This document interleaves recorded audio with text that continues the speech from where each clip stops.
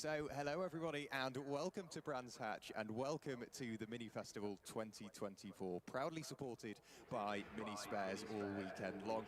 And if you're just joining us today, we saw brilliant racing yesterday and all of the qualifying that we need for a fabulous day's worth of racing today. We're joined here by the Mini 7s and the Mini Miglias from the Mini Racing Club. We've also got the Sanwa Trophy with the P66 Minis, and aside from the on-track action, there's so much more to do off-track. We've got car displays, we've got the show and shine with awards available, of course, we've got a mini stunt show, and of course the free grid walk at lunch, which allows everybody to get nice, close and personal with the drivers, the cars, and ask all the questions in which you may want to know. So, aside from what we saw yesterday, today we can rewrite the story. It was incredibly close yesterday, start to finish of all of the races, and today we're going to be treated to much more of the same. Jack Werrell talking to you now, but Matt Suckling is up in the commentary box, and he will help me guide you through all of the action here at the Mini Festival. Thanks, Jack. Yep, good morning, everyone. Welcome along to Brands Hatch for this Mini Festival for 2024. It's going to be an action-packed day, as we said, on circuit and also off the circuit as well. And we're going to cram in as much entertainment as we possibly can for you here at the Indy Circuit. So very shortly, we'll be looking forward to our first race, which comes from the Mini Miglias. They'll be looking forward to their second track action in terms of a race this weekend. They've got 3 races in total, so it gives us plenty of entertainment out there. So the Mini Miglias are going to be the first ones to kick us off. Those cars already assembling down there in the assembly area. After that, we'll be looking forward to the highlight of today, which is going to be the fastest Mini in the world. I know everyone likes to see this. Very different Minis indeed, with lots of those being prepared by the owners and wanting to bring them out here to give everyone a great look at them and see if they can be the fastest Mini in the world here today at Brands Hatch. We have that to look forward to. And also this year we are celebrating 65 years of the Mini, so we'll have a very special demonstration for those cars coming up in around about an hour's time, just over 11:40 is when they'll be working their way around the Brands Hatch Indy Circuit. We'll then look back to yesteryear effectively with the Pre-66 Minis. That's going to be the Sanwa Trophy, which returns to this festival for this year. It's been a few years since we last had it, so that'll be on track for what's going to be 2 races for them today, and then we'll be working our way through for more Minis this afternoon with the Mini 7s. Repeat of the fastest Mini in the world later on this afternoon, just after 3 o'clock, so make sure you're with us for that one. Mini Miglias go again at just after 3:30, and then we look forward to the Sanwa Trophy and also the Dunlop Mini 7s, their final of 3 races to come at 5:20 this afternoon. So that's what we have lined up for you all. We'll also have a very special grid walk to look forward to as well, so when it goes quiet during lunch here at the circuit today, we will have that grid walk coming your way, where we'll be mingling with some of the drivers down there on the grid, catching up with them and finding out their thoughts at the end of what's going to hopefully be a brilliant event for the Mini Festival. So lots of people have crammed into the circuit today. We've had lots of Minis arrive. They're all lined up along Colin Chapman Way, and there's every single variant you could pretty much ask for. They've all come along and delivered some wonderful showpieces, which all the people who have attended in terms of today are going to be looking around, and they're going to be kind of looked after in terms of those cars, because there's lots going on off the circuit, lots on circuit. There's almost not enough time in the day to try and get all of this built in, Jack. Yeah, it's going to be a busy day for us up here, all of the marshals, because they've got a lot of action to try and cram in and deal with down there, and even you spectating, because there's going to be so much to watch and so much to do. You'll wonder where today goes. It will go so quickly, and there's more people still coming in the front gates here at Brands Hatch. And as you say, yeah, referring to all of the cars that we do have here, there's a car from pretty much every single year of Mini production, and it's nice to see they've effectively got their own personalities, because not one car looks identical to another, really, which might sound silly, but they've all got their own various different modifications and customizations, which makes them so unique. And I mean, I never thought I'd see a Mini with gull-wing doors. I've seen one. I've seen one today, but it just shows that, yeah, the vast array of cars that we've got here, and all of the proud owners. Even this morning at the circuit, whilst I was walking around before the sun was effectively up, people were already here and polishing their cars, making sure they look good, because of course we do have that show and shine here this weekend. And whilst we've got car displays, the show and shine is its own sort of separate thing. So it's the collection of classic and modern Minis, so it doesn't need to be from a specific year or decade. but as I mentioned in the intro, the awards are available. So you've got the one for the best in show. That's the big one, the best in show. You've got the most modified, factory fresh. So that will be for, you might see a Mini Cooper E, a brand new one that was only sort of registered on the roads a month ago. That could be the factory fresh one. You've got the best modern, the best classic, and the people's choice as well. So if you might be trying to pick your favourite car that's out there on circuit, but if you're walking around the paddock and you go, that's nice, I really like that one, you can vote for your favourite Mini. You can vote by going into the GP paddock, so that's the open paddock which we've mentioned, where all of the cars are there. There will be a stand down there in which you can vote for your favourite Mini. And that will be awarded, potentially. We're still waiting to confirm exactly where. We'd like to do it on the podium, but we'll wait and see. But of course, we've got all of the trade stands and that free grid walk you mentioned. I'm looking forward to it. So if you're here at Brands Hatch for the first time or the 50th time, you will always be excited about a grid walk. There's so much to do today. We simply cannot sort of express it enough. It's going to be a fabulous day's worth of racing, but as an event as a whole, it's going to be brilliant. Yeah, young or old, everyone enjoys this meeting, and as we said, with the grid walk, it gives you the chance to get onto the race circuit, which is always well enjoyed by everyone. So there's plenty of chance for that to happen today. The grid walk is planned between 1:30 and 2:10. You need to be lined up at the top of Paddock Hill Bend for that, around about 1 o'clock. So make sure you're nice and early, make sure you don't miss your chance and get on that grid. As we said, mingle with the cars and the drivers as well. So temperature rises across the course of the day. Let's run you through how the grid lines up then for this first Dunlop Mini Challenge race, supported by Mini Spares for the Miglias. It goes off the results of what's going to be yesterday, with a little bit of a reversal as well. So we'll see number 23 on pole position, which is Rupert Death, alongside number 12, which is Endarth Owen. Sorry. The second row then has number 56, which is Nick Padmore, joined by number 46, which is Jeff Smith. The third row then sees number 1, which is the reigning champion Aaron Smith, with number 98 Ian Curley alongside. The fourth row lines up with number 11, which is Kane Astin.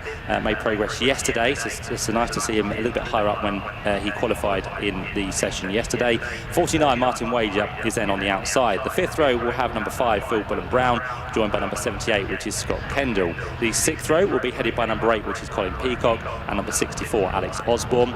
The seventh row, number 29, is Damien Harrington, and 86, which is Nick Paddy. The eighth row, 89 Sean King, and 84 Ryan Taylor.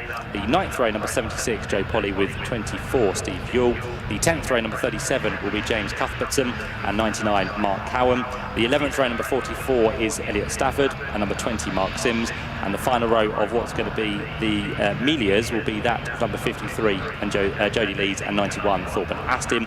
Then we have the other class, which is the Libras. There are 6 of those towards the rear, and they are headed by number 474, which is Josh Evans, 126 Peter Hills alongside. The second row of that grid is 595 Julian Proctor, and 133, which is Les Stanton. And the final row of the grid is going to be number 113, Phil Harvey, and 969, which is Steve Trent. So a really good entry, as expected, for this meeting. It's been a great year in terms of this season in the championship and also the racing. And I think, Jack, this one is going to be no different whatsoever. Yeah, it's forever a question that will remain unanswered in mini racing in all walks of life. Who's going to win? You simply cannot guess, because there's so many names that you could throw in the mix that you simply don't really have a solid answer. I mean, Kane Astin, it's nice to see, as you say, him climbing up through the order yesterday, starting 7th today on the inside of the 4th row of the grid in the grey and day-glow yellow machine. But also don't rule out the Smiths, because I think Jeff and Aaron Smith started to compromise each other a little bit yesterday whilst they were fighting away. Rupert Death, he had a fabulous race as well. It's anyone's guess who's going to win this race. It is, yep. So choose your favourites, see if they can come out on top at the end of this 20 minutes of racing. The sevens, which we have now, of course, in this current era, hark back to the late 1960s and the early 1970s, where we had the slightly more powerful Mini Melias. These days, we have the original 998cc machines with what's going to be a 1.3 litre engine within the cars. So they do pack a very mean punch with these very small cars, but they do give us some great speeds across the course of these races. They go to 0 to 60 in about 4.5 seconds. Top speed might just reach them here at Brands Hatch, 125 miles per hour. So they are quick little things. And we mentioned the Libras as well. They'll be off the back of the grid. They are the Mini Libra semi-invitational category. For the other mini race saloons, they are with variant interpretations of the A series tuning. So they are slightly slower, but it does give a chance for those to get out on circuit as well. But the majority of the field are those of the Miglias. So that's how things shape up. Just to very quickly give you as well how the championship looked. It's very close actually between the top 3 or so. That might have just changed after yesterday's result because Jeff Smith didn't quite feature at the top of the podium, but he came to Brands Hatch on 151 points, 3 wins for him so far this year. Aaron Smith sits second in the championship on 140 points, so just 11 separate those two before the weekend started. And Kane Astin is the one who needs to do better really, especially coming here third in the championship. He's had just the 1 win so far this year, 124 points, but really needs something to kind of work his way in, especially this second race of the weekend.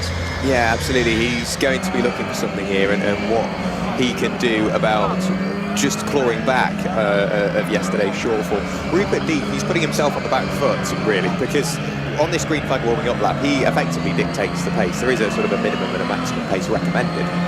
But what he's doing, he's come round so quickly. The final of the Libras is just leaving Graham Hill Bend. Rupert Deep is almost in position, on pole position. So all of that temperature that he's worked so hard to get into the tyres and into the brakes is all going to be dissipating whilst he's sat there stationary on the grid. So give it a minute and Rupert Deep might be there or thereabouts. But I think on the first lap, that car might be slightly recalcitrant to do exactly what he wants it to do. And it's clearly quite hot out there because Nick Padmore, he's got his door already open before he's effectively stationary on the grid. That's how warm it is in some of the cars. So it's going to be a close, hard-fought race, and we don't just get to do it once today, we get to do it twice with the Mini Miglias. We've still got 2 more races to come from the Mini 7s as well. What a way to kick off today's racing. Certainly is, yep. So yesterday's winner, Nick Padmore, starts there on the 2nd row of the grid. He is in that white, blue and a slight hint of green. He sits with the Swift Tune big logo on the front of his grille. Alongside him on that 2nd row is Jeff Smith, who went well yesterday to get to the podium. But it was Endarth Owens, the man who ran Nick Padmore very close to the line, who sits on that front row in the very bright coloured car. You won't miss Endarth. The Welshman in the fluorescent yellow with the blue stripe down the middle. But it is going to be the all-black car, Rupert Deep, on pole position as we get our first race of the day underway. Red lights come on, 20 minutes of mini action gets underway now as they blast away from the line, and it's an even start from both of the front row men as Rupert Deep takes Endarth Owens down towards Paddock Hill Bend. Jeff's on, there's contact between the two of them. Rupert Deep straight off into the barrier. There was contact between him and Endarth Owens. These cars are quite small and they do have enough room to work their way down towards Paddock Hill Bend, but unfortunately Rupert Deep has gone heavily in towards the Armco at the top of Paddock Hill Bend. You can see the tyre marks which have led to where his car has ended up, and Endarth Owens has found himself down in the pack as well after that incident. Yeah, Rupert Deep out of the car and walking away unaided, so that's the best news that we've got out of that one. So it's good to see Rupert Deep out of the car. Jeff Smith in turn has taken the lead of this race. Ian Curley is sat there in 2nd place and giving chase.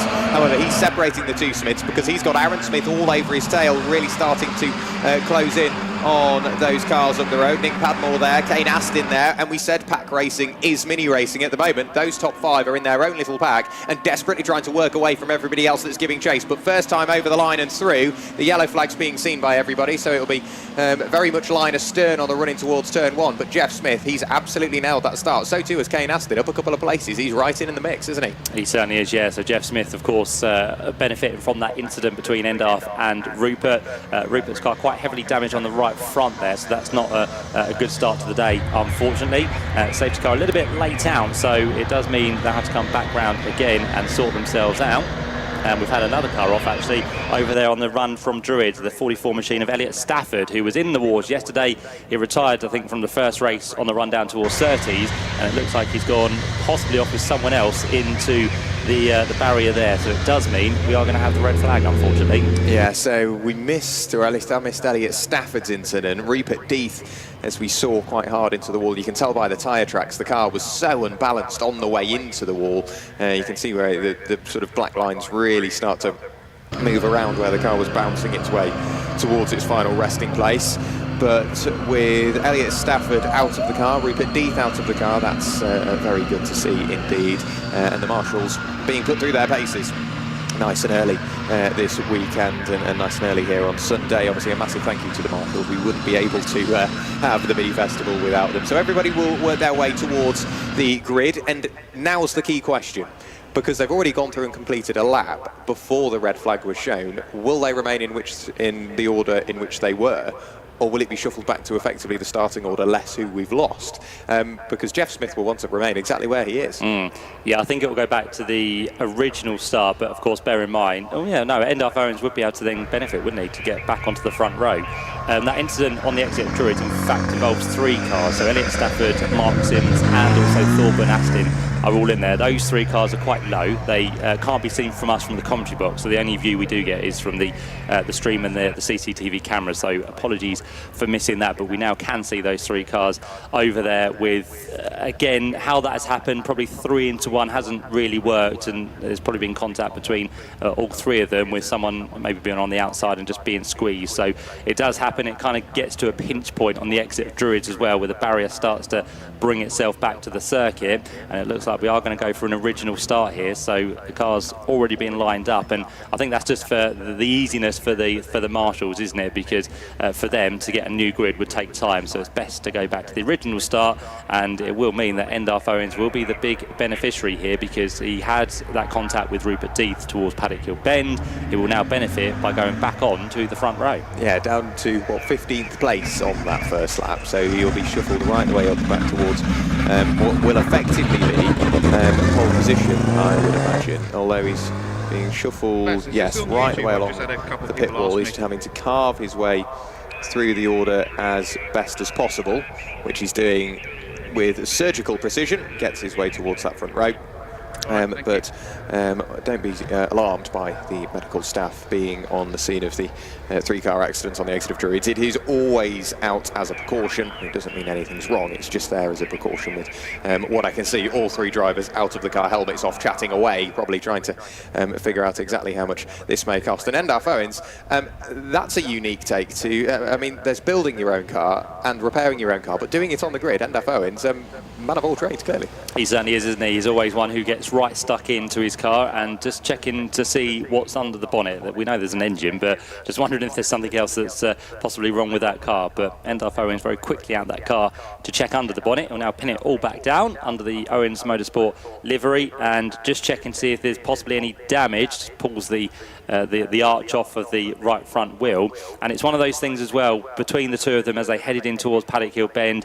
There might have just been one that moved across slightly, and of course with these cars having quite big wheel arches and also the wheels that stick out from the car, it does just mean that sometimes they do just get into contact with each other. So Endar now just possibly go into the mechanics to try and see if he can get something. Also having a quick word with Nick Padmore, who sits behind him, maybe getting his thoughts on what happened down towards Paddock Hill Bend. But for now, Endar Owens, as we said, is the man who benefits back onto the front row of the grid.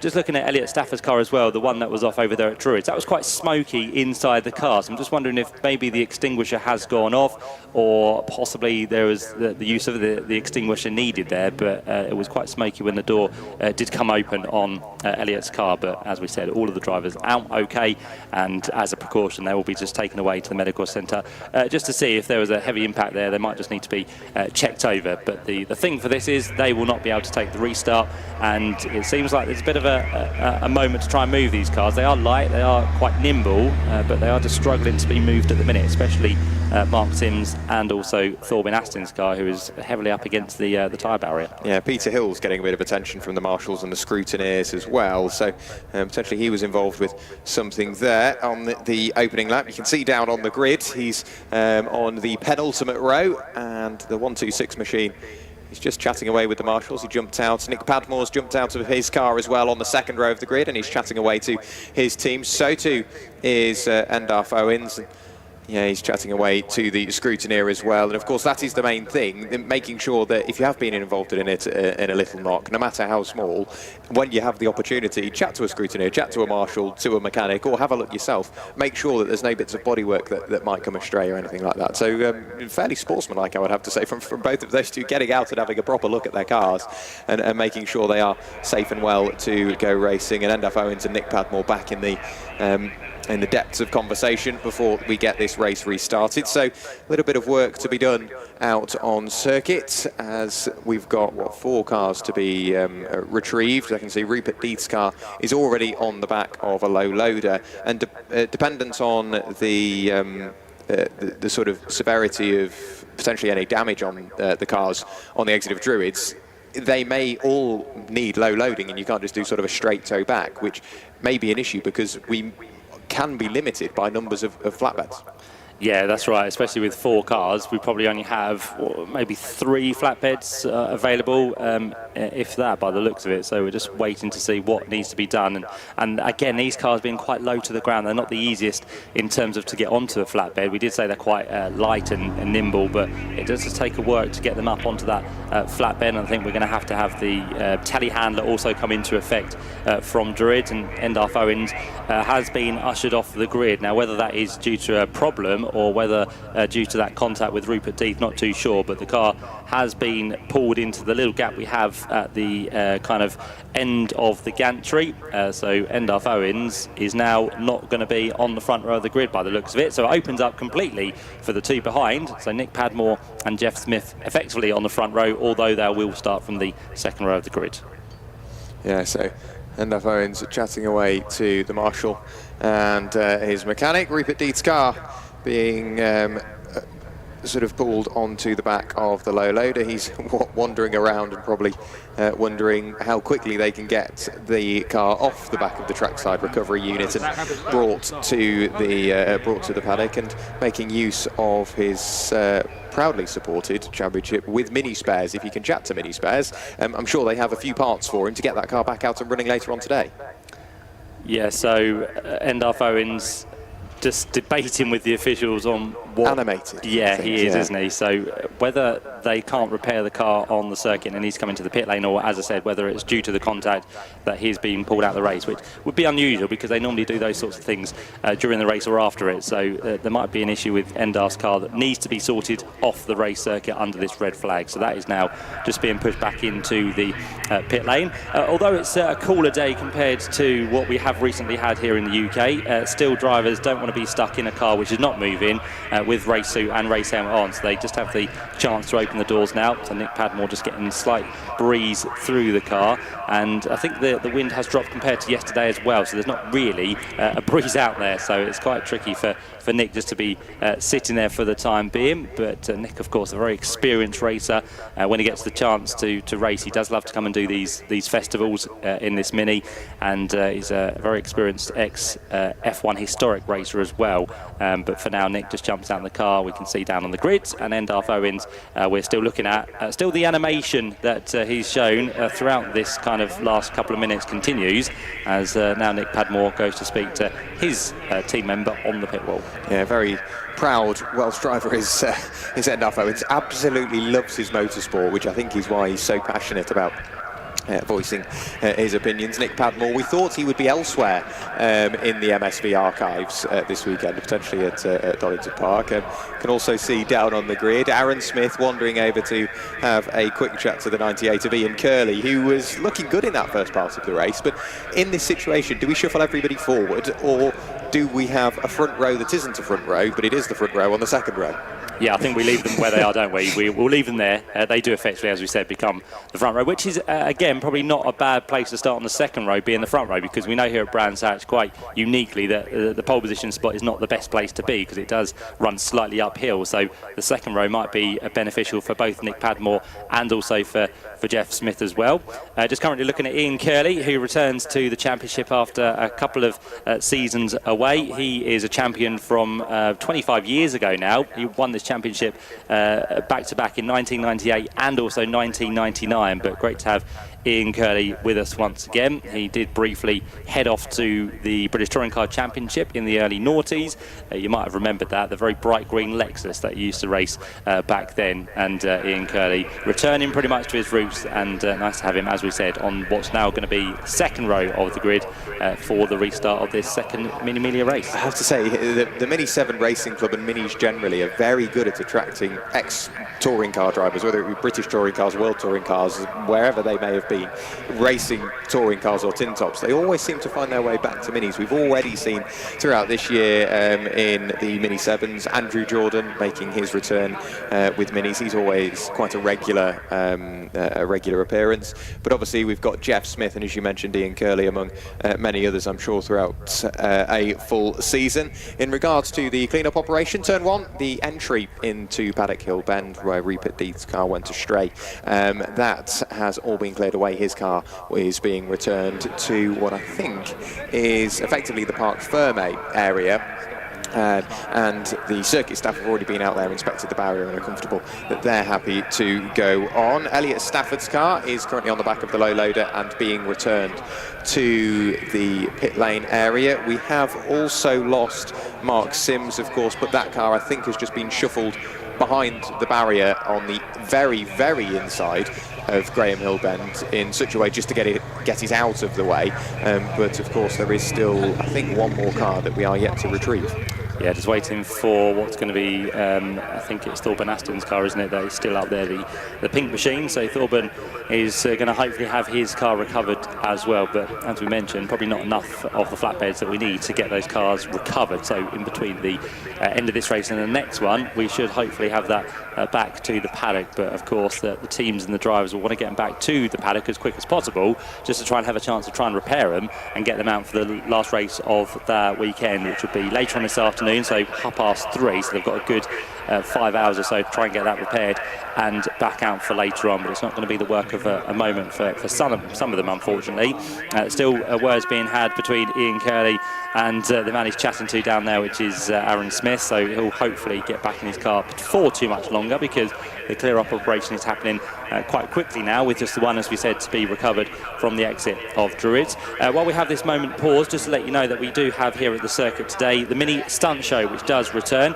The world record-setting Stunt Drive UK team are back here at Brands Hatch with 2 spectacular shows across the course of today. They'll feature expert stunts, incomprehensible precision driving, and 2-wheel action. Yep, they have got 4 wheels, but they'll be on 2 wheels at quite a few of those times during the stunt shows. They'll be taking place at what's going to be 11:30 this morning and 3:30 this afternoon. So in just over half an hour's time, the Mini Stunt Show will be happening. It's located at the back of Colin Chapman Way, so over towards, if you've been to like truck events here or American Speedfest, where normally we have the monster trucks. I can already see the Minis starting to warm up in our stunt show. So behind all the mini car displays we have here, look for some old unique Minis, and that's where the stunt show will be taking place. All free to see, as I said, 11:30 and 3:30 this afternoon. Yeah, plenty to do off circuits throughout pretty much all of today. And the good thing is as well, if you are here with your Minis and you're here with the Mini Car Club, you get parade laps at the very end of today as well. So there's plenty to do, plenty to look at, plenty to enjoy. Down on the grid there is the number 78 machine. That's Scott Kendall, the sort of predominantly white, then day-glow pink and sort of dark blue machine, currently sat on what is now the 4th row. It was the 5th row. Alongside him is Phil Bullen Brown. That car is commonly referred to as commentator friendly, and I can exactly see why. You can't miss it in a hurry. Very, very bright. And that's one thing I noticed whilst walking around the paddock yesterday evening.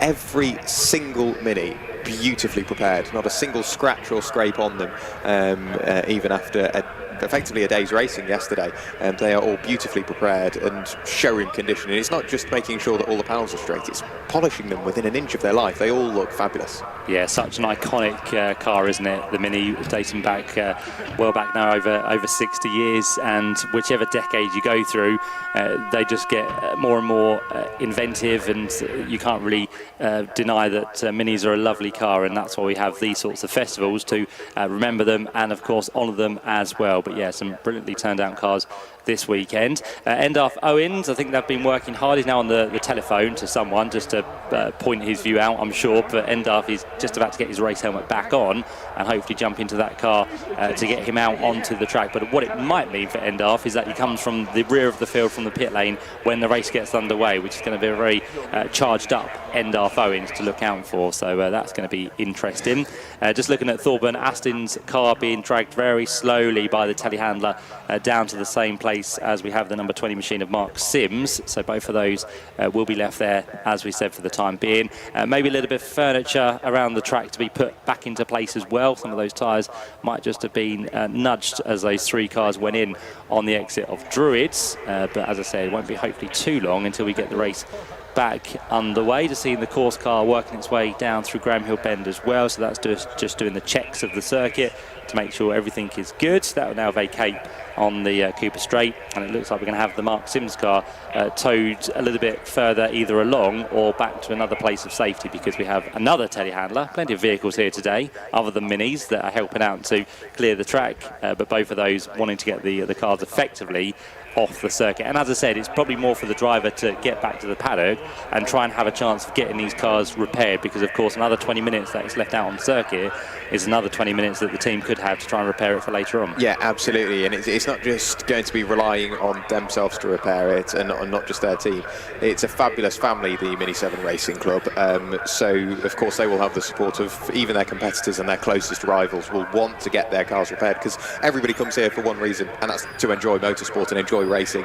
I'd imagine they will have been on the phone to potentially Justin Jeffrey, the MD of Mini Spares, and Endarth Owens just trying to figure out exactly what parts he needs and when he can get everything repaired for the race later on. So rumbling down the pit lane is one of the low loaders. That is with Elliot Stafford's car on the back. Keep an eye on Kane Aston, car number 11. Once we get this race back underway, that's the grey and Dayglow yellow machine. He's currently sat on what is the 3rd row, effectively the 4th row, but it is the 3rd row. Keep an eye on him coming through the order. So too alongside him, Martin Wager. He had a cracking race yesterday, seemed to fall off a little bit at points throughout the race, and I think Martin Wager was that just trying to get the car home, but it always seemed like there was still a bit more to come from Martin, and he just ran out of time. Yeah, so there's a few that did have the issues yesterday, but as we said, overnight they might have just kind of fine-fettled those cars or got themselves into a form where they can push a little bit more today, or maybe just saving the cars to put on a bigger show for the actual mini festival today. But yeah, there's a few that we would expect to see closer to the front. One of those, as you mentioned, was Kane Aston, who didn't qualify that well yesterday, has gradually made his way further up the order. So Kane now in what's going to be effectively 5th on the grid. So he gains 2 more positions, with Endarth Owens and Rupert Death being missing from that front row. So Kane Aston is going to be one to watch out for in that number 11 machine. He had a pretty poor start to the season back at Donington Park on the Grand Prix circuit, where he scored 3 points from the 2 races they had there. But things have slightly improved for Kane. He has had 1 win so far this season. That came at Snetterton back in May. But the good thing about this championship is if you do have bad rounds, you are able to drop them up to 3. Maximum of 3 scores can be dropped. All the drivers will have to do that at the end of the season. So for Kane Aston, yeah, it might seem like he's had a bad start to the year, but they are 2 scores he can drop from the championship. Whereas Jeff Smith, who leads the championship, he has to score just take away just 1 bad round. The other 2 will be at the minute high scoring events. So effectively, it might put Kane Aston right back up there at the head of the championship. But of course, all this will play out in the final few rounds of the season, because we are now heading towards the end of the year for the Mini Miglia Championship, with just rounds to come after this one at Castle Combe, which is another fantastic circuit, but like Brands Hatch, fast and furious. Little time to rest around that circuit down in Wiltshire, and then the final rounds come on the national circuit at Silverstone in October. So still quite a wait until the final rounds, but that's what the Mini Miglia Championship are looking forward to in coming months. Yeah, if you were watching along on the live stream there as well, you will have seen just how uphill it is on the run in towards turn 1. We had a fabulous camera shot just sat behind Ian Curley, Aaron Smith, Jeff Smith and Nick Padmore, and there's a bit of reorganising to be done, because Jeff Smith just rolling backwards very slightly, I think just trying to get himself into his grid slot and get a visual reference point to which he can use in a few moments time once we get the race race back underway. Yeah, it is a very much an uphill struggle, quite literally, on the run in towards turn one. So with the grid being changed and a couple of drivers missing, the grid should look like this on the front row, but I'd imagine it will line up on the second row. It'll be Jeff Smith, or it will be Nick Padmore effectively on pole position with Jeff Smith alongside, then Aaron Smith and Ian Curley on row 2. Row 3 would be Martin Wager and Kane Astin. Then it will be Phil Bullen-Brown and Scott Kendall. It will then be Colin Peacock and Alex Osborne, followed then by Damien Harrington and Nick Paddy. Sean King lines up alongside Ryan Taylor before we get to Joe Polly and Steve Yule. And it will be Max Cuthbertson and Mark Cohen. Elliot Stafford, unfortunately, no longer on row 11. Neither is Mark Sims. And then on row 12, all on her own, will be Jodie Lee. She would have lined up next to Thorborn Astin. The Mini Libras remain as they are, with Josh Evans and Peter Hills on the front row for them. Then it's Julian Proctor and Les Stanton. And on the 16th and final row of the grid, it will be Philip Harvey and Steve Trench. So a slightly swapped around grid by way of what we saw at the first attempt. But for me, yeah, it's all eyes on Jeff and Aaron Smith, because those two yesterday were really going at it, but they started to work together and caught those cars up the road. So Nick Padmore, he will want to try and back those two into Ian Curley, but he can't do too much of that because Kane Astin will be on a mission as well.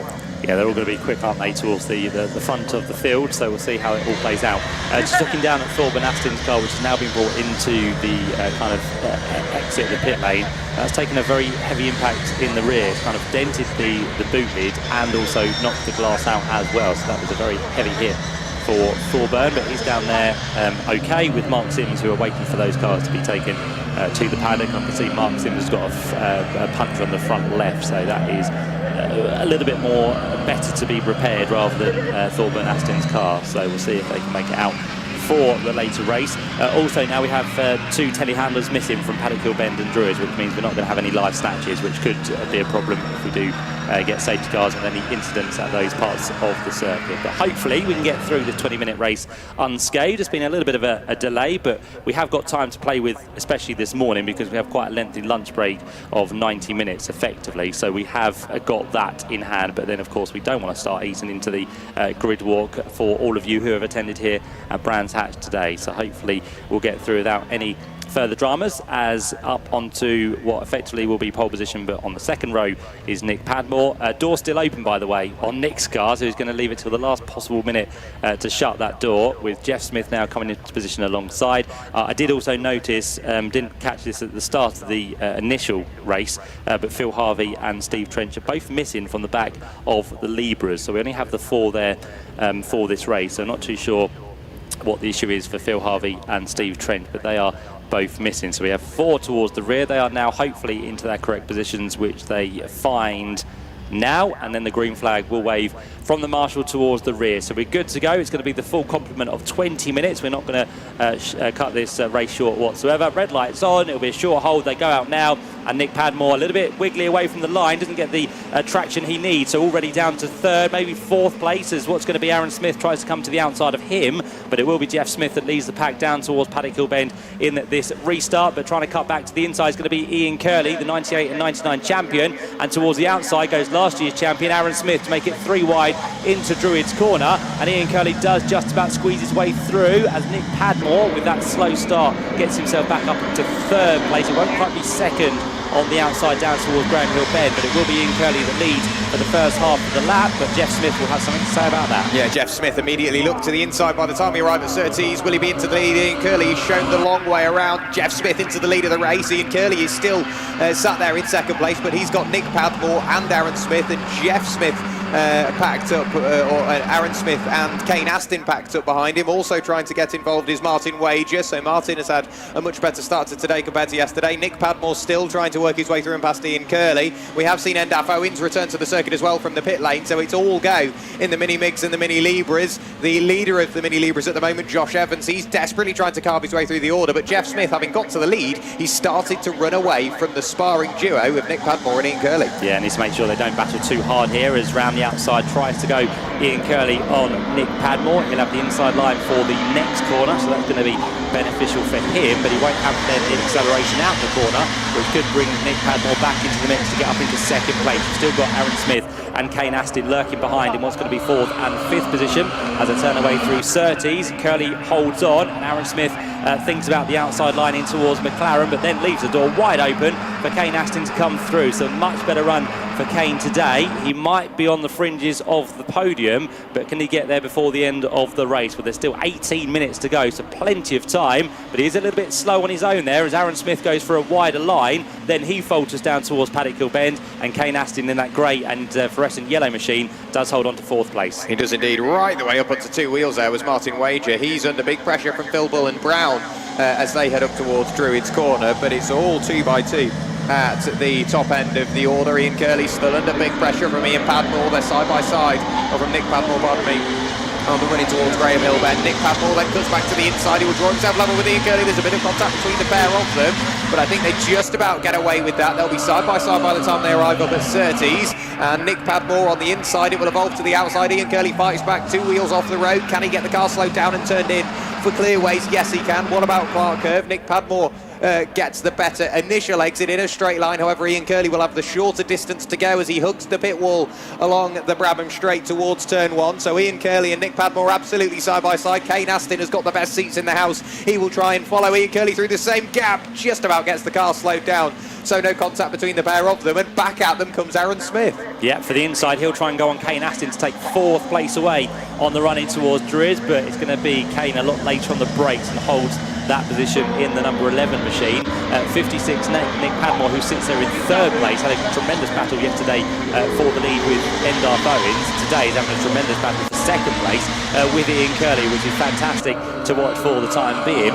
And speaking of Endarth Owens, he's made about 5 places from the pit lane, so he is working his way through the order. I think he'll be probably into the top 15 by the end of this lap, and maybe, you never know, Endarth Owens for the podium. Well, he has got the speed. That car seems to be working well as he sides through another car on the exit of Clearways and on towards Clark Curve. And for second place, Nick Padmore now might have the job done because it's to the inside of Ian Curley across the line. It will have that line in towards Paddock Hill Bend. He doesn't have to brake late. He has a good turn into the corner, and now Nick Padmore is going to try and be as best as he can to close this gap down on Jeff Smith, which already at the end of lap 4 sits at well over 2.5 seconds. Yeah, he's doing absolutely everything he can, isn't he, Ian Curley, to make it as hard work for Nick Padmore as possible. Kane Astin, as you said, has had a cracking start to today's affairs. Jeff Smith in the lead of the race. He timed that to perfection. He got in front and ran away, and now we're seeing Endarth Owens so late on the brakes, diving his way up the inside of Alex Osborne.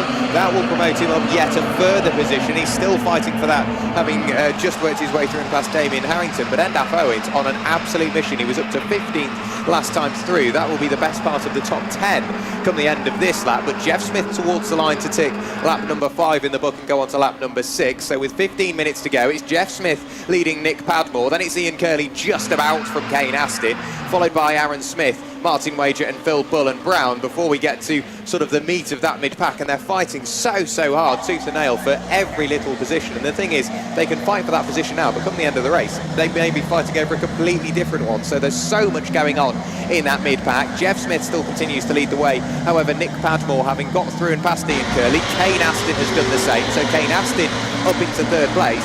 But for my money, Nick Padmore is closing in on Jeff Smith, and that's not just for my money, it's on the timing as well.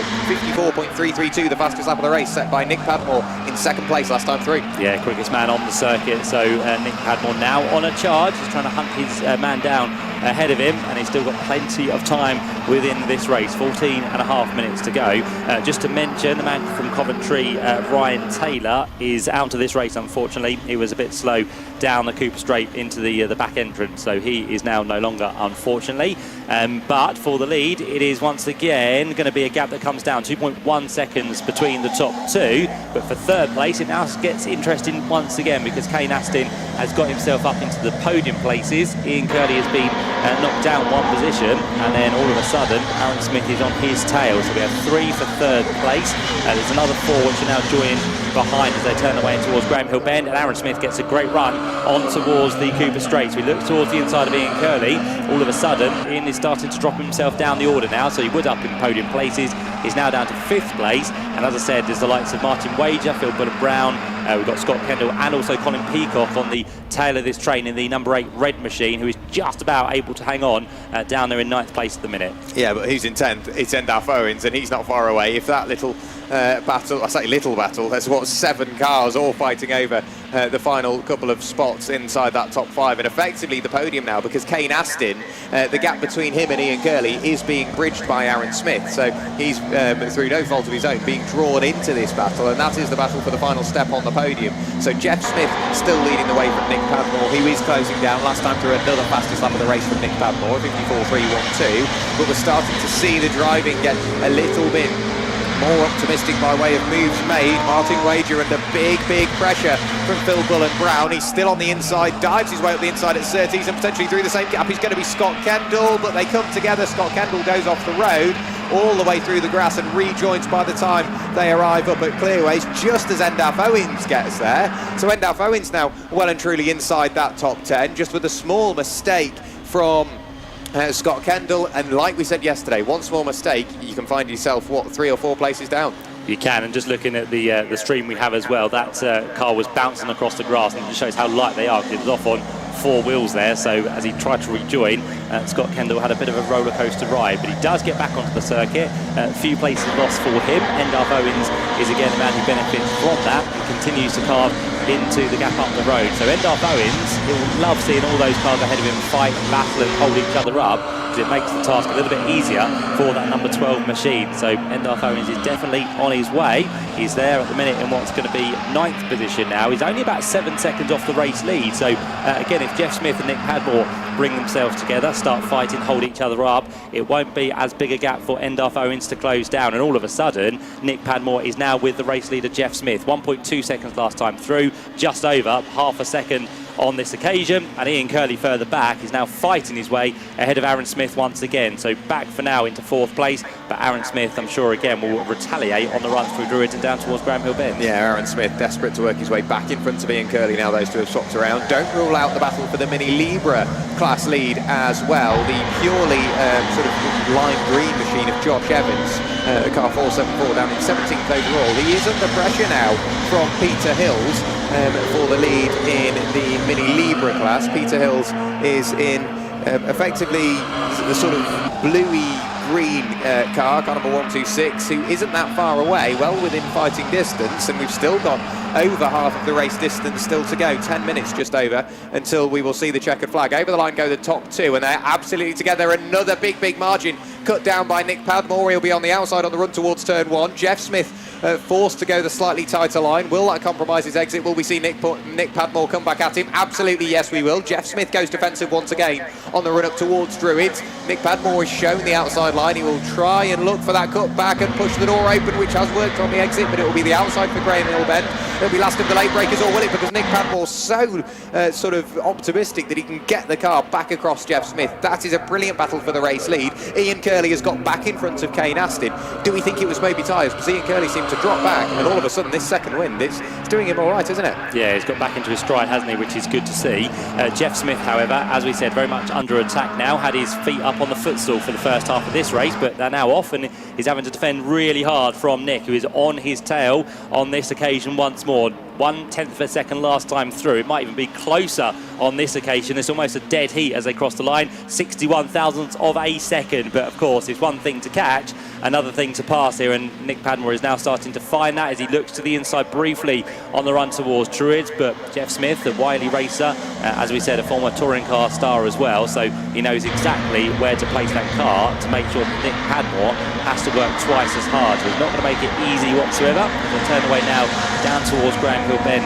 Those two still fighting for the race lead. 3rd place Ian Curley, 4th place Kane Astin, and 5th place at the minute the number 5 machine, which is making progress now. So Phil Brown, another man who's starting to work his way towards the front. Yeah, Phil Brown has controlled this race perfectly. If anything, what we saw happen to Jeff Smith is now happening to Aaron Smith as he's starting, what we saw happen to Ian Curley, apologies, is happening to Aaron Smith. He's slowly starting to drop down. Over the line, Nick Padmore in the lead of the race. So those two have swapped around. Jeff Smith still starting to give chase. He can't really decide where to go for it because, of course, he's been out in front and doesn't know where he can go for that move on Nick Padmore. Is there going to be a specific specific part where Nick Padmore will be slightly weaker. We have seen a change further down the order as well. Martin Wager has picked his way through and passed Aaron Smith. So Aaron Smith really starting to fall away now, and he's dangerously close to falling into the clutches of Endaf Owens. What a comeback driving speed from him.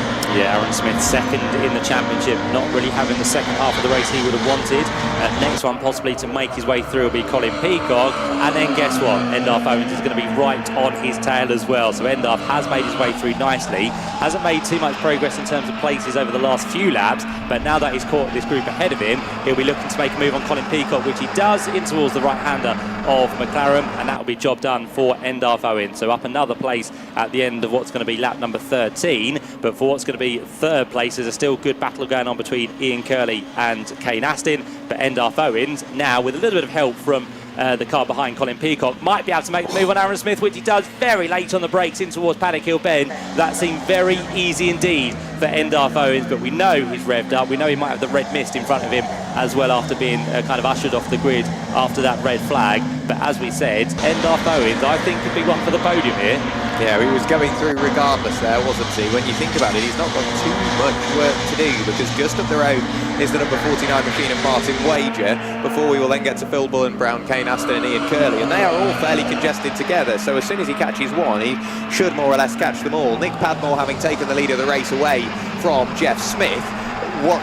What we were expecting to happen is Jeff Smith immediately try and fight back and apply that pressure. He's still got 7 minutes in which to do so, but Jeff Smith, he's not exactly in the best position to try and mount a challenge as of yet. Kane Aston and Ian Curley still fighting away. Kane Aston looks to the outside and the inside of Ian Curley on the run in towards turn one. Colin Peacock so late on the brakes up the inside of Aaron Smith and parks the car on the apex, which leaves Aaron Smith very little by way of a cutback. And now we're seeing Endaf Owens desperately try and pick his way through and past Martin Wager, which he just about might do on the run through Druids. Down the hill on the run towards Graham Hill Bend. Can Endaf Owens be later on the brakes? No, but looks for the cutback and then tries to dive his way back up the inside. He'll draw himself level as they go across the bottom of Graham Hill Bend and along the Cooper Straight in towards Surtees. Another position gain for Endaf Owens. He's now up inside that top six. He's pushing on, isn't he? Certainly is, yeah, and he is now just one place away from getting himself onto the bag of what's going to be Ian Curley and Kane Aston. For Aaron Smith, he is really starting to falter in this race now. He's going to be on equal to his worst finish performance of the season. He has had a non-finish this year, but this will be the worst equal performance of his worst result. So this is not too good for Aaron, unfortunately, as the leaders work their way up towards Druids. Might be a little bit of traffic for them to deal with as well before too much longer. So we'll see if that affects the likes of Nick Padmore and also the man in second place, which is Jeff Smith. Those two now turn their way through on towards the Cooper Straight. I'm just wondering if Jeff Smith just wants to sit here for the rest of the 5 minutes and then on that last lap try and spring a surprise on Nick Padmore, because as we said, he hasn't kind of fought back on the race leader, but he is managing to keep with him as they turn their way on towards the right-hander of Clark Curve. Endaf Owens looking for a move. He's going to get the job done down the inside of Phil Bullen Brown. He's now up inside the top 5, so that's going to be another one ticked off.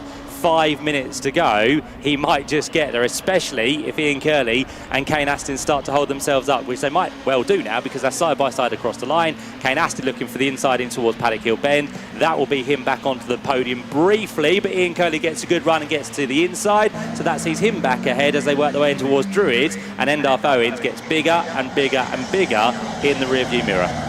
He does indeed, so battles continue to get closer. Kane Aston will be wondering exactly where Endaf Owens has come from. Obviously lights ablaze, they have been for a number of laps now, and that is racing driver language for I'm on my way and I'm doing it quickly, and he's very much living up to that, because Kane Aston has been in the depths of battle with Ian Curley, and all of a sudden he has Endaf Owens, a very sideways Endaf Owens, all over his tail, and he's really going to start to close in, whilst the sideways moment on the way in towards Clearways will have compromised him very slightly. It may have just about given him the better run in a straight line, because Kane Aston will now see Endaf Owens right tucked up behind him on the run towards turn one.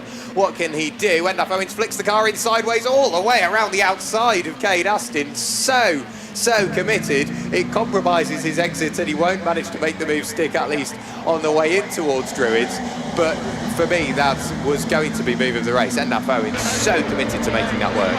That was very leery, very sideways, but have to give it to Endorf. Great control of that car. Just shows why he is a very experienced mini racer. He holds on to that 5th place then. Could have almost been 4th ahead of Kane Aston, but of course with that sideways moment in towards Paddock Hill Bend, he just lost the momentum he needed, but he's not done. As we said, 3.5 minutes to go. Now tries the outside line for a good flick through clearways and on towards the completion of this next lap. But of course, all this fighting for these three has now put them a good 5, 6, maybe 7 seconds back from the race leaders, who are well on their way in towards Paddock Hill Bend. Here comes Endorf Owens again. This time it will be for the inside on Kane Aston, who almost shuts the door in his face there, but it was too late. Endorf was already alongside and was going through whatever the occasion. So he now gets himself up into 4th place.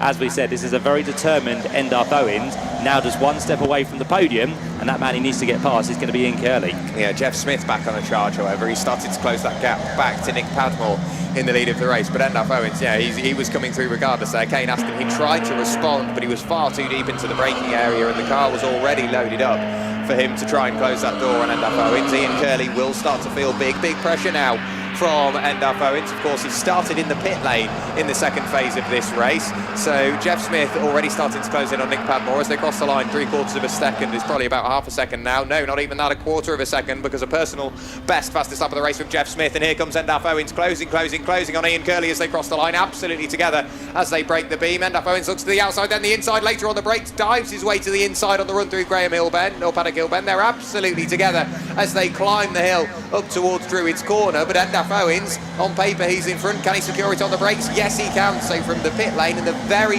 back of the field to a podium place. What a drive from Endorf Owens. Yeah, that's the move he's done on multiple occasions now down towards Paddock Hill Bend, and Ian Curley maybe should have seen that one coming, but again, Endorf does it at the very last minute, throws the car to the inside line very cleanly and manages to get his way through. There's a bit of traffic to deal with through Surtees, so Endorf's a bit unsure of where to go, but finally finds himself through on the inside. I don't think Ian Curley's quite done here, although that little bit of a moment does now drop him into the clutches of Kane Aston, unfortunately. So that does mean that he has to just be wary on the run down towards Paddock Hill Bend as they fly their way across the line for what's going to be, I think, 2 laps to go. With 90 seconds left within this race, they go down towards Paddock Hill Bend, and Ian Curley tries to fight back. They're pushing Endorf into the corner, but that doesn't quite work for him because Kane Aston sends one to the inside in towards Paddock Hill Bend, and they've all got to be wary now because Phil Brown is not too far back in that number 5 machine as the leaders work their way now down the Cooper Straight, separated again by about 0.2 of a second. Yeah, very little between the pair of them. Jeff Smith is really starting to turn up the whip on this penultimate lap of the race.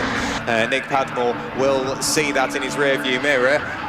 Since Endorf Owens has got past Ian Curley, he's being helped but hindered all at the same time. Kane Aston is still on a mission to try and work his way back onto the podium. So too is Phil Brown, as you mentioned. Don't rule out Martin Wager. He's just hanging on to the coattails of that little battle. So on to the final lap of the race goes Nick Padmore with Jeff Smith as close as he was on the lap prior. On the run in towards turn 1, they're absolutely together. We may just about see a change here because Jeff Smith, he's got the better run as they head up the hill and towards Druids, but all the way around the outside, Ian Curley tries to make a move on Endorf Owens. It doesn't work for him, but the top two absolutely together. Can Jeff Smith get the better run on the way back down the hill in towards Graham Hill Bend? No, he can't. Nick Padmore, he's really going to have to fight on what is the final half a lap of the second race of the weekend for the Mini Miglia. Yeah, Jeff Smith has kept himself in contention now. He's going to try one last gasp down the inside line in towards Surtees, then he'll have to try and do something on the run to the line here. But Nick Padmore has been pretty faultless so far this weekend. He hasn't led this race through the entirety, but it looks like he will come through to take the checkered flag because he's on his way through with a couple of car lengths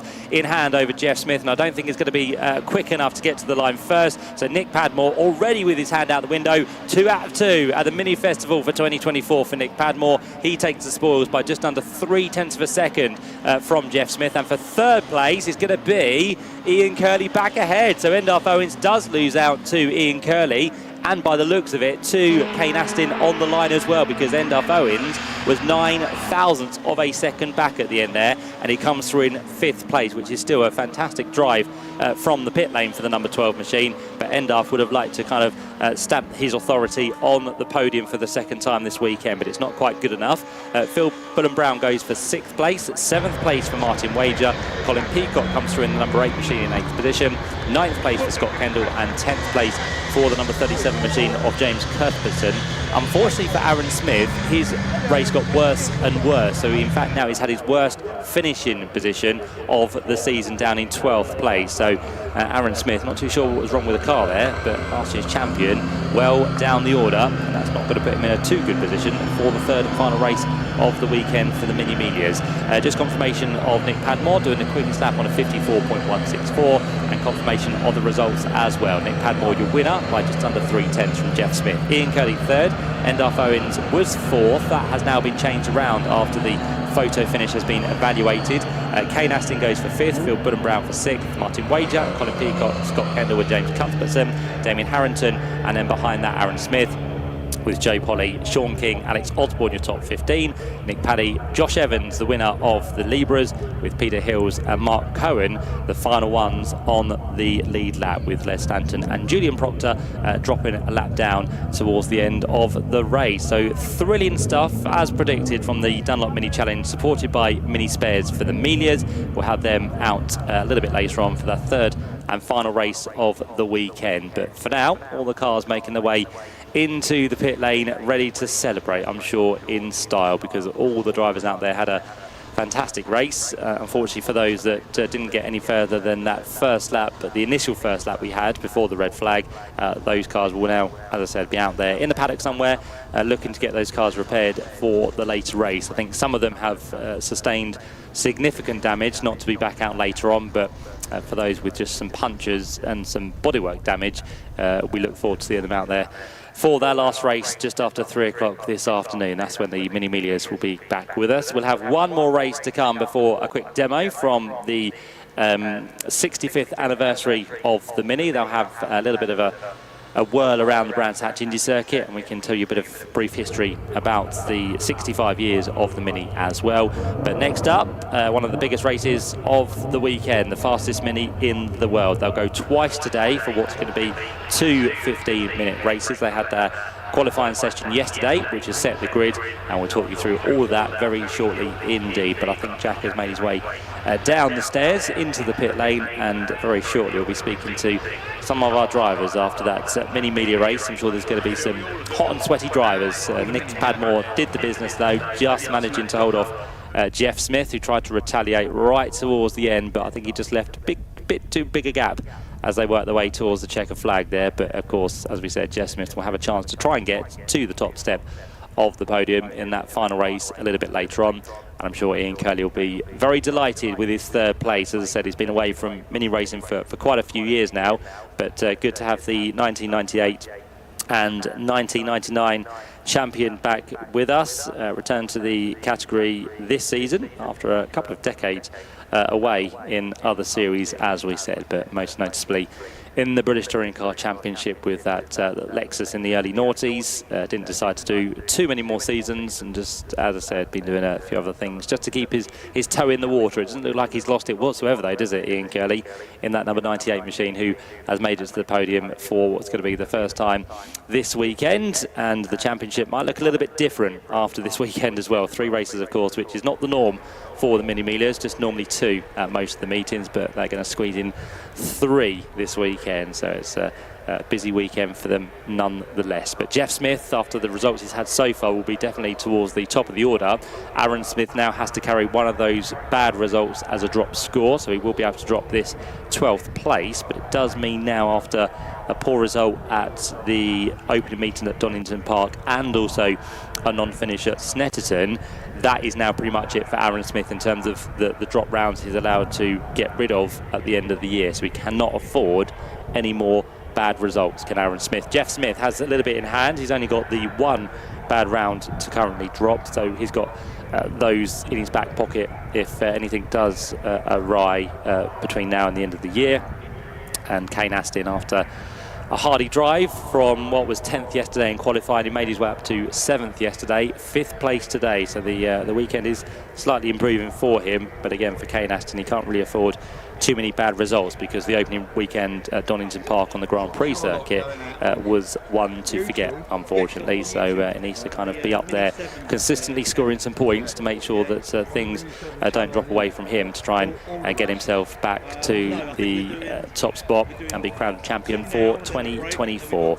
So as we said, fastest Mini on the world very shortly. That will be something to look forward to, because all these wonderful cars with their owners who have brought them out to to display for all of you here this weekend are very shortly going to tell us if they can actually be the fastest Mini in the world today. We are expecting potentially the fastest lap to go, the lap record that we have for this category. That might just disappear. They went quick yesterday, 50. They were down to 50-second lap times, and the lap record here for this category is in the 51. So you never know, something might indeed appear, and the car's now working their way on to the circuit. So we'll get ready for this. We'll give you a grid in due course as well.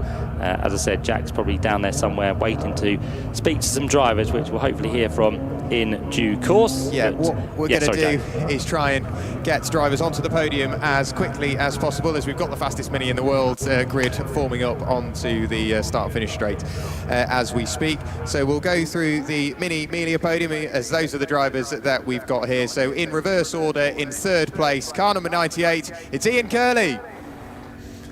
Congratulations, Ian, on to the podium. He will go second place in the second race of the weekend for the Mini Miglia. Car number 46 is Jeff Smith. Congratulations, Jeff, onto the second step of the podium and onto the top step. It was hard work, he made it work. Car number 56, Nick Padmore. So Nick Padmore onto the top step of the podium and making it 2 podiums from 2 so far for him this weekend. So too is Jeff Smith. So the pair of those two onto the top step of the podium. Alan Jackson from the Mini 7 Racing Club joining them on the podium as well. The trophy is very unique indeed, by way of there being a lump of marble and then a corgi model on top of the cars as well. So as the Mini Miglia drivers will jump their way off the podium in a few seconds' time, we will get the podium redressed, and we will be able to get the second podium underway in just a few seconds' time. It will be the Mini Libras that we will get onto the podium. So just as the media get their photos, you should be able to just get the podium redressed in time. So as the Mini Miglia drivers jump their way off the podium, we can redress the podium ready for the Mini Libras, which they will do now. We'll bring them on in reverse order. In third place in the Mini Libras, car number 133, it's Les Stanton. So Les Stanton onto the podium for the third place in the Mini Libras. In second place in Mini Libras, car number 126 is Peter Hills. Congratulations, Peter, onto the second step of the podium.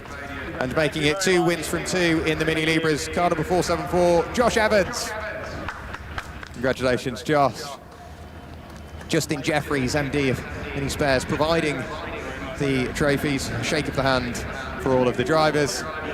And it just allows the media time to get all of their photos, and that should round up the podium for the Mini Miglia's race 2. So in the meantime, Matt, back up to you, ready for the start of the fastest Mini in the world. Thank you, Jack. Yep, so just waiting for the formation lap to start. We've had one pushed off the grid, unfortunately, which is Clive Death. So that's not good news for him in the number 65 machine. We are also missing a car from the second row, which I think would have been Richard Billingham. So that is not there either. So already there's some niggles for some of these cars. But apart from that, we should very shortly be good to get underway with the formation lap. So the countdown is now on. Let's run you through then this grid then for the fastest Mini in the world. After qualifying yesterday, it's going to see number 18 Matthew Howe start from pole position alongside number 60 Harvey D. So that is going to be one to watch out for. The second row would have been Richard Billingham. He's not there, but then we see the De Silvas alongside in car number 44. The third row, number 77 Richard Morris and 19 Mark Goff. The fourth row, number 70 is Fabio Lufarelli and 121 Jamie Billingham. The fifth row, 132 Lewis Salmon and would have been number 65 Clive Death, but he is missing. The sixth row, number 1 is Richard Higgins, joined by number 51 Anton Trevette. The seventh row is going to be number 149, which is Gary Warburton, and number 2 Tony Hunting. The eighth row, number 266, is going to see Lee Jones, joined by number 5, which was Nigel Death, and then further back we have 266, which is going to be Lee Jones, and number 5 Nigel Death. Quite a few Deaths in this field. The ninth row, number 33, is Andy Shaw, and number 11 Jim Lyons, and the final place on the grid should be number 777, which is Warren Slater. So that gives you the lineup for this 15-minute race. We have got the cars very shortly to head off onto their formation lap. A little bit eager there for Harvey Death. We've got the historic Mini heading off first in terms of the pace car. Then we have the BMW safety car, and then we have the field working its way off the grid. So just to give you a little bit of detail about this, the fastest Mini in the world invites any racing derivative of the classic Mini, i.e. whether it be a saloon, an estate, a space frame, super saloon or a Marcos. This range of Minis will be aiming to win that class or the race outright, whichever they have the pace for. The front running cars will typically be the highly developed space frame Minis, which we'll see of those two in fact on the front row of the grid. All of these will be jostling to become this year's fastest Mini in the world competitor, but do keep an eye out for other special Minis fighting it out there within their respective classes as well. We have 4 classes to look out for. Class A is for those with no engine restrictions and aerodynamic additions are permitted. We then have Class B, which is for any engine less than 1.6 litres. Aerodynamic additions are permitted once again there as well. Class C is for the A series engined cars, which are over 1.3 litre, but they are not allowed any aerodynamic additions to those cars. And Class D is where you find the lowest powered cars in terms of the A series, less than 1.3 litres, and again, no aerodynamic additions are allowed. So that gives you a little bit of what the classes are, and of course there are different awards and prizes up for grabs for these drivers as well. But we are looking for the fastest Mini in the world. We are looking for the race winner, but we are also potentially looking for a new lap record, which currently stands in the hands of Harvey Deeth. That was set back in 2022 on a 51.017. So let's see if we can beat that here in race number 1. It's a rolling start then for these competitors.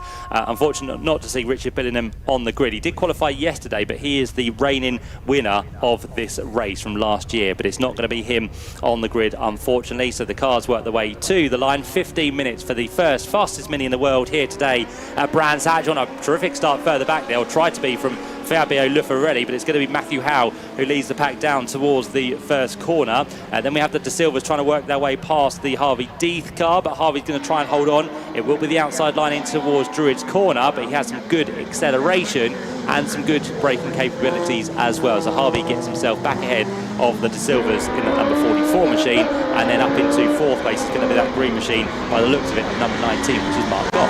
It is indeed, but Harvey Deeth, he hasn't managed to shake off the attentions of Rohit De Silva and Ashan Silva at the moment as they pick their way through Surtees and then back up this slight incline through McLaren and Clearways. So the leader at the moment remains as Matthew Howell. We need to keep an eye on the race lead, as you say, and also keep an eye on lap times as well. But over the line now will come Matthew Howell to take the first lap in the book, and it's so quick over the line. And you find them braking so early into turn 1 just by way of trying to get the car slowed down. Keep an eye, however, on the number 1 machine of Richard Higgins, because he's slightly later on the brakes than the cars around him. Just doesn't quite have the legs in a straight line. No, doesn't, does he? But this is the thing, it's all about the speed and the potential that these cars do have, and of course how they get turned down by the owners as well. But for Matthew Howell, he's well on his way. Harvey Deeth trying his best to keep with him as he turns away through Granville Bend and on towards the Cooper Straight for the second time. Already we have had on that opening lap of 54.8, but the question will be, do you go early for your quickest lap, or do you try and save it for when the car's at its lightest, but then the tyres might not be at their best? It's all about when you want to try and do your fastest lap and to try and get this into the book. But as we said, Harvey Deeth is the man who currently holds that as Matthew Howell goes through, and he's done it already on the end of the second lap, a 50.789. So we already have in this race the new lap record. Yeah, and effectively, albeit provisionally, a new fastest Mini in the world by way of Matthew Howell. So he's still got a bit of work to do to get that car towards the line. I noticed as well, yesterday walking around the paddock, how far back Harvey Deeth has to sit in his Mini because of the size of the V8.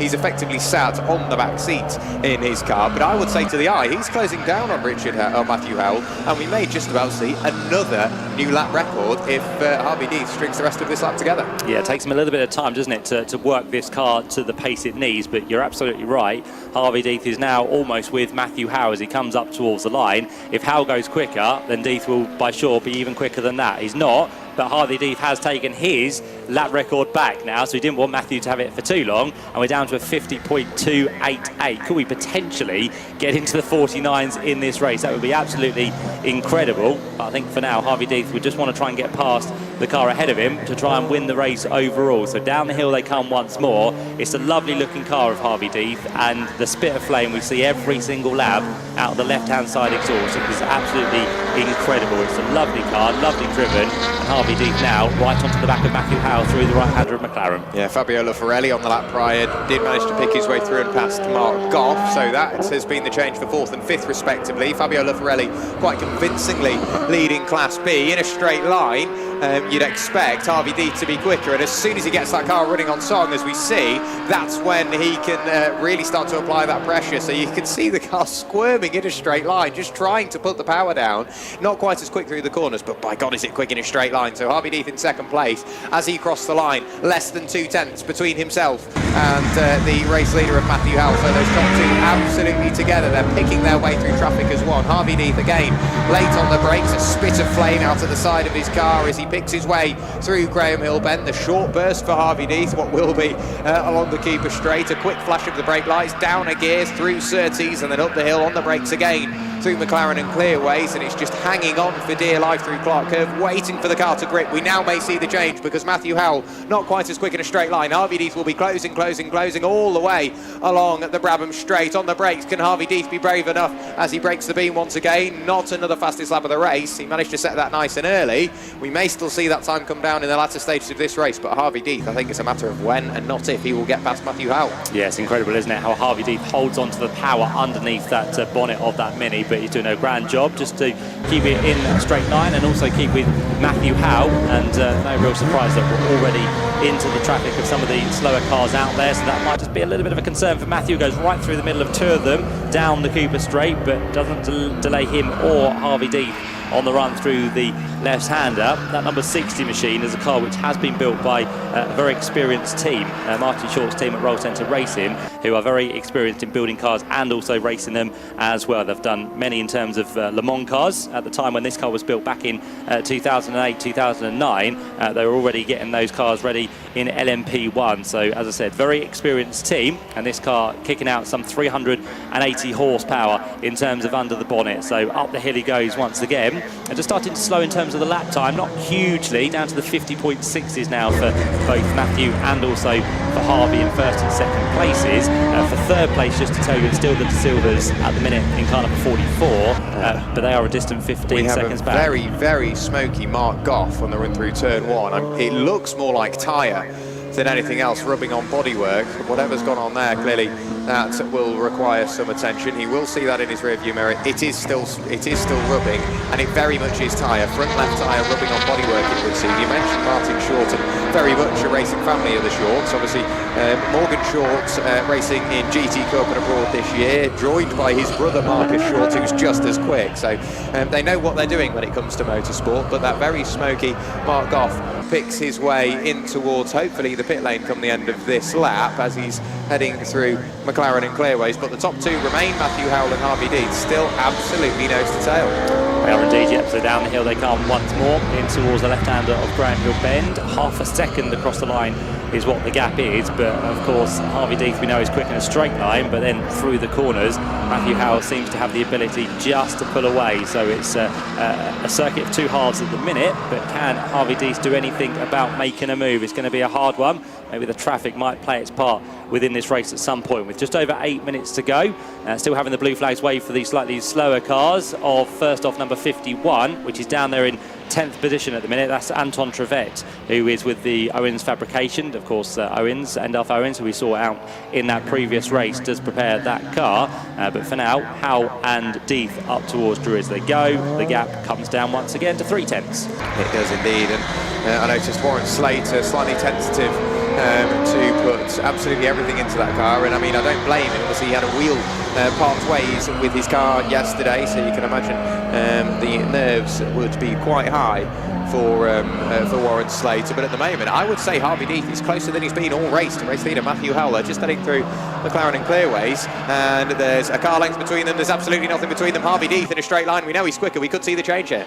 Yep, just about that acceleration, just making sure you are very, very easy with it as you come onto the straight. But Harvey looking good then as he gets the run down towards Paddock Hill Bend. He can't break as late as Matthew Howe, so he carries the speed into the corner. Harvey was very wide in towards Paddock Hill Bend. I don't know if that was the preferred line he wanted or just missed his braking point, but nonetheless he has managed to stay just about with the race leader as they turn now in towards Druids once again. Harvey Deeth at this stage of the race looking quite racy as he works his way downhill in towards Graham Hill Bend. The door was almost left open by the race leader, and again this is the part of the circuit where Harvey Deeth does accelerate in terms of the power he has, but again he can't find his way through it. More traffic to deal with then for the race leader. Doesn't be a concern for him on the run through McLaren, so Lewis Salmon steps aside for both of the front runners, but Harvey Deeth there just slightly delayed, and the gap will be more than it was a lap ago. Yeah, into the pit lane as well comes Mark Goff. He's clearly noticed that he has an issue with that car, but for the moment Harvey Deeth, he's not quite as close as he needs to be to take the lead away from Matthew Howe. Over the line in what is third place, but quite some way behind will be Rohit De Silva and Ashan Silva, the men from Sri Lanka, still giving chase, but they cannot afford to lift off or have any sort of mistake, because Fabio Lafarelli is just sat behind now. Over the line, the pair of those two go. Fabio almost runs out of gear as he comes towards the line, but traffic is now massively playing a part, and Matthew Howell and Harvey Deeth picking their way through the same pieces of traffic almost as one. Yeah, but all the slower cars have just been very wary and observant of those quicker ones coming through. So I think Jamie Billingham is the next one, 121, the orange machine, which is a lovely turned-out car once again. So the Austin Mini steps to one side, and we've now lapped up to and including 6th place. So absolutely flying are the top two, which are still separated by less than a second. But is Harvey Deeth going to have his chance to get through in what is now going to be a very slow Warren Slater across the line? But Warren Salter, who goes across the line there. It's been pretty much running like that for the majority of the race, but again just making sure he stays out of the way and gets the laps completed that he needs to do as they turn away now the leaders on towards the back straight once again in towards 30s, and McLaren they're about to go, and Matthew Howe now very much under pressure from Harvey Deeth as they turn away in towards McLaren. There's no gap through there. Matthew had that covered all the way through in towards Clearways, so can now Harvey accelerate with all this power on towards the Brabham Straight. He comes once again. Time is running out, 4.5 minutes to go. It has to be now or it's never going to happen, is it, for Harvey, because he's tried on every single occasion, but Matthew Howe some way in this race is making that Mini very, very wide indeed. So Harvey has to try and think outside the box really and see if he can spring a surprise where Matthew Howe would not really be thinking about it, and it will be round the outside at Druids Corner, which is going to be the job done, and Harvey Deeth does finally get himself up into the lead of the race, so he's now ticked that box off as well. He has the fastest lap from earlier in the race on a 50.288, and now he has the race lead. But can Matthew Howe keep himself on the back of Harvey Deeth and potentially come back into the equation at some point? We'll have to wait and see. As it stands, Andy Shaw makes his way in towards Paddock Hill Bend. He is currently down in 11th position, sits second within Class D as well, and that car very shortly will be lapped by the race leader. Got a bit of a problem on the right front by the looks of it. Another car which might just be rubbing on the bodywork, but that car just emulating a little bit of smoke from the right front is Andy Shaw, but it seems to be carrying on for the time being. Yes, and it may just be, normally you'd expect it to be the left front, wouldn't you, really, around here, because that is really the heavily loaded side of the car. But now with Harvey Deeth in front of Matthew Howell, it's a case of can he run away? We know he's quicker in a straight line, so he will try and maximise his exits to not leave himself vulnerable on the way into the next corner, because that's where we know Matthew Howell is quicker. But all through the gravel and all off the road is one of the cars through Clark Corner. We'll try and pick out exactly who that is. I would say that is probably, is it the number 33 machine? Yes, it is. So Andy Shaw clearly pushing on slightly too much through Clark Corner. Pretty much a self-induced mistake. He got away with it though, dug himself back out the gravel and carried on. Yeah, that was the car with the smoke on the right front, so maybe it's now not being able to turn as well as it should be. So Shaw gets through, came back onto the circuit, started weaving, which was right in front of the leaders, which is never a good thing. But of course, Andy would have just been trying to shake off the gravel and get the dirt off the tyres as best as he possibly could, but wasn't the best place to do it really in front of the race leaders. But Harvey Deith unfazed by that one as he pushes now down towards the left-hander of Surtees. 2.5 minutes to go, so with the lap times they are showing, we should be good for 3 more at the end of this. Next one to be lapped is going to be 77, which is going to be that of Richard Morris. So he steps now nicely to one side in the Mini Clubman, and we're now up to lapped and including 5th place. So they've absolutely been the class of the field, have these two. But Harvey Deith now, as he goes in towards Paddock Hill Bend, just has a nice buffer, doesn't he, over Matthew Howe of 3/4 of a second, and Warren Salter has had a spin on the inside of Paddock Hill Bend for some reason. Yeah, that's where Warren Salter came to rest yesterday when one of his wheels parted ways with the car. So the bottom of Paddock Hill Bend and halfway up towards Druids will be covered by localised yellows. It is a hot spot. If you make a mistake heading through Paddock Hill Bend, that you will end up somewhere around that section of circuit. But Harvey Deith, having taken the lead away from Matthew Howell just a few laps ago, has really started to pull away. By the time they get to the line this time, I think the lead margin will be well over a second. In terms of Rohith De Silva and Ashan De Silva, they are controlling the pace perfectly and have pulled out quite the margin between themselves and Fabio Lufarelli at the moment. So over the line there goes Fabio, somewhat off the pace compared to where we've seen him so far. What of the cars coming into the pit lane? Because we've just heard the pit klaxon sound, which makes me think we will have another car coming in, and it isn't Andy Shaw. He's still clearly comfortable with the way that that car is performing, and I think for Harvey Deith at the moment, the main thing for him is traffic management, pick his way through the traffic as quickly as possible and get the car to the end, which is only what, a lap away. Yeah, Richard Morris, I think, is the one that came into the pit lane there, which is a big surprise actually. He was inside the top 5, but he is now dropping down the order with some problem towards the end of this race, unfortunately. 30 seconds to go, so Harvey's about to work his way on to the last lap in what is this very special occasion for the fastest Mini in the world, celebrating 30 years in 2024. All kicked off back at Silverstone in August of 1994, and ever since it's been a very, very popular race that we've had here at the Mini Festival. So through Paddock Hill Bend goes what's going to be Harvey Deith. He now leads by 1.6 seconds, so once that job has been done, he's managed to clear away, hasn't he?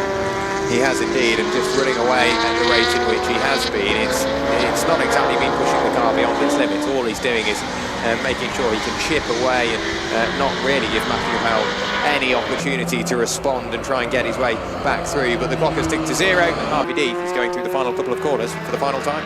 Yep, he has been a 4-time winner in the last 12 years, has Harvey Deith. He's done it back-to-back in 2019, 2021 and 2022. We had a year out, of course, due to COVID, but it looks like it's going to be, for the first race at least, Harvey Deith back to the top step of the podium. He's done the quickest lap of the race as well. He's ticked every single box in the first of our fastest Mini in the world races here at Brands Hatch. Harvey Deith wins by what is going to be a second in the end from Matthew Howell. We then have to wait quite a while before we see the De Silva car come through. We're going to have up to the line Fabio Lufarelli, who will be a lap down, but will be classified in 4th place. But it's a very slow Fabio Lufarelli towards the end of the race there, about 4 seconds off what his initial best race pace was. So Lufarelli just suffering maybe towards the end as well in the number 70 machine. De Silva, whether it be one of the two drivers, Rohith or Ashan, they'll separate themselves for these two races. So across the line will come De Silva in the final step on the podium. Here comes that car now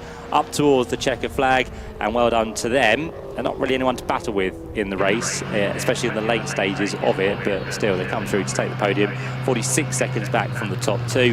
Lufarelli, as we said, down in 4th place. 5th place will go the way of number 121, which will be the car of Jamie Billingham.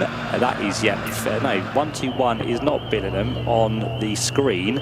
But it should be in the car, but it says actually Chamberlain there, so not too sure where that has come from. 6th place then for the 132 machine, which is Lewis Salmon, and then behind that we will have the 51 machine in 7th place of Anton Trevette, and then behind that in 8th position, 149, will be Gary Warburton. Behind them we'll have Tony Hunting in the number 2 machine, and for 10th place with a little bit of smoke, as we saw through that race, Andy Shaw in his Mini Cooper S, and then the others unfortunately failing to finish the race. But we did have one of the final finishers there, Nigel Deith, in his Austin Mini Cooper S as well, but the rest all suffered some problems and didn't make the end of the race, unfortunately. So classification sees Harvey Deeth win the race and also the quickest lap, new lap record of a 50.288. Matthew Howe comes through in second place ahead of the De Silvas, with Fabio Lufarelli in fourth. Fifth place for Adam Chamberlain, then Lewis Salmon, Anton Trevette, Gary Warburton, Tony Hunting and Andy Shaw, your top 10, with Richard Morris and the number 5 machine, as we mentioned, Nigel Deeth, being the final classified finisher. In terms of the classes, it was a win in Class A for Harvey Deeth. Class B went the way of Fabio Lufarelli. Class C went the way of Lewis Salmon.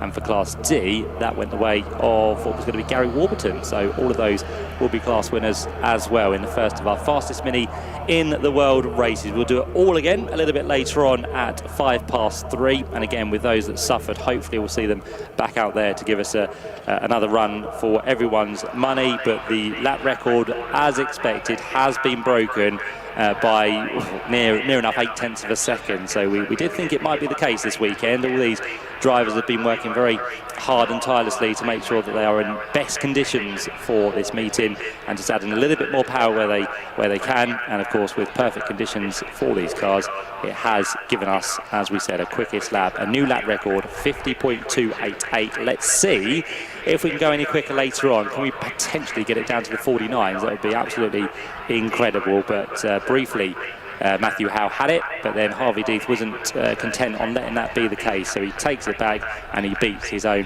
lap record from 2022. It wasn't beaten last year.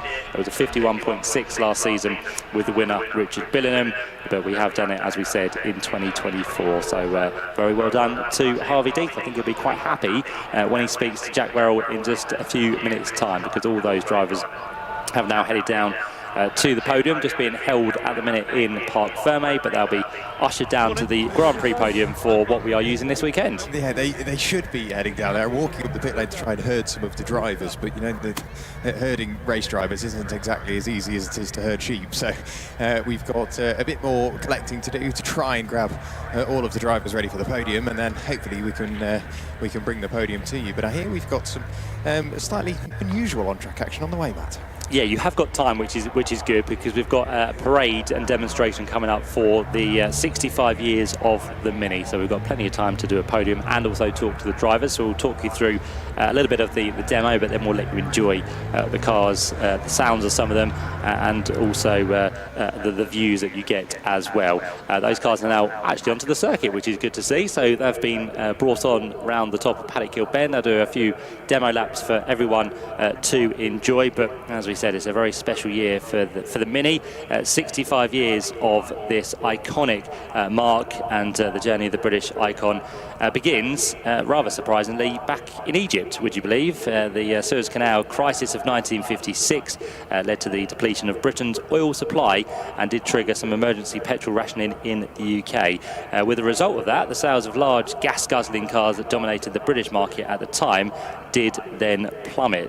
The automotive industry now yearned for a smaller, more economical choice of automobile, and it would be Sir Leonard Lord of the British Motor Corporation and his top designer, Alec Izagunas, who would take on the challenge of designing such a car. It's a very iconic car, as we said, and who'd have thought back then that it would have gone on for so long indeed. But it was a very good success. Production began what was originally known as Project AD015 in the summer of 1959. The initial cars had yet to find their famous name, but we know it very well these days, don't we? The Mini, which has now lasted for 65 years. And as we said, all the different variants that we can try and squeeze onto the track now for this demo are making their way round. I think they're going to come into the pit lane, just have a brief pause, and then they'll be back out there to do a few, as I said, more laps in the sunshine at Brands Hatch, which is good to see.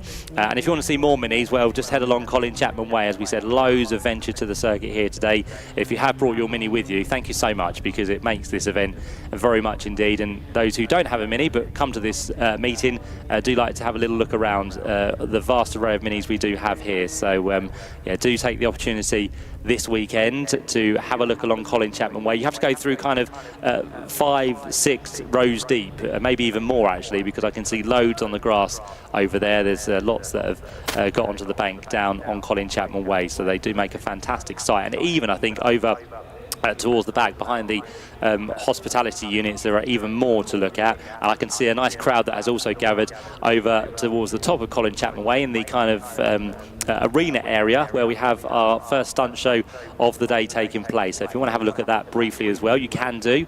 First one of those is taking place, and we have another one to come at what's going to be 3:30 this afternoon as well. So that is the stunt show which is happening. Cars going backwards, sideways, on two wheels, and just giving you a really good stunt show, which is what everyone wants to see. These minis being driven in a different way. So the demo runs are now taking place. They are going to be some fairly quick demo runs by the looks of it, because those out front want to get a bit of a move on and really test the pace of these minis around the Indy circuit. And again, there are different variants and different models and different shapes that you wouldn't probably normally see in terms of a mini, but they've been brought here today to be shown off, and they do look good. We've got the kind of soft tops that are out there. We've got one that I do not have a clue what it is, but it looks very different indeed as it works its way up towards Druids Corners. So yeah, very nice indeed for these cars to be shown off in this 65 years of the Mini. Just to very quickly give you one that we have out there, the Morris Mini Cooper 999cc Special Saloon. This is a period original Mark I mini race car that competed in the mid-1970s. It retains its original specification, including the Ardennes conversions, 8-port 970cc S engine, and a little bit of a brief history about it. It was purchased by the current owner in April 1969 as a second-hand Taurus-tuned Mark I, developed into a club rally car using the 998cc and then into the 1275, which is more common these days. Then in 1973, the car was re-engineered to compete in the 1000cc special saloons, running both here and at Liddon Hill. Then the 999cc Arden engine installed with the 970S bottom end, the alloy 8-port cylinder heads, and the twin 40 Weber DCOE carbs. Achieved 7 wins and 3 podium finishes during the 1975 and 1978 seasons, and it last raced in 1985. The car was mothballed and only recently restored to its 1976 specification, and it's had the continuous ownership of some 55 years, home built and developed by Graham Brewis. So nice to see that car out there. I don't know if it's still got the same number on the side of the car as well. It should be with the 127 machine actually, which is just heading towards the top of Paddock Hill Bend. So that's the car we have just mentioned for you. That one on its way down, and that is with, as I said, Graham Brewis, the owner of that car. So lovely to have it here. Has got a lot of history, as I'm sure many of these cars have across the course of the Indy circuit. So we'll let you enjoy this. I can see some drivers working their way to a podium, so very shortly Jack will be on hand to give us a podium and chat to our top 3 from that previous race.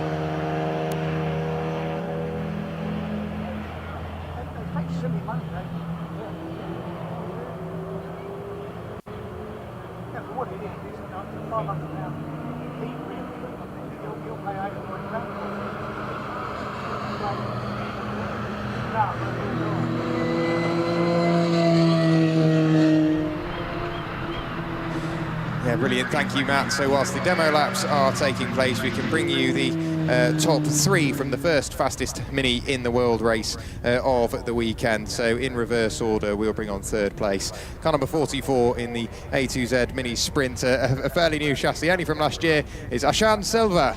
Onto the podium for me, please. Ashan, a round of applause, and he works his way onto the podium. And in 2nd place, car number 18 in his Austin Mini 7, albeit what's left of an original one, Matthew Howell, onto the 2nd step of the podium. There will be a trophy presentation later at around about 4 o'clock for these guys. And the new, effectively, fastest Mini in the world, almost a full second faster than the lap record we've seen previously. Onto the podium, please. Car number 60, Harvey Deeth. So onto the podium for Harvey. We will run on and try and grab a word with them. So we'll start with Ashan. Obviously, we know that this is very much a family affair. You and your family come here every year, and it's brilliant to see how involved you are. Does it just make it feel that much better to get onto the podium? Of course, yeah. I mean, this is my 2nd time over here, so 2nd time in racing in England, and Yeah, we did a lot of work last year, but this year, I mean, we decided last minute to come for the race. But you know, we have issues with the car, but I really enjoyed it. I mean, the atmosphere is great. It's very different for what I usually do. The family gatherings, how they come, you know, how they stay over the night and enjoy themselves, you know, eating, drinking, dancing. It's amazing. It's an amazing thing. I think I will come here every year. Great stuff. We'll look forward to seeing you again next year, hopefully. Thank you so much, Josh. And we'll go over to Matthew. And sort of tell me, that seemed like you were very quick at the start, and all of a sudden somebody started to apply a bit of pressure. What was that like? I basically cooked my tyres. I lost a lot of front end, so it's a case of trying to manage it then, and he was coming. We weren't going to stop him, so it's a case of try and follow him as close as we can. If he makes a mistake, capitalise on it. And are you going to change anything for race team? Maybe look after the tyres earlier so you can be the thorn in his side towards the end? Oh, definitely there'll be some changes for the second race. Great stuff. We'll look forward to it. Thank you, Matthew. And the new fastest Mini in the world, Harvey, that must feel good. I mean, you already had the lap record and you were, what, 9/10 quicker. So what changed this year compared to just a couple of years ago?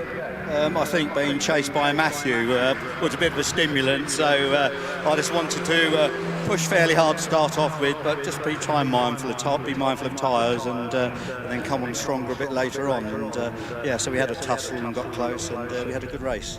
And we know that Matthew's going to be changing things. In response, are you going to change anything or just drive around even quicker?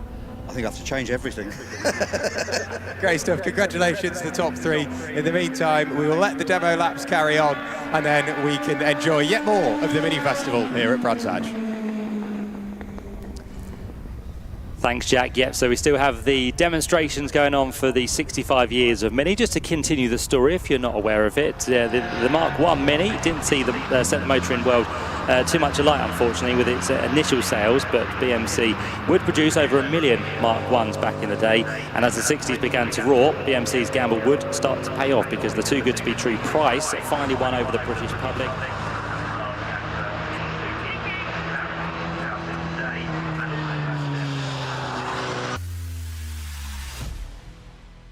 Hi everybody, we're at the fastest Mini in the world at Brands Hatch, currently in his 30th year. It started in 1994 at Silverstone. We've got full grid of 22 cars, which is one of the biggest grids we've had for a very long while. We have 4 classes, A, B, C and D. Class A is no engine restriction with aero. Class B is any engine less 1600cc, aero allowed. Class C is A series engine, 1300, no aero. Class D is A series, less than 1300, no aero, and it's all inclusive. So if you've got a Mini, it gives you a chance to get out there and join in the fun and make the grids bigger. I must like to thank the main sponsors, Mini Spares, because if it wasn't for them, costs would just spiral out. The entrance fee is like 300 quid, but that's due to the main sponsors we've got. So if you've got a Mini, bring it along next year. Brilliant racing. Let's go and do some interviews.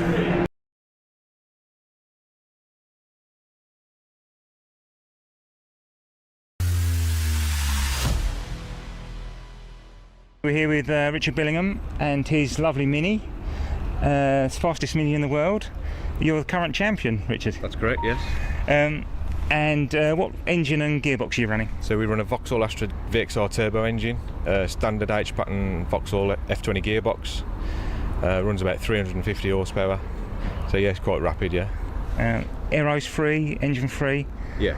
So is it the first, second, third or fourth sort of variation? We're probably on about the 3rd generation now. It's gone on for like 15, 20 years, but this is done 4 years now, so it's good. Any other series that you're racing, or is it just basically just this?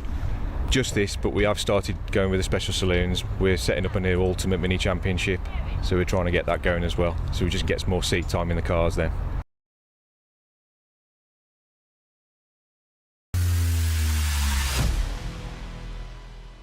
Right, we're here with Pete Craddington and Ollie Howe. Pete built the car and Ollie's going to be driving it. How did the car come about, Pete, and a little bit of history of it, please? Okay, we've raced Minis for like 30 plus years, and as a group we've always dreamt about having a space frame Mini. So I purchased this as a rolling shell 5 years ago, and I thought, this is pretty good. And then I got it back to my workshop, pulled it apart and thought, oh my God, what have I done? So I basically did it, put a Honda K20 engine and box in it, but I spent a long time designing the suspension to try and make the car easy to drive. I spent about 3 months actually on computers working it all out, and yeah, it's worked so far pretty well. I've had a lot of help. Obviously this chap here has worked a lot, but obviously, although I've done most of it myself, so I've basically made the chassis, all the carbon fibre parts, the front, built the engine, built the gearbox, done the wiring loom, programmed ECU, dash, etc. But all the machining has been done by DUI Engine Services, and I'll be honest, he's done it for nothing. He's helped us along the way. We've known each other since he was about this high, and he's a really good guy, and he needs to get a mention on this. So how come you're driving it then, Ollie? How did that come about? Well, I was very lucky enough to drive Pete's last car in 2004, which we won this event at. And we've done an awful lot together over the years, Pete and I, and there's a few others. DY Engine Service has been involved in a lot of it, and we've just, as Pete very affectionately put it, I'm the only idiot that would get in it. So, and it is a wild animal. It is, yeah, you've got to be wide awake when you drive it. Favourite corner? Pardon? Favourite corner? Everyone I turn left or right at.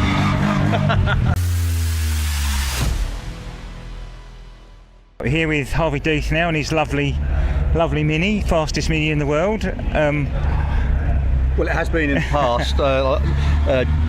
Richard Billingham took the honours last year, so yeah, it's a bit to be done this year, I think, to try and regain it. Tell us a little bit about the car, please, Harvey. What engine it's got in it, what gearbox is in it, what variation is it? Is it the first, second, third, fourth, or more than that? We built the car 14 years ago, and it's got a radical V8 engine in it, producing 380 horsepower.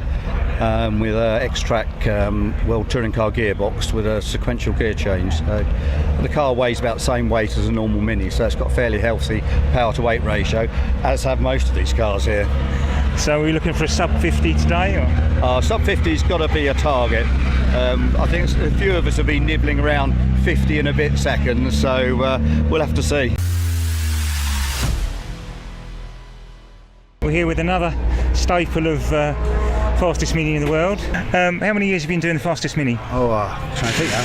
It's got to be about 10 years now, something like that, I think. Something like that. So how, is this the first variation of the car? Fourth variation? How many years is it sort of ongoing? 56th probably. So I've had this car since I was 15. I'm 46 now, so quite a few years. And every year, like, it evolves and develops a bit more. Yeah, A-Series turbo with BMW head, is that right? That's right, yeah. So it's the A-Series block, it's the A+5, so it's the alley block with the 5-brand crank in it. There's 15 dog box underneath it, and Built by yourself? Yes, yeah. Slog. Yeah, a lot of work, but a lot of fun. It's good fun. Yeah. Well, thanks for that, and good luck later on. Thank you. Hi, with another driver now, Tony Hunting, and he's got a Class C Mini. Certainly have, yes, yeah. Class C Mabel the Mini. This is Mabel the Mini, named by my wife. So, is this your first attempt at the fastest Mini in the world? First time I've come to the fastest Mini, yeah. I normally run with another club, but yeah, I was persuaded to come here for the fastest Mini to see how we get on, really. So, have you had a run in it here yet or not? No, I haven't done it. I've done Brands Hatch a number of times, but not with this group. So I haven't done the test, the practice this morning, but I know the circuit. Favourite corner? Paddock Hill Bend, isn't it? You know, yeah, got to be. That's just a GP circuit, and it's probably Hawthorne or Dingledale. Did you build the Mini yourself? It started as a rally car, and me and my friends and mechanics, we converted it to a competitive race car now. So it's been developed over the last, I would say in COVID years, it was developed quite a lot, but over probably about 10 years, it was developed from rally car to a race car. Oh, excellent. And you built the engine yourself? No, it's a specialist engine. Yeah. Can you tell us the specialist? Well, Mr. Nick. Mr. Nick. The Swifty man. The Swifty man. Yes, absolutely. Yeah. Well, that's fantastic. And I say good luck with everything as it goes. And we're looking forward to the day and hope the weather stays. I'm here down in the paddock with Ian Curley, who's joined us back this year in the Mini Miglia. How was that? Really good race. That's been the hottest race this year for certain. No real dramas. I need to find a bit more pace in myself, but it's going good. And you were racing historics before, so it's quite a difference going to these slick tired cars on the Mini Miglia. Massively, yeah. I mean, I've raced the Appendix K touring car for 10 years and they drift real good, and this doesn't. It's just like, you turn the wheel and it turns in. So no, it's been a bit of a change of technique really, which I've struggled with a little bit, but and I haven't really raced a Miglia since like 2000, so it's been a fair while. What's the difference, do you think, now from when you were racing the MiG before?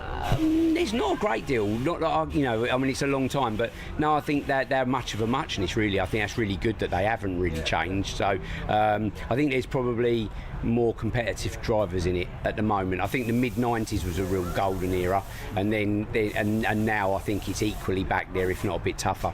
Specialised mouldings, you make a lot of the carbon fibre for these cars? Yeah, that's right. We do a lot of classic Mini stuff. I mean, we're fundamentally a motorsport composite company, so we make all the bodywork for like the Napa Full touring car team, Mini Challenge, loads of other customers, and so we're very heavily motorsport orientated. And I think the Mini part is just through my passion of racing the Mini, and fundamentally there are a lot of my mates who race them, so they all come and take the stuff for nothing off of me.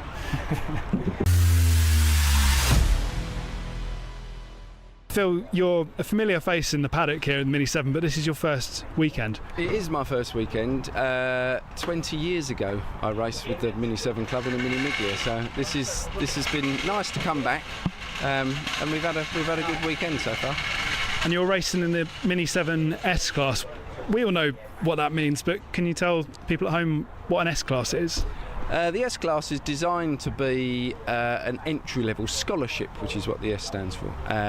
So a lot of basic engine components. The cars are very similar to a Mini 7. They've got controlled dampers. And it's designed to be the affordable entry level into the Mini 7 club. And it's a perfect entry. They're very competitive. It's a lot of fun. This was Tina Cooper's car and you've completely stripped it. It was Tina Cooper's car, yeah. She had it for quite a long time. It was originally the car they built in '99 at the Mini birthday. Obviously been through a few hands, but yes, it's now fresh. What have you changed? Little bits here and there really, a little bit of roll cage stuff, a bit of suspension stuff, a fresh coat of paint. And obviously convert it over to the S-Class from the Mini 7 that it was. Mini 7 racing, yes. What do you think so far? I love it. I don't race often enough. I think we were working it out earlier. I think I've driven twice in the last 5 years. So to come back to be where we are, and in the club, which is very friendly, and everybody's got something nice to say, it's brilliant. I love it. So this weekend we're supported by Mini Spares on the live feed, and also throughout the year, but specifically you, Phil, they've really helped you get back on track. They have. They've been supporting me for quite a long time in my endeavours here, there and everywhere.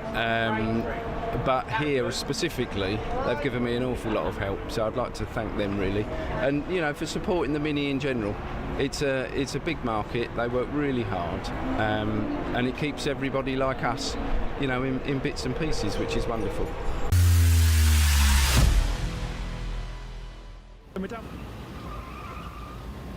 So the next session has worked its way out onto the start-finish line, and Matt, this is one of the biggest grids that we've got here all weekend. And you may think, well, yes, they're all minis, but they're not necessarily all minis. They're all sort of all open to all four-seater passenger cars from the Mini family, which sort of explains the appearance of the Wolseley Hornet, which we've got out there, but also I think it's one of your personal favourites, the Austin Mini van, which we've got out there as well. Yeah, I love the van. It's done so well actually so far this weekend. It qualified not too badly, so that is definitely going to be one to watch out for. But as you said, yeah, a little bit of a different turn now for the Pre-66. This is a series which originated here at the Mini Festival as an endurance race for Pre-66 Minis. It was here between 2012 and 2016. It then disappeared, but it's great to have it back for this year, as we said, because we are celebrating the 65 years of the Mini mark, and great to have the support as well from Samwa Trophy, but it's here to make its return for this after an 8-year hiatus. So looking forward to seeing how this all plays out. So we're going back, harking back to Pre-66, and let's take you through how the grid lines up as they head off onto the formation lap. It's going to be Nathan Heathcote and Tom Bell on the front row of the grid. The second row then sees number 25, which is Adam Morgan, and 76, Mike Jordan, two current stars of the BTCC, and one of them an ex-star of the BTCC as well. Row 3, number 33 is going to be Matthew Page with 193, which is Phil Bullen Brown. The fourth row, Endarth Owens, and 55, Jeff Smith. The fifth row, number 21, Kieran Edgecombe, and 45, David Ogden. The sixth row lines up with number 10, Freddie Hunt, son of James Hunt, and 103, Amy Watts. The seventh row then sees number 171, which is Dan Lewis, and number 3, Giles Page. The eighth row, triple 8, which is David Wheeler, and Daniel Wheeler, and number 7, Mark Burnett. The ninth row, 101, is Stephen Woodrow, and 306, Joe Polly. The 10th row, number 85, is Sam Summerhayes, and 93, Tom Wesley. The 11th row, 88, Nick Paddy, with 176, Simon Goodliff. The 12th row, number 37, is Charlie Cooper, and 23, which is Cloud Casina. The 13th row, number 9, Neil MacArthur, and 73, Nigel Fraser-Kerr. The 14th row is going to see number 102, Bruce Galliford, and 70, Alexander Schluchter. The 15th row, number 101, Alfie Woodrow, and 19, Benjamin Chiron. The 16th row, number 75, Raphael Edouard, and 142, Francesco Roothouse. And the final place on the grid will be number 172, Jean-Francois Bardet, to give us 33 for this Pre-66 Mini race. So again, looking good. Sunshine is out. It's a perfect day here at Minifest.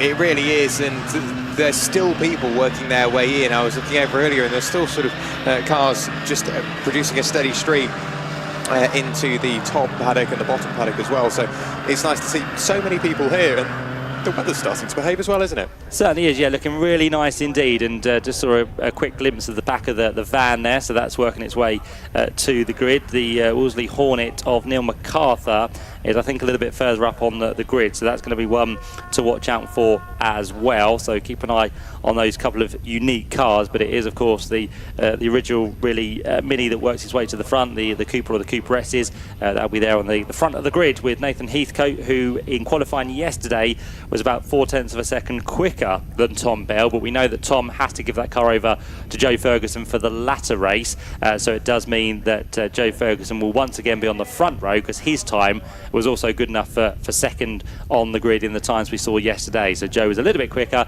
but Tom still qualifies on the front row of the grid. So looking forward to this as they work their way down. Got the van into the pit lane, which is not what we want to see, so that's not good for Nick Paddy. Hopefully he comes onto the circuit at the end of the pit lane, but we're about to go. Red lights on, and 20 minutes of Pre-66 Minis get underway now. It's a good start from the poleman of Nathan Heathcote, who just squeezes ahead of Tom Bell, who tries to get in line, but then there's got a car of Adam Morgan, who's on the inside line there, so he tries to squeeze his way up into second place. Nathan Heathcote a little bit sideways there, so Tom Bell gets some momentum around the outside, and we're going to be about 3 wide, I think, up towards Druids on this first occasion, so they're going to sort themselves out in the order of Heathcote, with Adam Morgan just about being in second place, and Tom Bell is still trying to be squeezed down the inside, but it's going to be eventually third place in towards Graham Hill Bend. But of course these cars are pristine again, they are very well looked after. We've got one sideways, just going to clip in the left rear there, and that's not good to see, and the one that made the clip, I think, was the number 1 machine. Yeah, so unfortunately a few drivers being caught out on the opening lap. Nathan Heathcote is trying to make good his escape up at the front. He does have Adam Morgan giving chase, but even still, it is very, very close indeed, because Tom Bell isn't that far away in third place, and he wants to start applying that pressure. So too does Endaf Owen. He will try and pick his way through and past Phil Bullen-Brown, who in turn is trying to work his way through and past Mike Jordan. Phil Bullen-Brown dives his way to the inside of Mike Jordan, and Endaf Owen tries to do the same. We're going to be 3 wide, 4 wide almost on the run up towards the run up towards Druids. So all the way around the outside, Mike Jordan's trying to make it work. Can he make it work around the outside of Tom Bell? Very sideways on the exit. Endaf Owen has somehow come out best in that one, and he's trying to pick up another place. Mike Jordan tries to fight back, and Endaf Owen picks up 2 places out of that. Yeah, slightly different Mini this time for Endaf Owens, but it's still a Mini that goes sideways, which is what he likes in this terms of racing. Sideways almost there for the second place car of what's now going to be Tom Bell. He finds himself just ahead of Adam Morgan as they turn away towards Clearways and Clark Curve. Just to say, the spin we had down at Graham Hill Bend on that first lap was Joe Polly, and the one that just tagged the rear end was the through machine of Giles Page. So that is the 2 cars that were involved. The van, by the way, did get out the pit lane, so it's towards the back, but it's going to try and make its way through as best as possible as the fight for what's going to be 4th place turns in towards Paddock Hill Bend once again, and this time it's going to be number 55 trying to make the move, which is going to be Jeff Smith. Does he get through? I don't think he does, but up ahead of him, if those 2 do get involved in something, he might be able to work his way through. Yeah, Jeff Smith through and past Mike Jordan. He will try and give chase once again as they go back down the hill and in towards Graham Hill Bend. There's battles literally everywhere you look, no matter where on circuit, aside from Nathan Heathcote up at the front. He's just started to extend that margin more and more and more, away from Tom Bell, away from Adam Morgan, Phil Bullen-Brown, Endaf Owens, what is now Jeff Smith, and then Mike Jordan, before we get back to David Ogden, who isn't really too far away either. And one thing that we have seen in the sevens, the MIGs, but not this race, is the pack racing. It's just one solid line of cars. There's no packs forming. It is just car after car after car. Yeah, they're all kind of evenly matched, aren't they? They're kind of as they were standard back in pre-66 terms, and you just have to try and have the driver ability to try and make your way through on someone. So it's great to see this form of racing. A little bit of dust being kicked up at Paddock Hill Bend, nothing major to worry about, just a car running slightly wide on that occasion. But Nathan Heathcote still continues to lead then ahead of Tom Bell by about 1.6 seconds as it stands. Adam Morgan, who was out with his touring car last weekend at Croft, that car did have a run with Dad Russell Morgan, who was meant to be here with him this weekend, but it's Adam who's doing the 2 races. But Russell gave that car a run out in the Classic Touring Car 66 race last weekend. And then behind we've got Phil Bullen-Brown, and Endaf Owens now up into 5th place. So he hasn't got to do as much work as he did in the earlier race that we saw for the Miglias, but Endaf Owens still having a cracking battle at the minute. And on this occasion, is it going to be Jeff Smith trying to look his way through? Yes, he does. On the outside on the run down towards Paddock Hill Bend, the black car with the white roof of Jeff Smith does now go through, and further back we're going to have a move as well. By the looks of it, it's going to be Mike Jordan, who has potentially been passed there by the number 45 machine, which is going to see David Ogden through. It is indeed. So Nathan Heathcote with another fastest lap of the race, and Stephen Woodrow and Alfie Woodrow, no matter, I'm not exactly sure which one it is, they're fighting so hard with the Edgecombe, Declan and Kieran Edgecombe in that car. They're working their way down in towards Graham Hill Bend absolutely together. Just sat behind them is Dan Lewis as he tries to close in yet more. Adam Morgan is still all over the tail and sideways behind Tom Bell. In the background is Phil Bullen-Brown just picking his way through Clearways and on towards Clark Curve. They can't afford to waste too much time, however, because Endaf Owens, we know how quick he is in a Mini, and he will be wanting to close as much as possible. Back over the line goes Adam Morgan. He looks to the inside, looks to the outside, goes to the outside, commits to it, tries to make it work on Tom Bell. Will he manage to get the cutback as we climb back up the hill? Just a nibble at the curb and then up towards Druids. What can Adam Morgan do this time? He's shown the outside as Tom Bell goes defensive. Later on the brakes, pitches the car in sideways to try and scrub off some speed, but Adam Morgan, he just can't quite break through that initial barrier and work his way through and past. Nor can he, because now the inside opens up for him. Tom Bell is going to be on the outside. There's contact between the pair of them, but Adam Morgan muscles his way through and past Tom Bell, which then leaves Tom vulnerable up against Phil Bullen-Brown. Phil Bullen-Brown looks to the outside, then the inside, and Adam Morgan's got a problem. He has indeed. I think that was very much, he thought he might have been in his touring car there, because he was very much robust to make his way down the inside of Tom Bell and made contact, as you said, but that has now unfortunately caused some damage to that car. So Adam Morgan is slow on the run through McLaren and in towards clearways, and I fear Tom Bell might have a problem as well, because he's trying to get to the pit entrance, but in fact he's going to go around for another lap very slowly. So both of those cars that were involved in a bit of contact down the Graham Hill Bend are now going to be out of the race, unfortunately. So Tom Bell comes through slowly, and Adam Morgan will be, oh, he's almost stopped on the exit of Clark Curve. Oh, the car struck back into life, and he's now going to get it into the pit lane. Yeah, it's like it was almost like fuel surge or something. You just didn't quite want to carry him into the pit lane. Almost contact further back as Freddie Hunt is locked in battle now with Sam Summerhays, and obviously Freddie Hunt, the son of ex-Formula 1 world champion James Hunt, and absolutely they were side by side on the run through Druids. And of course Freddie Hunt's car, that's prepared by effectively Brundle Historic Motorsport, isn't it now, and it works with Adrian Flux as well. So Freddie's got a brilliant piece of machinery underneath him, but now he's having to go on the defence because Mark Burnett is right behind him, and they're going to be absolutely nose to tail as they come towards the start finish line to tick another lap in the book. Yeah, looks like Freddie Hunt's lost a couple of positions on that lap. He was just inside the top 10, but as he comes through this time, he has, as you said, now dropped down into the clutches of the number 7 machine, so they will go in towards Paddock Hill Bend. And yeah, Hunt's down to 12th position, and it's going to be number 7 Mark Burnett who's trying to find his way through on this occasion as they work their way up in towards Druids Corner. It's a lovely livery on that Freddie Hunt car as well. It's very nicely turned out for this meeting, as Tom Bell has finally found his way into the pit lane a lap later than Adam Morgan. So good news for both of them. As we said, that we're running in 2nd and 3rd place. What it does now mean is that Phil Bullet Brown has got up into that 2nd position. 3rd place as it stands is Jeff Smith. He is now ahead of Endarth Owens as they come up to the completion of another lap. But Nathan Heathcote continues to lead, and it's an extended margin up to 4 seconds. So he's absolutely flying in this race, and we still have 12 minutes to go.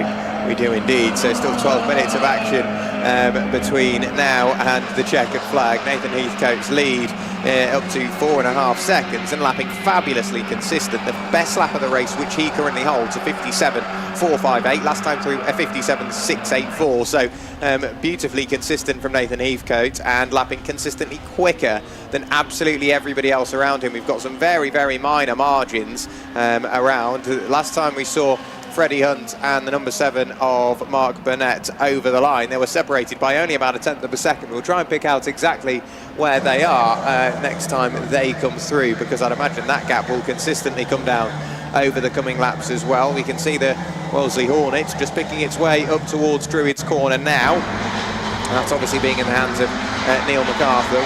Whereabouts in the order is Neil as we look down the order? He's in 20th place. He's got Fraser Kerr just sat behind him, that being Nigel Fraser Kerr, and then just behind him is the number 23 machine of Cloud Casina. So he's got a bit of thinking to do as well, but the Wellesley Hornet absolutely sideways on the run through Surtees. Just because he may be the odd one out, he's not afraid to throw that car about, is he? No, and unfortunately the minivan of Nick Paddy's back into the pit lane as well, so that is suffering something within the early stages of this race, but again didn't make it the start, had to come from the pit lane. So Nick is now in there with the bonnet off for the time being, as across the line we have more battles evolving as we work our way down towards Paddock Hill Bend. This is a little bit lower down for 22nd place, but again you can find someone to battle with. That's Claudia Casina. He works the way up the hill now in towards Druids Corner, and they are very close together, but that car is under attack at the minute from 102, which is Rick Turner, the man who pushes on in his Mini Cooper S as well. So all the way down the order, good battles going on, but there's one now starting to evolve for what's going to be 2nd place, because all of a sudden Jeff Smith has got his kind of self back into the motion to try and move forward, and as they work their way in towards Paddock Hill Bend, we've got 3 for 2nd place now. There's 3 cars with only 2 places available on the podium, and Phil Bullen Brown very shortly is going to come under attack here from Jeff Smith. He is indeed. So Jeff Smith is just starting to apply that pressure in all of the right places.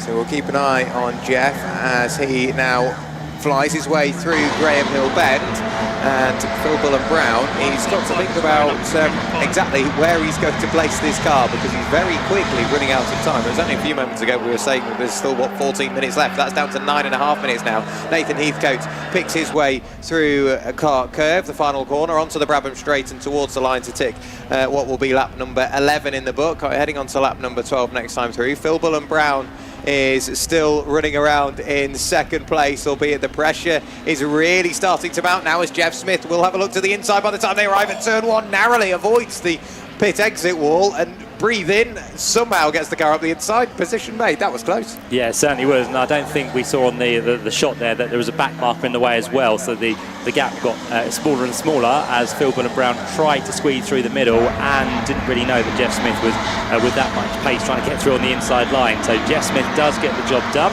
Now into second position, Phil Bullen-Brown down to the final step on the podium, and watch out because Endalf Owens, we know he's already quick today in his other car, but he's now in this pre-66 Mini and trying to charge his way onto the podium as well. Mike Jordan we can't really rule out. I think over this lap he's starting to bring that gap down. It was 3.1 seconds, so we'll see what Mike has got left in the tank in the final 8.5 minutes as they come to the completion of lap number 12. Nathan Heathcote through once more, and for second position is Phil Bullen-Brown, going to go back ahead of Jeff Smith. He gets close. He's not going to quite send it to the inside in towards paddock, so as you were, but Endalf Owens now onto the tail of our third place man. Absolutely, Endalf Owens will try and close that gap. Evermore, lights ablaze on his car is in typical sort of Endalf style. When he's on a mission, he will turn his lights on just to get in the heads of those drivers up the road. So it's Jeff Smith and Phil Bullen-Brown from Endalf Owens at 4 now. 7 3/4 minutes of this race still to go. Bouncing over the curb through Graham Hill Bend goes Jeff Smith, and he will see just about Nathan Heathcote up the road. Peering through the heat haze, he is effectively a full Cooper straight into the lead now, but very sideways on the run through Surtees is Jeff Smith. He takes a slightly more defensive approach on the way in. That may leave him vulnerable on the exit. Can Phil Bullen-Brown get the better run on towards the start-finish straight and close in once more? Don't rule out Endalf Owens, and whilst all this battling is going on, quite rightly said by yourself, Matt, Mike Jordan, if they battle continuously for the next 7 minutes, we may just about see Mike Jordan in there as well. Yeah, let's see if he can continue to push on. We've got another battle further back as well, which is just coming onto the start-finish line on this occasion. That's going to be between Woodrow, Ogden and one of the Edgcombs in the car. They are sharing that for today. So the Edgcombe, by the looks of it, are going down the inside line in towards Paddock Hill Bend, and in fact on that lap the 101 machine of Stephen Woodrow lost 2 places, so the slightly darker blue car, now third in that train up at Druids, has lost the 2 positions. And it was the Edgcombes in the lighter blue car which has worked its way through, and now going to be side by side downhill once again, so it's not quite going to swap around on this occasion. The number 21 machine of the Edgcombes still ahead of Woodrow as they power themselves along the back straight here at Brands Hatch up towards Surtees Al Flick, and it's great to see the cars there working to their full limits. They are kind of one way back to the next, and of course they are natural as they should be and to show them what they used to be back in the day. Yeah, and it will be, I'd imagine, Stephen Woodrow behind the wheel and Kieran Edgcombe going off what we can see on the live stream, but Stephen Woodrow, he's up 9 places from where he started, and he will want to continue that upward trend, make that 8 as he's lost the position on the lap prior. I think we've had a slightly poor lap from Dan Lewis as well, because he's lost 3 places on the lap prior. So it is now the time where we're starting to see the order shuffle around once more. Later on the brakes, diving up the inside is Kieran Edgcombe. He wants to try and defend and attack all at the same time. There's back markers in there. He doesn't want to lose out to the position he's just got off Stephen Woodrow, but he also wants to work his way through and past the number 45 machine of David Ogden. It's a tricky position to be in when you're in the middle of 3 cars, because you want to go forward and attack, but you don't want to forget about that car behind you, but you don't want to think about the car behind you too much, because then you lose time to the leading car.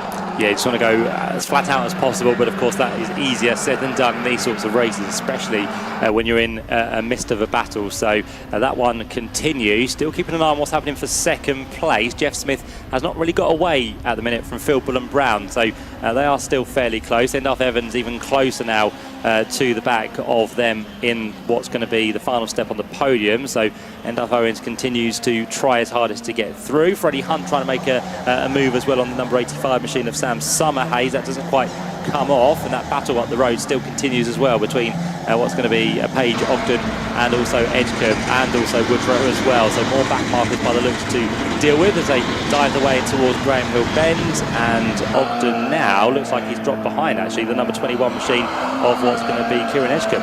Yeah, so Kieran Edgecombe will have his sights set ever higher, but I think they may have swapped around once again, have they? The number 45 machine of David Ogden back in front, and that may be why, because Kieran Edgecombe with a big moment on the exit of Clearways as they nip their way through Clark Curve now. All of a sudden, back up the inside goes Stephen Woodrow, and Kieran Edgecombe goes from looking good for 7th, potentially back down into 9th place, but he just about has the legs in the straight line, does he? No, Stephen Woodrow, yes, has to hold on to 9th place because that car just isn't quite as quick in a straight line. Very sideways was Kieran Edgecombe on the exit of Paddock Hill Bend, and that shows just how hard they're pushing. They might not be setting the timing screen alight with the fastest laps we've seen all day, but what that is doing is just showing how close to the limit they are. And I said a few laps ago we may have seen a poor lap from Dan Lewis.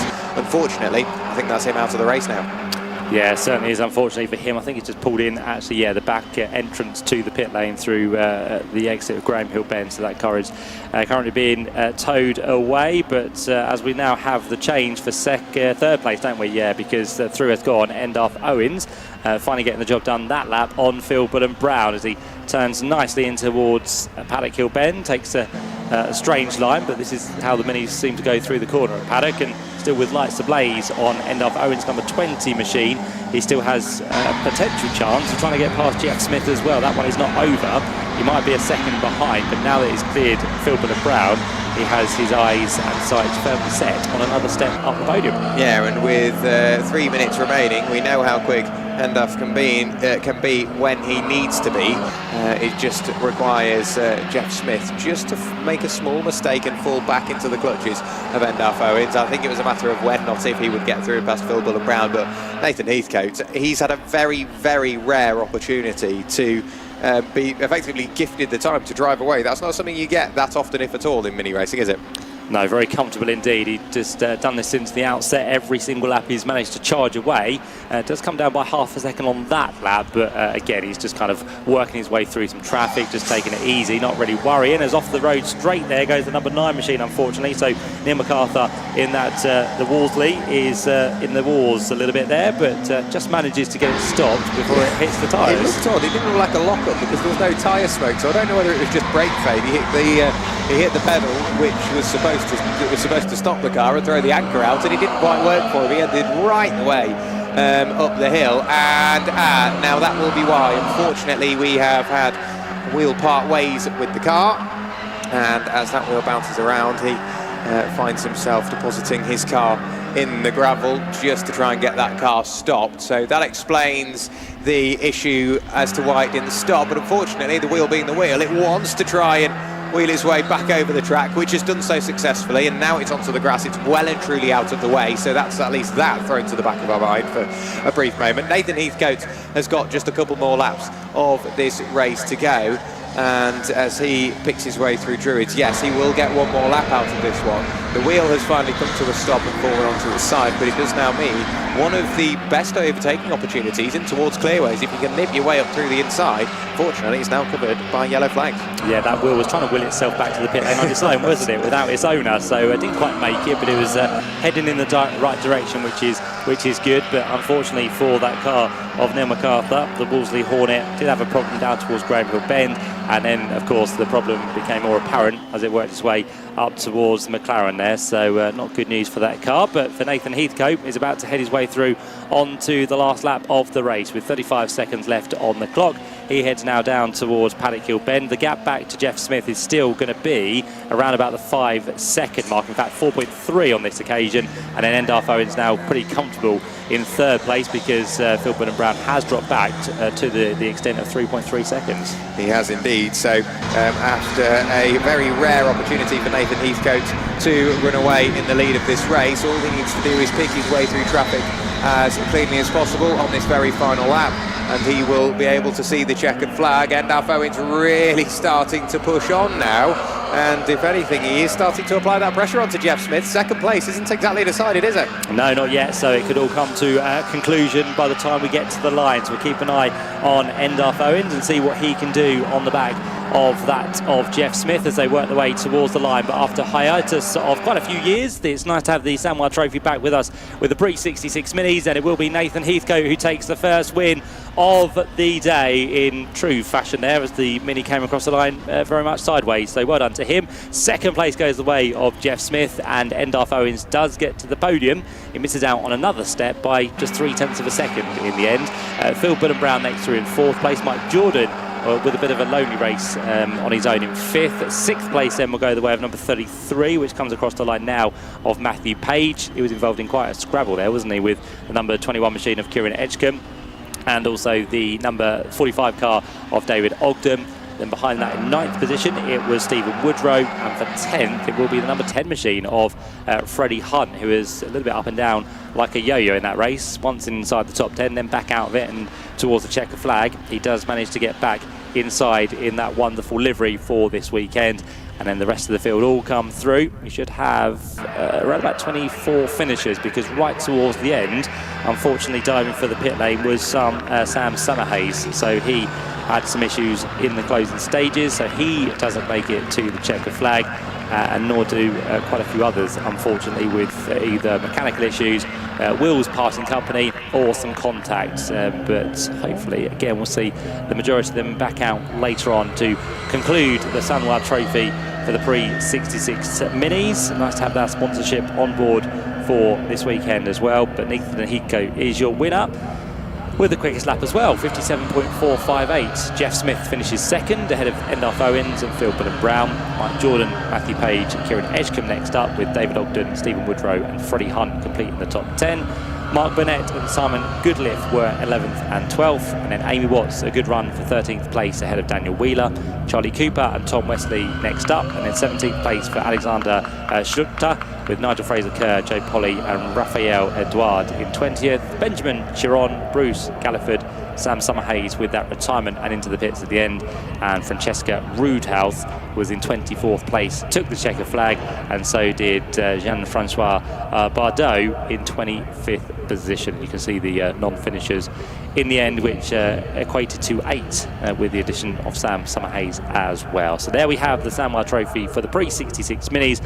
As I said, a nice return to the mini festival for this year after 8 years away, but returning to celebrate the 65-year anniversary of the mini. So a little bit of recovery to be done. We have that car of the Wolseley Hornet to be lifted up. I think it will need a lift because it's only got 3 wheels on its wagon. They're very small wheels actually on Mini, so they don't kind of cause too much damage, and that one just made its way across the track serenely and finally fell down on its own accord on the grass. But the marshals will go to work to recover that back to its owner, and it should be a fairly small fix. Hopefully it hasn't done any lasting damage as it went on 3 wheels towards the gravel. But Neil McCarthy's car will be lifted away, and hopefully we'll see that one out later on as well. I don't think there's too much more clear up to be done. Everything else was pretty good.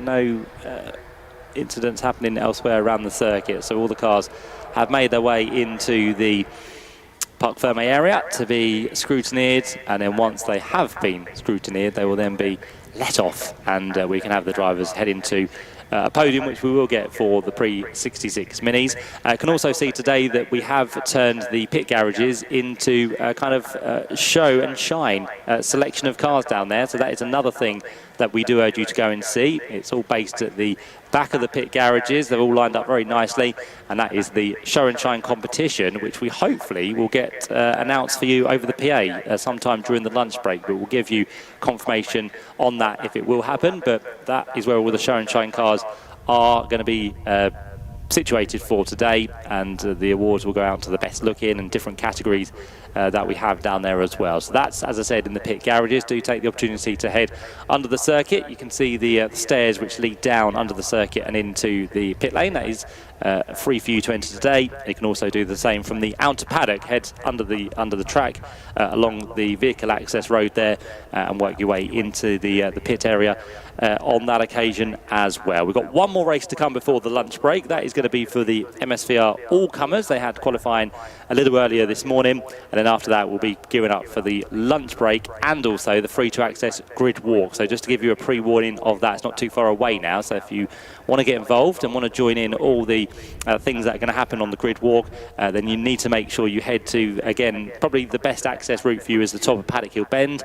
We have the access gate over there, and that's where everyone will be let onto the circuit. So if you want to start queuing within the next kind of 10 to 15 minutes, that might be a good idea, because that's where you can get onto the circuit, head down. Once the cars have been released from Parc Ferme, they'll be onto the circuit, and we'll get the build-up done for the Dunlop Mini 7s, which we'll be looking forward to their second race of the weekend. I can see Jeff Smith, I can see Endalf Owens. He's still on that phone. He's been attached to that phone pretty much since his earlier race, and he's on it again. So Endalf does like to talk, and we'll find out how he talks on the podium with Jack very shortly. And we also have our winner there as well, which is Nathan Heathcote, who are all working their way to the Grand Prix podium, which is higher up here at Brands Hatch, which means it's very visible for everyone who sits across the way on the banks over there opposite the start-finish line, and that's where all the podium presentations are taking place for this weekend. Endalf is now off the phone, which is good. He has some presentations to be awarded very shortly. MSVR all-comers coming onto the grid. We'll give you the grid and everything we need to know about that shortly, but it's up to Jack to do his thing, talk to the drivers, and give us a podium for the pre-66 Minis for the Sunwar Trophy next.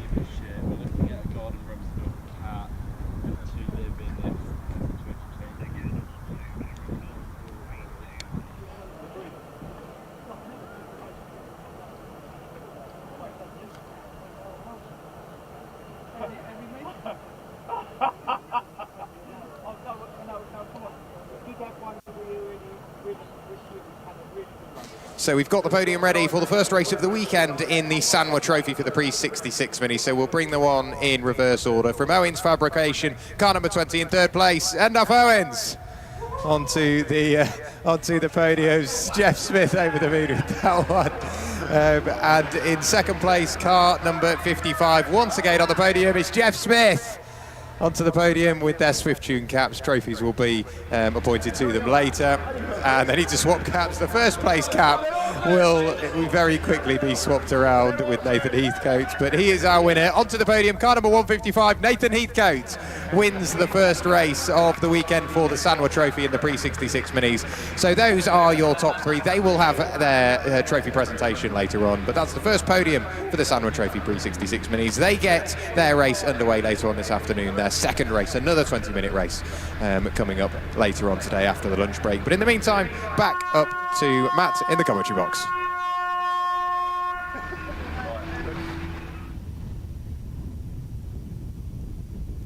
Thanks, Jack. Yep, so there you go, the top three for the pre-66 Minis, which will be back out later on today. Look forward to that penultimate race of the weekend, actually. 4:45 is when we'll see them with us here at the 2024 Mini Festival.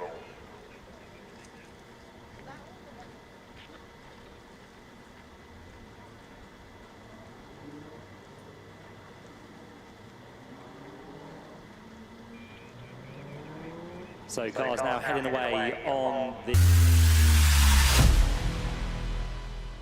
And we're down with Ross Billison. Ross is one of the championship favourites. Yeah. How does that feel? You've been around the championship a very long time. Yeah, no, it feels good. I am enjoying it still. It's just there's a lot, obviously, at risk at the moment. So I'm just trying to do everything right, pick up the points where I need to. Just keep pushing it in the right direction. So you're racing in the Mini 7 Challenge. How does that differ to the S-Class that we may have seen before? It's a more highly tuned, a 998 race engine. Other than that, there's not a lot of difference. So yeah, that's it really. What's it like to drive? Quite frantic, or? Yeah, they're so much fun to drive. I love it. I have had a go in one of the S classes, but I do rate the 7s as a pure race car. So this is probably the closest you've been to winning the points. What's in your mind? What have you got to do this weekend?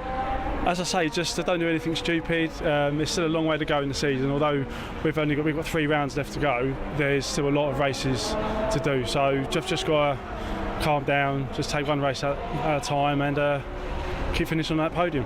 Seems like Mike Jordan, whenever he goes out, he's absolutely on fire. Is he the one to be chasing down? Yeah, I swear he's got a Miglia engine in there. I'm not sure, but no, he is fast. He's got the all-round game. He does raise the bar whenever he enters. So, but we'll try our hardest, and we'll try and give him a good race. It's always quite a family-friendly paddock. Yeah. So you're here with your family. Yeah, lots of us. It's my local one here. So my wife's here, my daughter's here. Lots of the family and friends. So yeah. Anyone you want to thank in particular? A massive thank you to my team, Roy, who's over there in the blue, my uncle Stewie, and my dad back at home.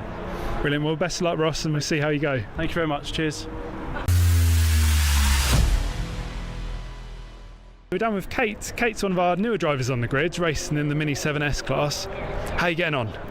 Great, thank you. I'm in my learning phase, so I'm really excited just to get out on track, learn what it feels like to race a car. So different to normal driving, as I've learned. So yeah, I'm really enjoying it at the moment, yeah. And why Mini? Minis, I think, are a great beginner's car. Like, if you're trying to get into racing, a Mini is such a good thing to start with, because you learn so much about the feel of car. You've got the sort of different ways that they can be set up and things, and they're like go-karts really in a car form. So it's been great for me to learn on this, rather than, also something more dangerous, like, an open wheel car or something. I'm absolutely not going to start with that. So yeah, it's really good. Do you think you're going to stay with the Minis now? You're with the Mini 7 Racing Club, or have you got other plans? At the moment, I'm definitely staying. I'd like to get a handle on this first, keep learning, and maybe, in a few years or something, I'd try something else, but I'm really liking the Minis at the moment. Yeah. Do you ever offer any advice to people that come around and say, I'd really love to join in?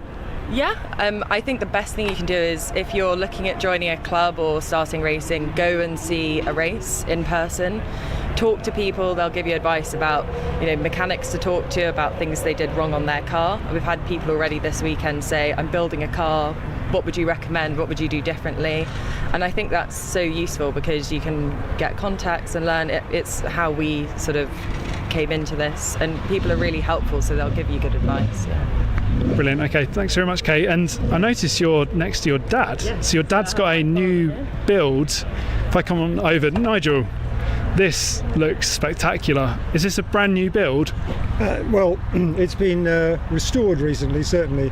It's a 1965 car that was originally registered in Sweden, but in about 2000 it was brought over to the UK, and is now being raced by me, which is very exciting. It's classed as a historic car, which I think is quite appropriate to someone who's as old as me.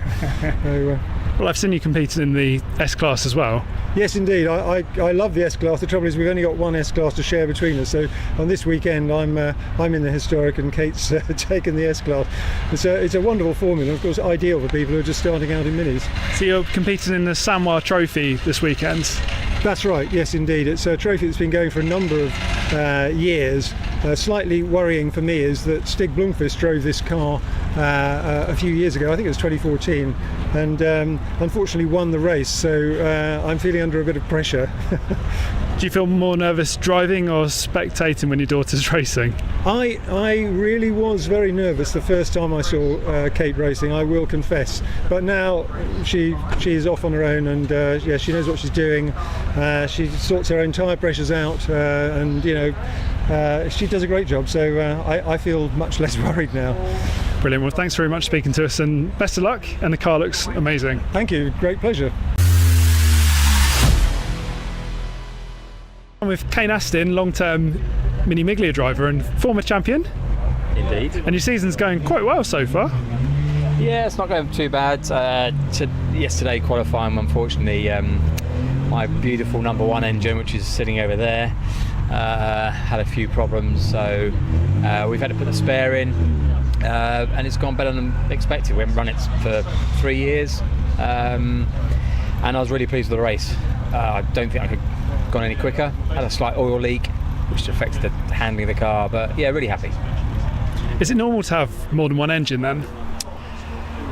Years ago when I first started, no, I only ever had one engine, and then I had a second built, and then you just never use it. You tend not to use it, and obviously now I've had to use it, but thankfully, because that definitely, well, I'm sure Tommy would have fixed it if needed, but yeah, I think quite a few of the top guys have spare engines, and I think it's important to have one in the back, but the problem is you never want to, I'd love a spare which is exactly the same power as the number one, but the problem is there's so much development, you've just got to develop both, and it becomes very costly. So everyone gives different figures on how much power they actually produce, but roughly how much do they produce now, Mini Miglia? Not a clue. It depends which rollers you go to, but I'd imagine they're all sort of 130, 135 horsepower, I think, somewhere around there. So it's not bad at all for a pushrod engine designed like 70 odd years ago. Yeah, I mean they're immense, aren't they? I mean they're obviously on the limit as well. The handling of them are immense, the tyres are immense, and the field this year is immense. I mean there's some class drivers out there, and it's so nice to the likes of Enda to come back out today. Nick Padmore, just mega. Kind of builds the whole grid as well. The more competition you've got at the front, the bigger the grid as a whole, I think. Yeah, and the top 10, 15 drivers, we must be within a second of each other, and a second is obviously a lot in racing, but if you look at it on a piece of paper, it's tiny, isn't it? And what kind of lap times are you doing around Brands Hatch Indy? So qualifying pace today was 53.9, which is very, very quick. I think race pace today was probably 54, middle 54s, and I did a high 54s. So just as a reference point, I mean that's quite fast, isn't it, for a Mini? You're up there with Caterham's kind of real lightweight race cars at that point. Yeah, I mean I don't know what the average speed is around here, but I think around you look at Thruxton, for instance, I think we average around there something like 94 miles an hour, is it something like that? It's incredible. And the touring cars are something like 114 or something. Yeah, they're just incredible cars. I've loved them, since I joined in 2006. I think it's just been such a great club. And now a familiar face to many of you at home. This is Bill Solis. Hi Bill, how's it going? Yeah, it's going very well, thank you. It's been a busy morning, but all good. All the cars have survived, all the drivers performed well, so happy days. Now, we were just saying before we came on air that you've been probably one of the most successful mini racers in our club. So you've raced in Mini Miglia in all forms.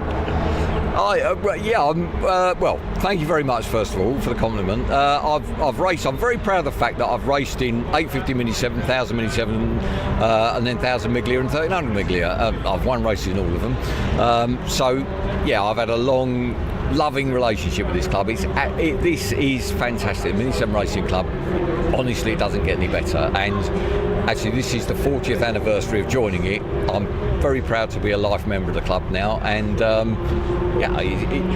I think the thing that speaks loudest is you can come back here as an old member of the club who hasn't been near for 30 years, and someone will remember you. You'll immediately reconnect with the cars, and there's just an ambience and an atmosphere about everybody here that means that you can just pop back in after a great big long time and feel like you understand you're still involved, you've been here, you're part of this, and that's why we've got so many social members, and people give up and say, that's it, I'm done with racing, and then there'll be a period of time elapsed and they'll be back. And so many of us have done that, gone away for a bit, tried other things and always end up coming back. So yeah, I'm here for the long term. You won't be getting rid of me soon.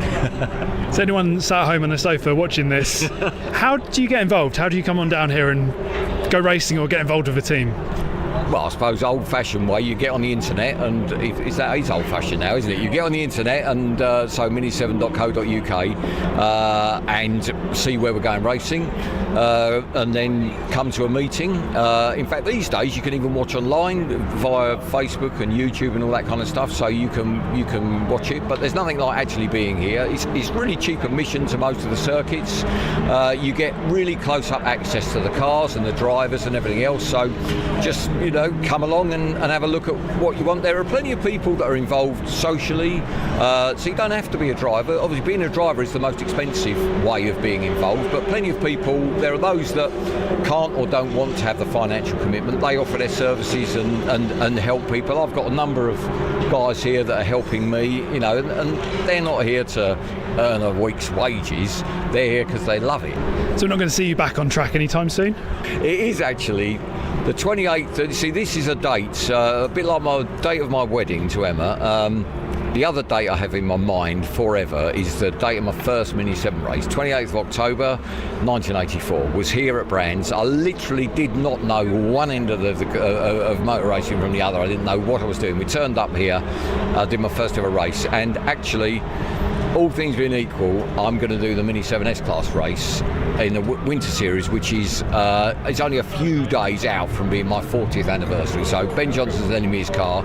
I'm busy building the engine that we talked about, and so I'm going to do the Mini 7 S-Class race, out of fondness. And I haven't raced an S-Class yet, so I think I'll need to add that to my repertoire. All being well, before the end of the year, we might put some videos together showing the engine build for your S-Class as well. That might be, for the people at home not sure about the technical side of things, that would be something to look out for. About 20 years ago, I did a DVD for general sale, which was how to build your own road engine, 100 horsepower, 100 foot-pounds of torque. It was really successful.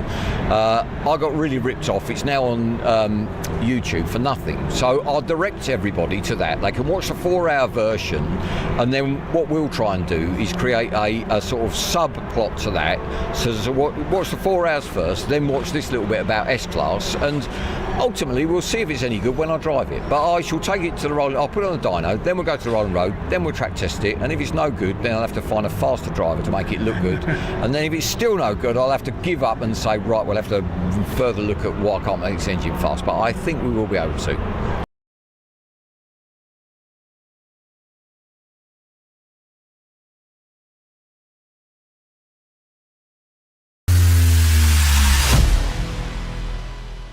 We're here with Richard Billingham and his lovely Mini, it's the fastest Mini in the world.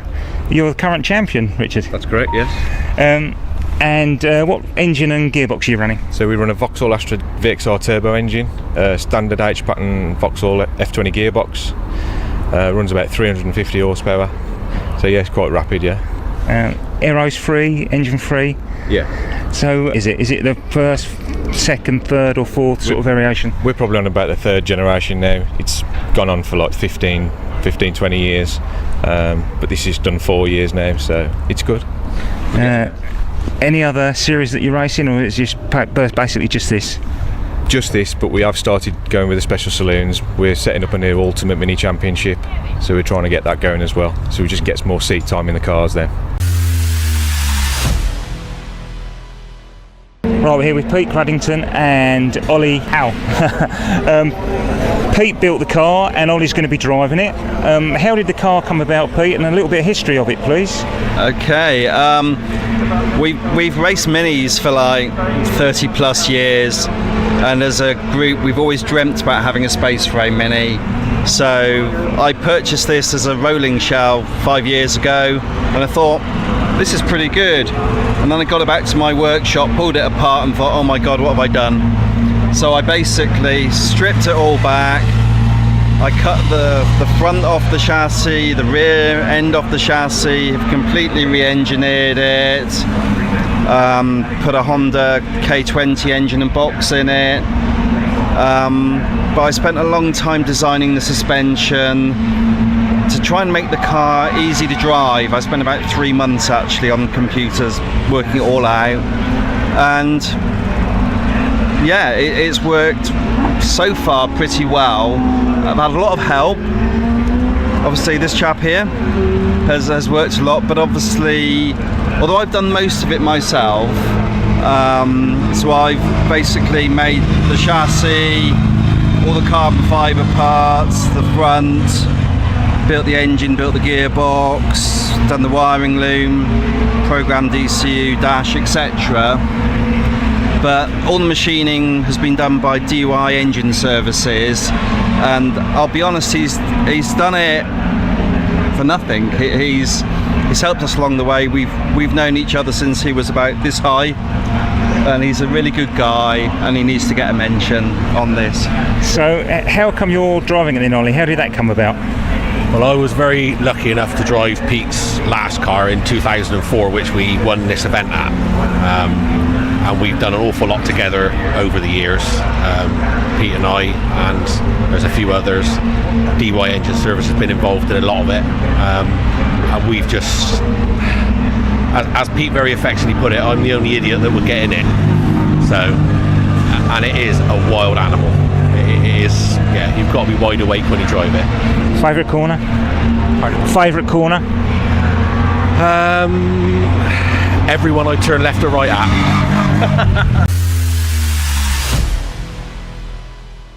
We're here with Harvey Deeth now and his lovely Mini, fastest Mini in the world. Well, it has been in the past. Richard Billingham took the honours last year, so yeah, it's a bit to be done this year, I think, to try and regain it. Tell us a little bit about the car, please, Harvey. What engine it's got in it, what gearbox is in it, what variation is it? Is it the first, second, third, fourth, or more than that? We built the car 14 years ago, and it's got a radical V8 engine in it, producing 380 horsepower, with an X-Track World Touring Car gearbox with a sequential gear change. So the car weighs about the same weight as a normal Mini, so it's got a fairly healthy power to weight ratio, as have most of these cars here. So are we looking for a sub 50 today? Or? Sub 50's got to be a target. I think a few of us have been nibbling around 50 and a bit seconds, so we'll have to see. We're here with another staple of fastest Mini in the world. How many years have you been doing the fastest Mini? Oh, I'm trying to think now. It's got to be about 10 years now, something like that, I think, something like that. So how, is this the first variation of the car, fourth variation? How many years is it sort of ongoing? 56th probably. So I've had this car since I was 15. I'm 46 now, so quite a few years. And every year, like, it evolves and develops a bit more. Yeah, A-Series turbo with BMW head, is that right? That's right, yes. Yeah. So it's an A-Series block, it's the A+5, so it's the alley block with the 5-brand crank in it. The Swift and dog box underneath it, and built by yourself? Yes, yeah. Slog. Yeah, a lot of work, but a lot of fun. It's good fun. Yeah. Well, thanks for that, and good luck later on. Thank you. Hi, with another driver now, Tony Hunting, and he's got a Class C Mini. Certainly have, yes, yeah. Class C Mabel the Mini. This is Mabel the Mini, named by my wife. So, is this your first attempt at the fastest Mini in the world? First time I've come to the fastest Mini, yeah. I normally run with another club, but yeah, I was persuaded to come here for the fastest Mini to see how we get on, really. So, have you had a run in it here yet or not? No, I haven't done it. I've done Brands Hatch a number of times, but not with this group. So I haven't done the test, the practice this morning. But I know the circuit. Favourite corner?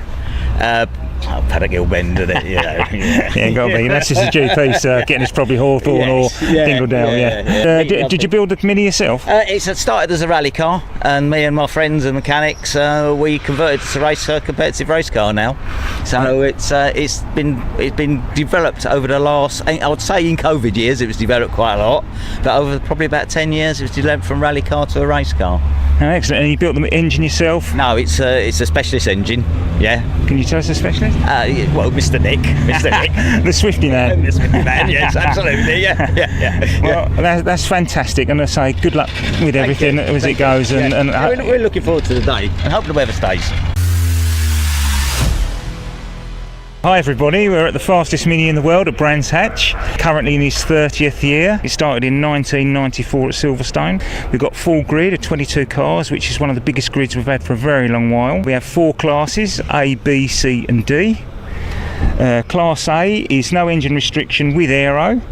Class B is any engine less 1600cc, aero allowed. Class C is A series engine, 1300, no aero. Class D is A series, less than 1300, no aero, and it's all inclusive. So if you've got a Mini, it gives you a chance to get out there and join in the fun and make the grids bigger. I must like to thank the main sponsors, Mini Spares, because if it wasn't for them, costs would just spiral out. The entrance fee is like 300 quid, but that's due to the main sponsors we've got. So if you've got a Mini, bring it along next year. Brilliant racing. Let's go and do some interviews. I'm here down in the paddock with Ian Curley, who's joined us back this year in the Mini Miglia. How was that? Really good race. That's been the hottest race this year for certain. No real dramas. I need to find a bit more pace in myself, but it's going good. And you were racing historics before, so it's quite a difference going to these slick tired cars on the Mini Miglia. Massively, yeah. I mean, I've raced the Appendix K touring car for 10 years and they drift real good, and this doesn't. This just like, you turn the wheel and it turns in. So no, it's been a bit of a change of technique really, which I've struggled with a little bit, but and I haven't really raced a Miglia since like 2000, so it's been a fair while. What's the difference, do you think, now from when you were racing the Mig before? There's not a great deal. Not I mean, it's a long time, but no, I think that they're much of a muchness really. I think that's really good that they haven't really changed. So I think there's probably more competitive drivers in it at the moment. I think the mid-90s was a real golden era, and then and now I think it's equally back there, if not a bit tougher. Specialised mouldings, you make a lot of the carbon fibre for these cars. Yeah, that's right. We do a lot of classic Mini stuff. I mean, we're fundamentally a motorsport composite company, so we make all the bodywork for like the Napa Full touring car team, Mini Challenge, loads of other customers, and so we're very heavily motorsport orientated. And I think the Mini part is just through my passion of racing the Mini, and fundamentally there are a lot of my mates who race them, so they all come and take the stuff for nothing off of me.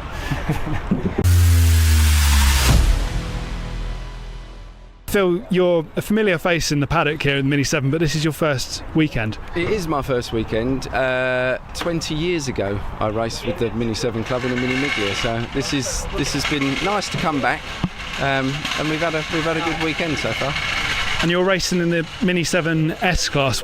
We all know what that means, but can you tell people at home what an S class is? The S class is designed to be an entry-level scholarship, which is what the S stands for. So a lot of basic engine components. The cars are very similar to a Mini 7. They've got controlled dampers. And it's designed to be the affordable entry level into the Mini 7 club. And it's a perfect entry. They're very competitive. It's a lot of fun. This was Tina Cooper's car and you've completely stripped it. It was Tina Cooper's car, yeah. She had it for quite a long time. It was originally the car they built in '99 at the Mini birthday. Obviously been through a few hands, but yes, it's now fresh. What have you changed? Little bits here and there really, a little bit of roll cage stuff, a bit of suspension stuff, a fresh coat of paint. And obviously convert it over to the S-Class from the Mini 7 that it was. Mini 7 racing, yes. What do you think so far? I love it. I don't race often enough. I think we were working it out earlier. I think I've driven twice in the last 5 years. So to come back to be where we are, and in the club, which is very friendly, and everybody's got something nice to say, it's brilliant. I love it. So this weekend we're supported by Mini Spares on the live feed, and also throughout the year, but specifically you, Phil, they've really helped you get back on track. They have. They've been supporting me for quite a long time in my endeavours here, there and everywhere. But here specifically, they've given me an awful lot of help, so I'd like to thank them really, and for supporting the Mini in general.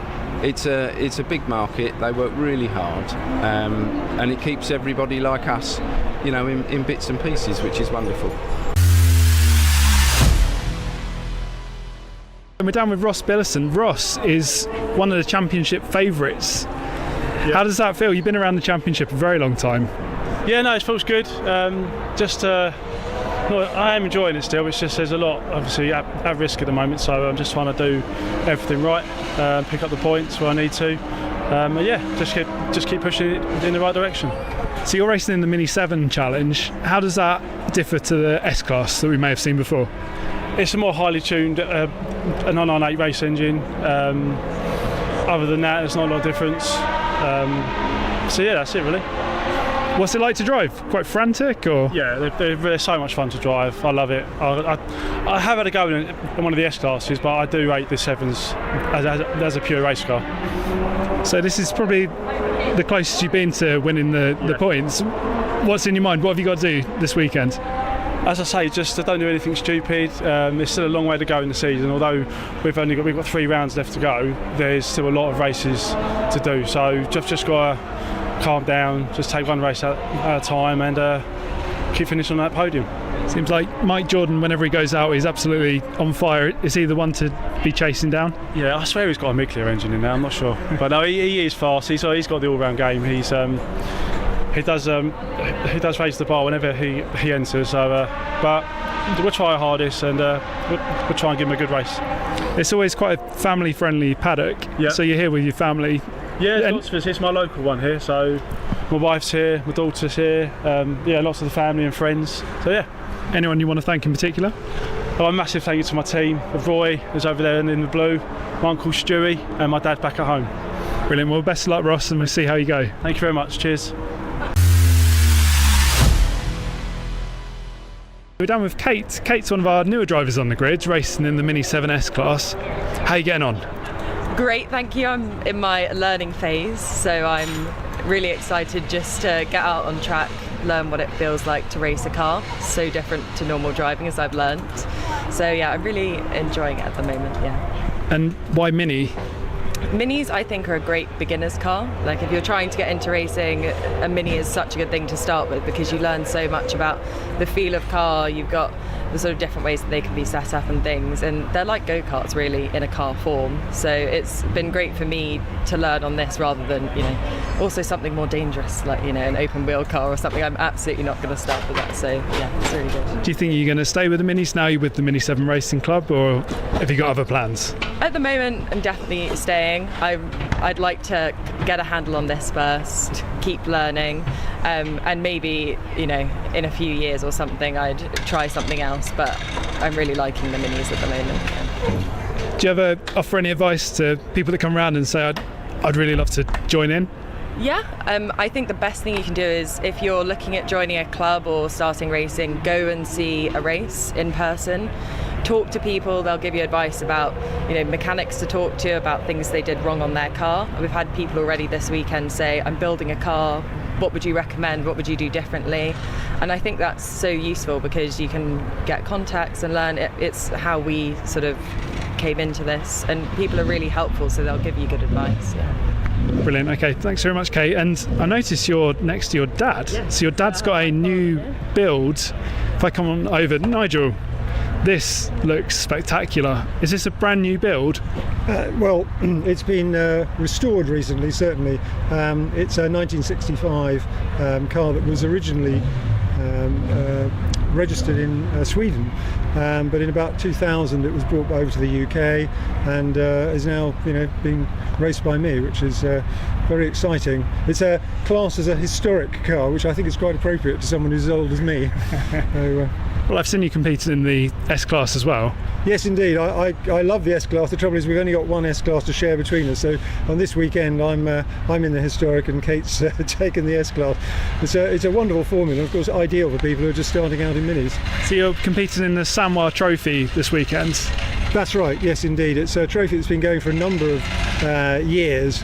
Slightly worrying for me is that Stig Blomqvist drove this car a few years ago. I think it was 2014, and unfortunately won the race. So I'm feeling under a bit of pressure. Do you feel more nervous driving or spectating when your daughter's racing? I really was very nervous the first time I saw Kate racing, I will confess. But now she is off on her own, and she knows what she's doing. She sorts her own tyre pressures out, and she does a great job. So I feel much less worried now. Brilliant. Well, thanks very much for speaking to us, and best of luck. And the car looks amazing. Thank you. Great pleasure. I'm with Kane Aston, long-term Mini Miglia driver and former champion. Indeed. And your season's going quite well so far. Yeah, it's not going too bad. Yesterday qualifying, unfortunately, my beautiful number one engine, which is sitting over there, had a few problems, so we've had to put the spare in, and it's gone better than expected. We haven't run it for 3 years, and I was really pleased with the race. I don't think I could have gone any quicker. Had a slight oil leak, which affected the handling of the car, but yeah, really happy. Is it normal to have more than one engine then? Years ago when I first started, no, I only ever had one engine, and then I had a second built, and then you just never use it. You tend not to use it, and obviously now I've had to use it, but thankfully, because that definitely, well, I'm sure Tomo would have fixed it if needed, but yeah, I think quite a few of the top guys have spare engines, and I think it's important to have one in the back, but the problem is you never want to. Yeah, I'd love a spare which is exactly the same power as the number one, but the problem is there's so much development. You've just got to develop both, and it becomes very costly. So everyone gives different figures on how much power they actually produce, but roughly how much do they produce now, Mini Miglia? Not a clue. It depends which rollers you go to, but I'd imagine they're all sort of 130, 135 horsepower, I should think, somewhere around there. So it's not bad at all for a pushrod engine designed like 70 odd years ago. Yeah, I mean they're immense, aren't they? I mean they're obviously on the limit as well. The handling of them are immense, the tyres are immense, and the field this year is immense. I mean there's some class drivers out there, and it's so nice to the likes of Enda to come back out today. Nick Padmore, just mega. Kind of builds the whole grid as well. When the more competition you've got at the front, the bigger the grid as a whole, I think. Yeah, and the top 10, 15 drivers, we must be within a second of each other, and a second is obviously a lot in racing, but if you look at it on a piece of paper, it's tiny, isn't it? And what kind of lap times are you doing around Brands Hatch Indy? Qualifying pace today was 53.9, which is very, very quick. I think race pace today was probably 54, middle 54s, and I did a high 54s. So just as a reference point, I mean that's quite fast, isn't it, for a Mini? You're up there with Caterham's kind of real lightweight race cars at that point. Yeah, I mean I don't know what the average speed is around here, but I think around you look at Thruxton, for instance, I think we average around there something like 94 miles an hour, is it something like that? It's incredible. And the touring cars are something like 114 or something. Yeah, they're just incredible cars. I've loved them, since I joined in 2006. I think it's just been such a great club. And now a familiar face to many of you at home. This is Bill Solis. Hi Bill, how's it going? Yeah, it's going very well, thank you. It's been a busy morning, but all good. All the cars have survived, all the drivers performed well, so happy days. Now, we were just saying before we came on air that you've been probably one of the most successful mini racers in our club. So you've raced in Mini Miglia in all forms. Well, thank you very much, first of all, for the compliment. I've raced. I'm very proud of the fact that I've raced in 850 Mini 7, 1000 Mini 7, and then 1000 Miglia and 1300 Miglia. I've won races in all of them. So, yeah, I've had a long, loving relationship with this club. This is fantastic. Mini 7 Racing Club, honestly, it doesn't get any better. And actually, this is the 40th anniversary of joining it. I'm very proud to be a life member of the club now, and I think the thing that speaks loudest is you can come back here as an old member of the club who hasn't been near for 30 years, and someone will remember you. You'll immediately reconnect with the cars, and there's just an ambience and an atmosphere about everybody here that means that you can just pop back in after a great big long time and feel like you understand you're still involved, you've been here, you're part of this, and that's why we've got so many social members, and people give up and say, that's it, I'm done with racing, and then there'll be a period of time elapsed and they'll be back. And so many of us have done that, gone away for a bit, tried other things, and always end up coming back. So, yeah, I'm here for the long term. You won't be getting rid of me soon.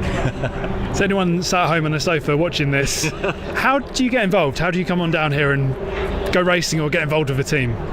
well, I suppose, old-fashioned way. You get on the internet, and is old-fashioned now, isn't it? You get on the internet, and so mini7.co.uk, and see where we're going racing, and then come to a meeting. In fact, these days you can even watch online via Facebook and YouTube and all that kind of stuff, so you can watch it. But there's nothing like actually being here. It's really cheap admission to most of the circuits. You get really close-up access to the cars and the drivers and everything else. So just, you know, come along and have a look at what you want. There are plenty of people that are involved socially, so you don't have to be a driver. Obviously, being a driver is the most expensive way of being involved, but plenty of people, there are those that can't or don't want to have the financial commitment. They offer their services and help people. I've got a number of guys here that are helping me, you know, and they're not here to earn a week's wages. They're here because they love it. So we're not going to see you back on track anytime soon? It is actually the 28th. See, this is a date, a bit like my date of my wedding to Emma. The other date I have in my mind forever is the date of my first Mini 7 race, 28th of October 1984. Was here at Brands. I literally did not know one end of motor racing from the other. I didn't know what I was doing. We turned up here, did my first ever race, and actually, all things being equal, I'm going to do the Mini 7 S-Class race in the winter series, which is it's only a few days out from being my 40th anniversary. So Ben Johnson's lending me his car. I'm busy building the engine that we talked about, and so I'm going to do the Mini 7 S-Class race, you know, out of fondness. And you know, I haven't raced an S-Class yet, so I think I'll need to add that to my repertoire. All being well, before the end of the year, we might put some videos together showing the engine build for your S-Class as well. That might be, for the people at home not sure about the technical side of things, that would be something to look out for. About 20 years ago, I did a DVD for general sale, which was how to build your own road engine, 100 horsepower, 100 foot-pounds of torque. It was really successful. I got really ripped off. It's now on YouTube for nothing. So I'll direct everybody to that. They can watch the 4-hour version, and then what we'll try and do is create a sort of subplot to that. So watch the 4 hours first, then watch this little bit about S-Class, and ultimately we'll see if it's any good when I drive it. But I shall take it to the rolling, I'll put it on the dyno, then we'll go to the rolling road, then we'll track test it, and if it's no good, then I'll have to find a faster driver to make it look good. And then if it's still no good, I'll have to give up and say, right, we'll have to further look at why I can't make this engine fast. But I think we will be able to.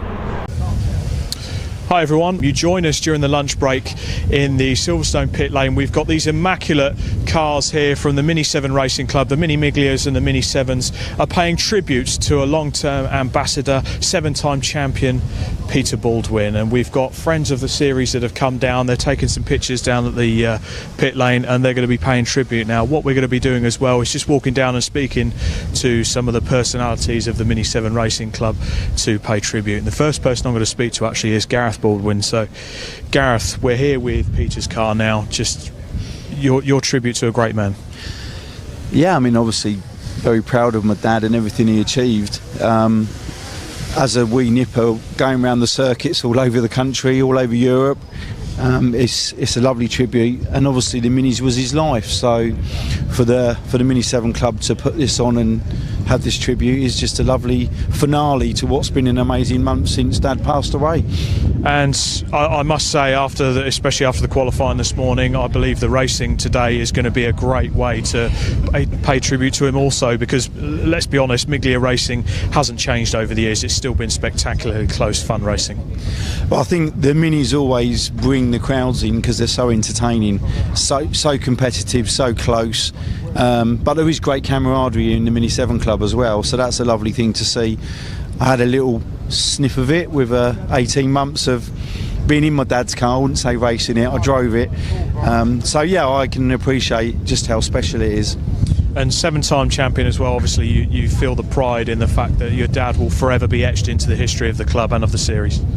Yeah, I mean, I think the things that have really shocked people is when they hear that he was 72 and 73 when he won his 6th and 7th title, and that even at age 80 he won in the historic Minis at Thruxton. So, you know, just things that you look back on and just feel immensely proud of what was achieved. And huge thanks to June, who's been a major part of the team Baldwin in making that possible. Absolutely. Now June, you know, doesn't want to talk to us. That's absolutely fine. Obviously, emotion is still very raw on the day, but she's here paying tribute. Yeah, I mean, June and Dad were a formidable team, and June did an amazing job looking after Dad in the last couple of years when his health's not been so fantastic. So I think from every perspective, June is Dad, and I think everyone in the paddock has been so lovely and warm in welcoming her and me back in today, and you can just tell the respect there is for Dad as well. 7-time champion, 700 odd wins and 50 championships in all of his time. It was his life, so I think it's quite a fitting end. A fine racer and an absolute gentleman. Thank you for talking to us, Gareth. Cheers, a couple of other people we do want to speak to. I'm hoping to speak to and catch Rupert Death. Yes, so Rupert, we're just chatting to Gareth as well. Your tributes to a great man. Where do I start? The reason we're here, or I'm stood here, is because of him. Got me involved helping him back in the early 90s, and it escalated from there, really. I used to mechanic for him, and then he one day said to me, "Why don't you go and get your licence, Rupert?" And I was like, "Really?"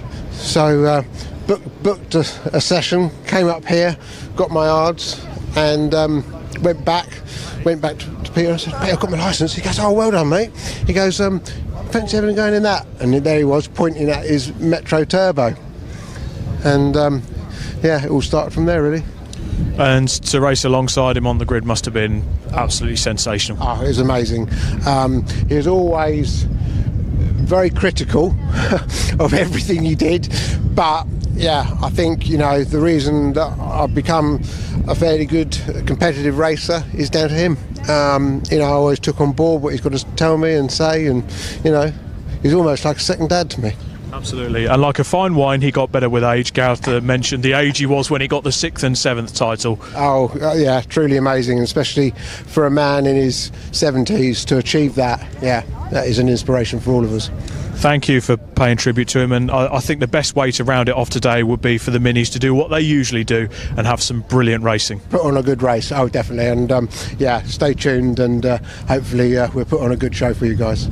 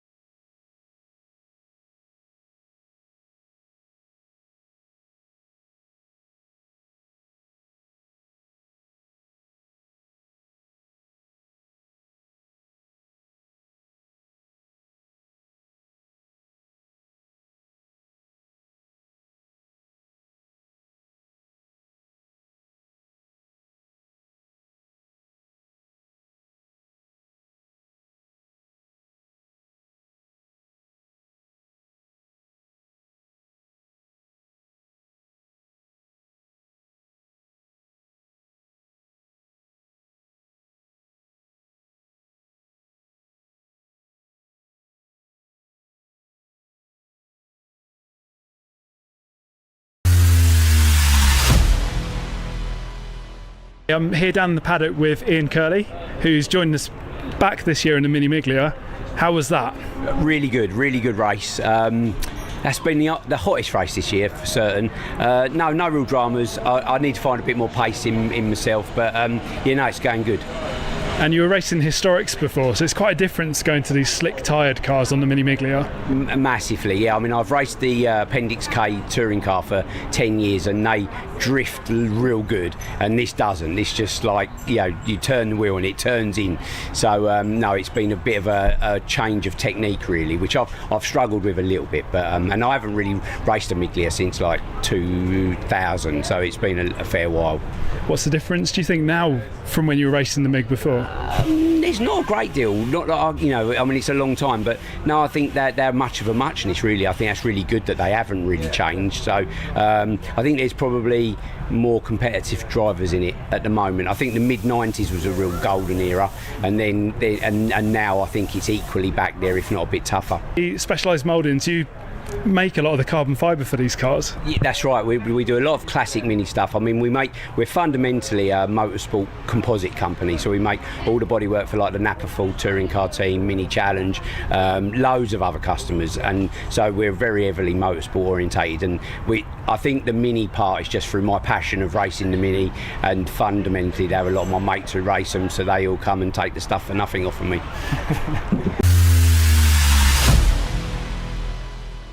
Phil, you're a familiar face in the paddock here in the Mini 7, but this is your first weekend. It is my first weekend. 20 years ago I raced with the Mini 7 club in the Mini Miglia, so this has been nice to come back, and we've had a good weekend so far. And you're racing in the Mini 7 S-Class. We all know what that means, but can you tell people at home what an S-Class is? The S-Class is designed to be an entry-level scholarship, which is what the S stands for. So a lot of basic engine components. The cars are very similar to a Mini 7. They've got controlled dampers. And it's designed to be the affordable entry level into the Mini 7 club. And it's a perfect entry. They're very competitive. It's a lot of fun. This was Tina Cooper's car and you've completely stripped it. It was Tina Cooper's car, yeah. She had it for quite a long time. It was originally the car they built in '99 at the Mini birthday. Obviously been through a few hands, but yes, it's now fresh. What have you changed? Little bits here and there really, a little bit of roll cage stuff, a bit of suspension stuff, a fresh coat of paint. And obviously convert it over to the S-Class from the Mini 7 that it was. Mini 7 racing, yes. What do you think so far? I love it. I don't race often enough. I think we were working it out earlier. I think I've driven twice in the last 5 years.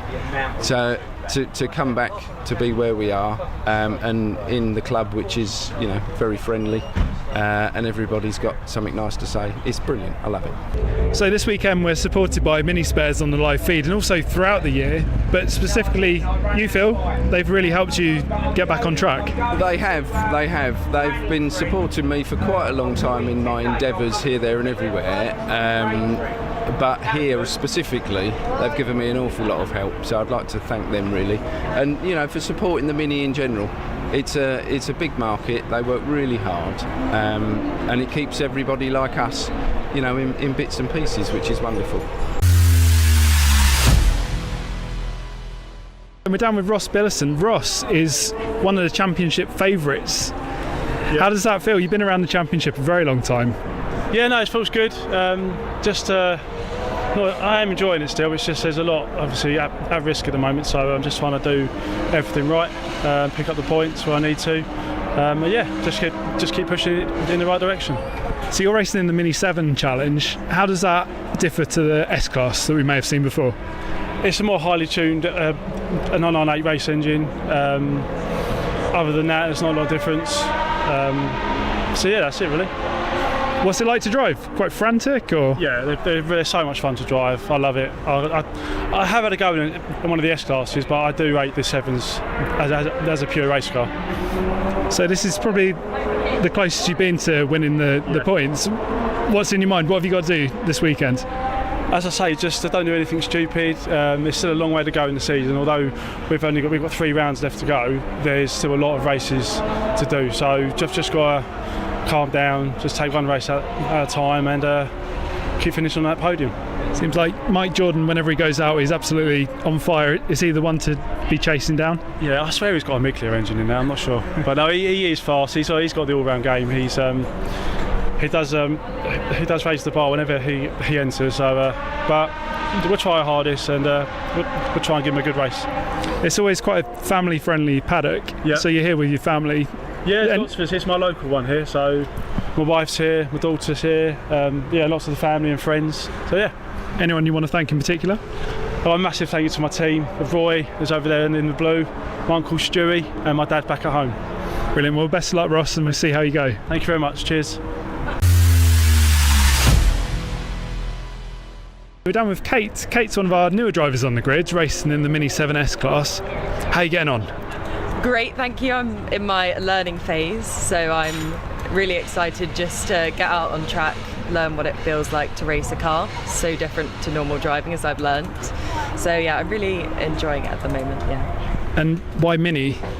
Minis, I think, are a great beginner's car. Like, if you're trying to get into racing, a Mini is such a good thing to start with because you learn so much about the feel of car. You've got the sort of different ways that they can be set up and things, and they're like go-karts really in a car form. So it's been great for me to learn on this rather than, also something more dangerous like, an open wheel car or something. I'm absolutely not going to start with that. So yeah, it's really good. Do you think you're going to stay with the Minis now? You're with the Mini 7 Racing Club, or have you got other plans? At the moment, I'm definitely staying. I'd like to get a handle on this first, keep learning, and maybe, in a few years or something, I'd try something else, but I'm really liking the Minis at the moment. Do you ever offer any advice to people that come around and say, I'd really love to join in? Yeah, I think the best thing you can do is, if you're looking at joining a club or starting racing, go and see a race in person. Talk to people, they'll give you advice about, mechanics to talk to, about things they did wrong on their car. We've had people already this weekend say, I'm building a car, what would you recommend, what would you do differently? And I think that's so useful because you can get contacts and learn. It's how we sort of came into this, and people are really helpful, so they'll give you good advice. Yeah. Brilliant. Okay, thanks very much, Kate. And I noticed you're next to your dad. Yeah. So your dad's got a new build. If I come on over, Nigel, this looks spectacular. Is this a brand new build? Well, it's been restored recently, certainly. It's a 1965 car that was originally registered in Sweden, but in about 2000 it was brought over to the UK and is now being raced by me, which is very exciting. It's classed as a historic car, which I think is quite appropriate to someone who's as old as me. So, well, I've seen you competing in the S-Class as well. Yes, indeed. I love the S-Class. The trouble is we've only got one S-Class to share between us. So on this weekend, I'm in the historic and Kate's taken the S-Class. It's a wonderful formula, of course, ideal for people who are just starting out in minis. So you're competing in the Sanois Trophy this weekend? That's right. Yes, indeed. It's a trophy that's been going for a number of years. Slightly worrying for me is that Stig Blomqvist drove this car a few years ago. I think it was 2014, and unfortunately won the race. So I'm feeling under a bit of pressure. Do you feel more nervous driving or spectating when your daughter's racing? I really was very nervous the first time I saw Kate racing, I will confess. But now she is off on her own, and yeah, she knows what she's doing. She sorts her own tyre pressures out, and she does a great job. So I feel much less worried now. Brilliant. Well, thanks very much for speaking to us, and best of luck. And the car looks amazing. Thank you. Great pleasure.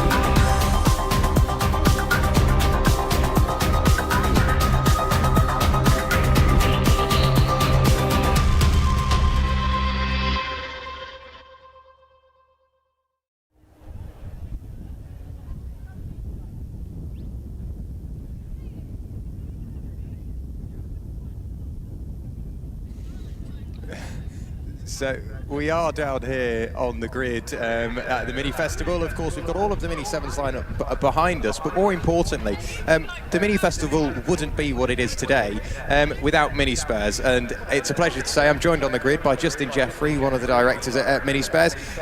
Justin, this has become a massive part of sort of mini motorsport globally now. How does it feel to be a part of that? Oh, we're honoured, absolutely honoured. We've been involved in motorsport since Keith Dodd started the company 50 years ago. It's passionate. You know, you've seen the racing here. It's probably the best racing you'll see at Brands Hatch all year long. So we're just honoured to be able to be part of it and help wherever we can.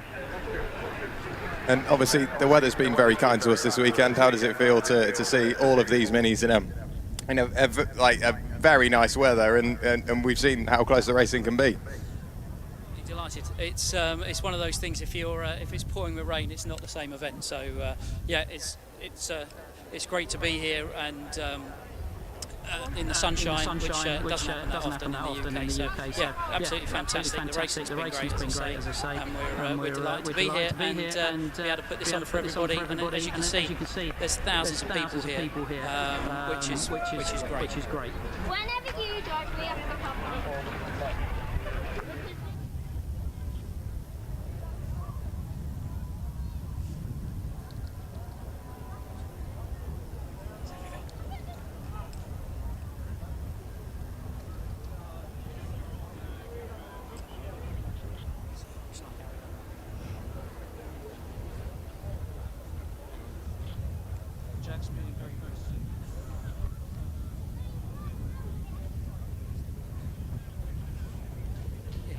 Take over interviewing because Jack's not very good. Do you want to do a bit? Yeah. Stephen's ready to go. Stephen's ready to go. Is this on? Yep. Still on. Hello, sorry about that. Jack's just taking a moment out. So, Justin, where did we get to? We're just talking about how delighted we are to be here, be able to put this show on for everybody, the amount of people here, and just delighted. The weather's good, and everyone's excited for the races to come. So you don't fancy having to go yourself then? No. These guys are far too good for me. I think I'd be at the back pedaling somewhere and trying to get out the sand trap. I guess from your side of things, it must be quite fun to see the cars going around with all the parts that you supply. That's quite cool.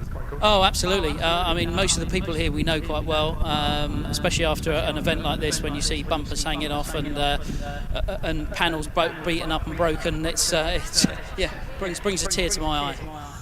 What's been your favourite race so far of the weekend?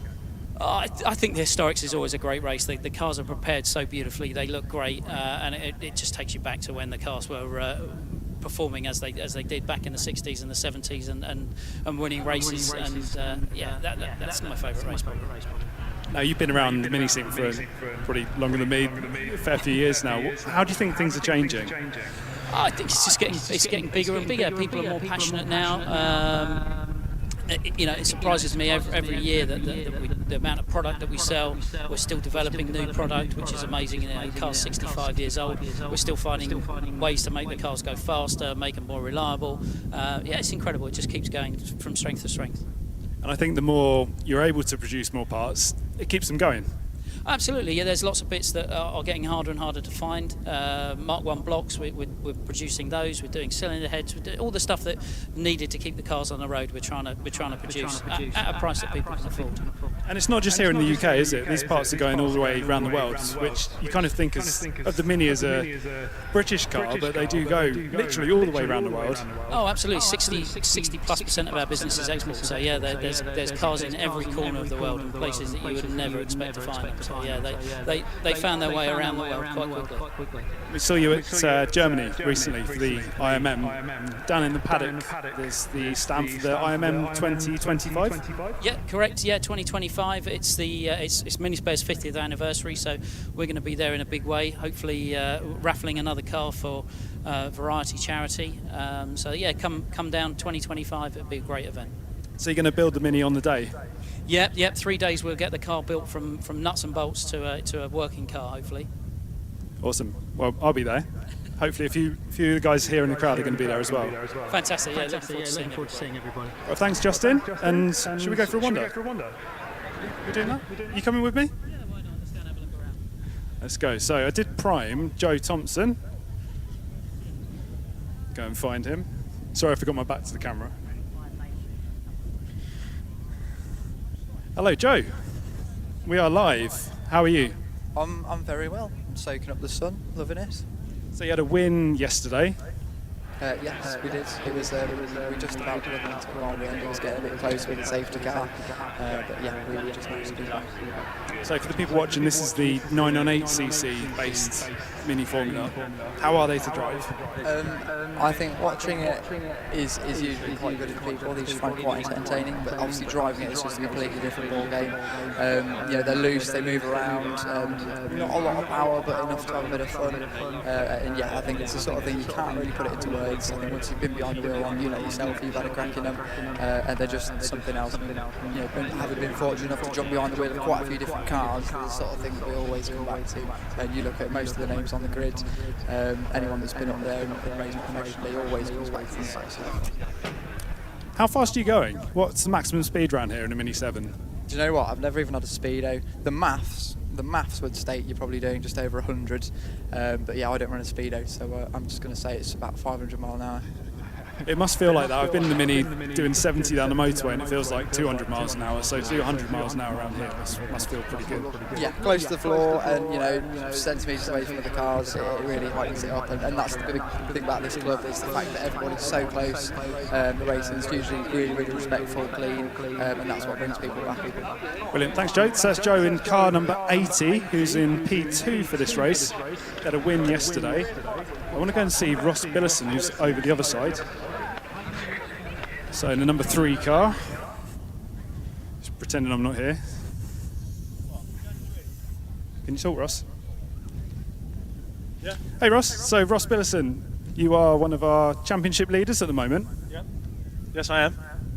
That was it. Are you going to talk a bit more than that? No, that's yeah. It's going well this season. We've been on the podium every race. I've just got to keep trying to beat Joe. It's one of your more local tracks. You enjoy coming around here? Yeah, it's just down the road for us. So nice and easy. What have you got to do today? Beat Joe.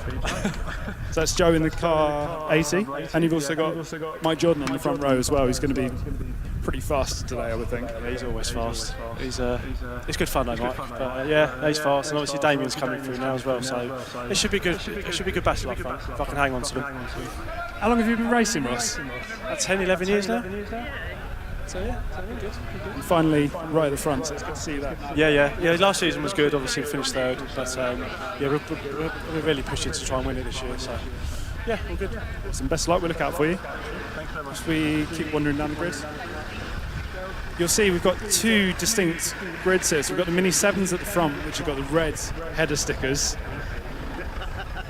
And at the back we've got the green Mini 7 S-Class. The Mini 7 S-Class is quite a standard 1275 based car, and the Mini 7s with the red header stickers are the fully race-tuned cars with the dog engagement gearboxes. You'll hear the straight cut drop gears, really lightweight flywheels, more racing. So a bit more like the Mini Miglias.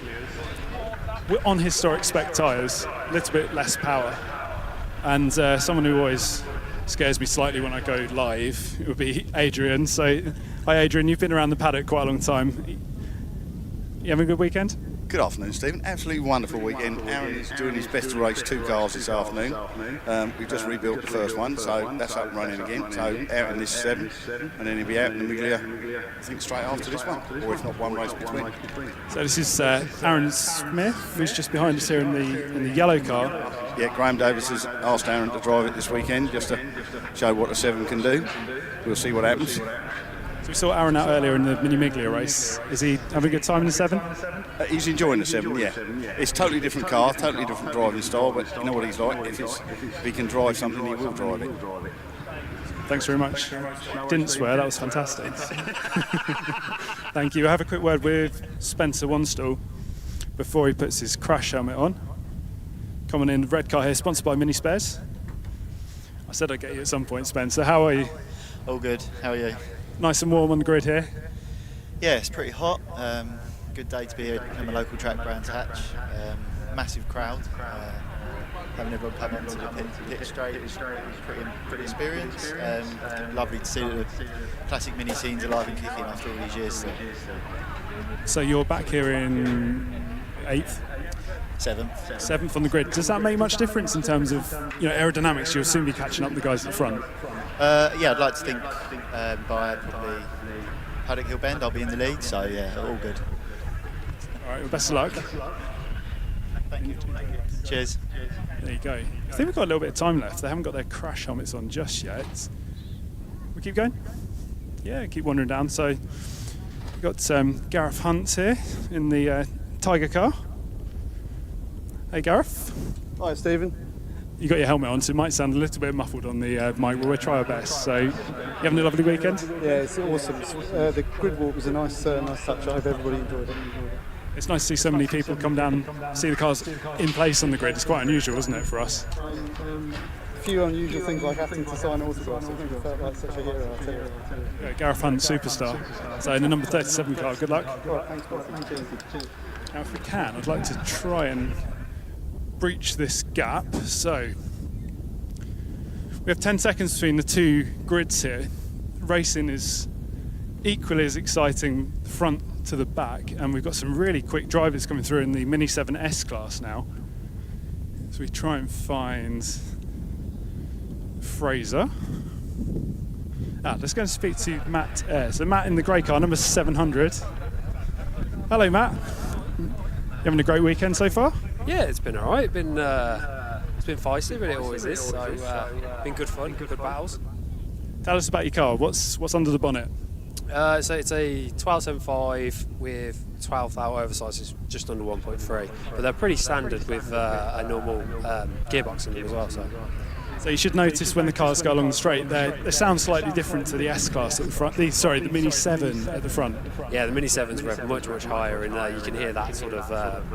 It's the straight cut gears, gives it a nice race sound. But you'll probably start to come up on some of the Mini 7s as the race progresses. I know you guys at the front here at the S class are really competitive. Yeah, we'll definitely try and definitely get in the mix. If it's a safety car, then it's just going to be one giant 100 minutes. Are you going to have troubles with heat today? Quite warm? Yeah, it should be. It'll get quite warm. If we're in the tow, then they definitely get quite warm. So you might see a few people just grabbing gulps of fresh air. So just kind of darting out slightly. You're not going for an overtake, you're just trying to get a bit more cool air. Yeah, if you're too far back and you're sat in the tow, you just want to get some fresh air over the rad, make sure the engine temp's nice and cool. And you're pretty much favourite at the moment for the championship. I shouldn't say that before the race, should I? But you're doing well so far in the points. That's a bold statement, but anything can happen, and all these boys are really quick, so any of them could win. Nice to see. We've got Phil Anning there in the number 717. He's new out this time as well, so he's on the pace straight away. Yeah, he's on the pace straight away and very quick. I think he qualified second or third on his first time out, so it's definitely one to watch. Brilliant. All right, well, good luck in the race. Yeah, thank you. And try and get a word with Fraser, who's just suiting up. Hello, Fraser. How are you? Not bad. Can't complain. How are you? Can you explain these graphics on the side of your car? Well, when we got invited to Thruxton, we obviously, our man knows Dave. We just thought it'd be a good opportunity to take the piss. So what's happening here, Andy, on your T-shirt? What's this? 2007 Mini Miglia champion. Yes, 2007 Mini Miglia champion. Was supposed to be an NDF Owens, but he lost it. So it was me. And I beat him in Wales, which is even better. So it may be built in Wales and beaten in Wales. It's good to see you don't hang on to these things, you know. No, it's because I stopped racing so long ago, I have to hold on to something. I saw you racing earlier this year. What's happened? Just decided to step back a little bit, let Fraser have a chance, because I was probably a bit too quick for him, and let him have the fast car, fast engine, and the fast racer. See it quite often, father and son, daughter and father on the grid. It's quite nice to have one whole family racing. I'm not his daughter. Are you not? No, I'm not. Okay. We had quite a lead in the first race yesterday. Hoping to repeat that again today? Yeah, if we can be as lucky. I think yesterday was luck. We broke way out of Graham Hill, and once you've broke the toe in these cars, as you know, it makes your job a little bit easier. So yeah, we hope for the same, but I don't think with Matty, the bearded chaos next to me, I think it'll be close fight. It's quite close racing, but also quite fair. Yeah, absolutely. I mean, if you watch back Thruxton, me and Matty spent 20 minutes going door to door, bumper to bumper, and I don't think we touched once. So it's a great place to go racing. It keeps things cheap if you don't have shunts all that often. And so yeah, can't complain. Awesome. All right, have fun. Nice to speak to you, Fraser. So that's Fraser in number 725, the David Addison fan club. So have a quick word with one of our newer drivers to the grid. Well, I'd say you have been on the grid before. Yeah, I have been on the grid. Quite an experienced mini racer. Phil Anning here. Hi, how are we doing? Very well. Saw your live coverage from yesterday. That was, yeah, it's played back okay. Is it? Oh, good. I haven't seen it yet. You're natural. How does it feel being back on the Mini 7 grid? It's really good. It's really good. It's really close and it's really tough. And I definitely need to have a bit more practice. But no, I'm loving it. It's brilliant. So you've got a Riley Elf, haven't you? So you've got a historic race Mini that you've been racing around Goodwood and Masters, etc. How does that compare to this car you've got now? The handling is not indifferent, but the historic cars have got a bit more power. So they're similar. They're just a little bit faster. These are quite loose, aren't they? You see them sliding around quite a lot. How does that feel to drive when you're sliding through the corners sideways? It keeps you on your toes, that's for sure. And when you're in the thick of it, you've got to be very careful, because it is alive underneath you. But it's a lot of fun, and everybody's, they give you just about enough room. We'll get to the end, that'll be good. I think one of the questions a lot of people have is to see the cars going round on 3 wheels. Why are you on 3 wheels rather than using all 4 tyres? You're not tyre saving? No, there's no tyre saving taking place. The geometry is key to making these things fast, and the only way they do really go fast is by having the rear end quite lively, making it turn from the rear. So halving the grip by removing one from the ground sort of helps that. So you keep the front wheels scrabbling away on the tarmac, keeping it gripping on the front to stop it pushing on understeering in the corners? Yeah, absolutely, you've got it.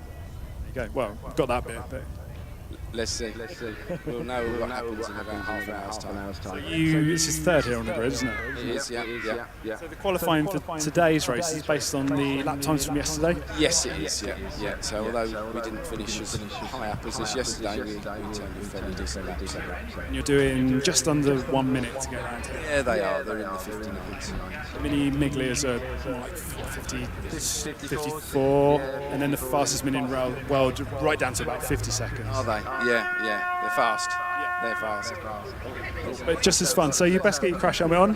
Yeah, it sounds like they're going to call us. And we shall get off the grid before they start up. So yeah, we've got just a few minutes to go, and then we've got another very exciting race for you, Mini 7 and Mini 7 S-Class here at Brands Hatch.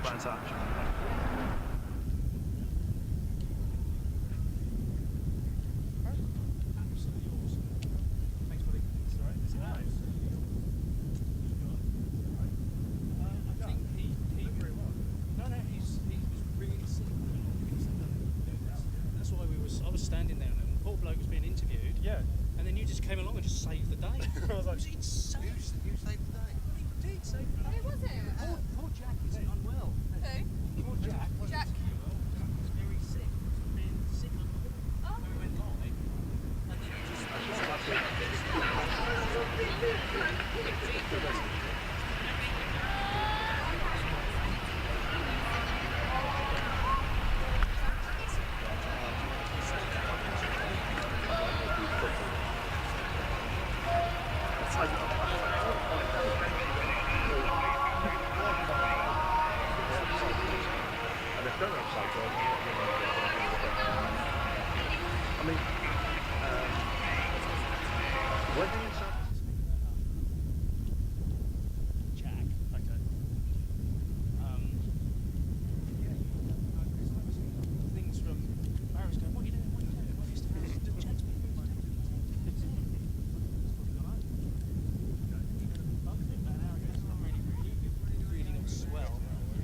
walked on the grid.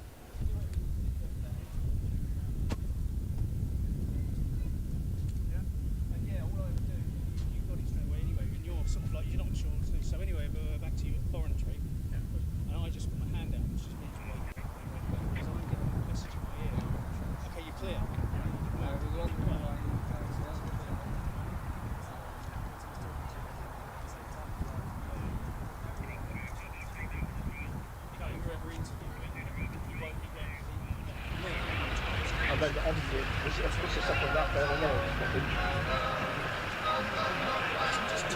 Same road.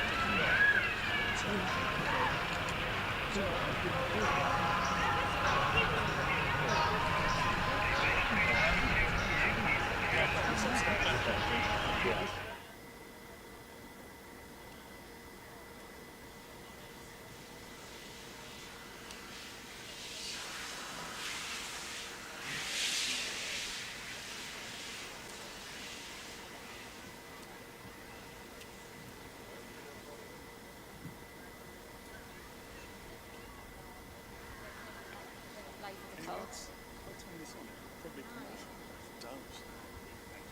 Sorry?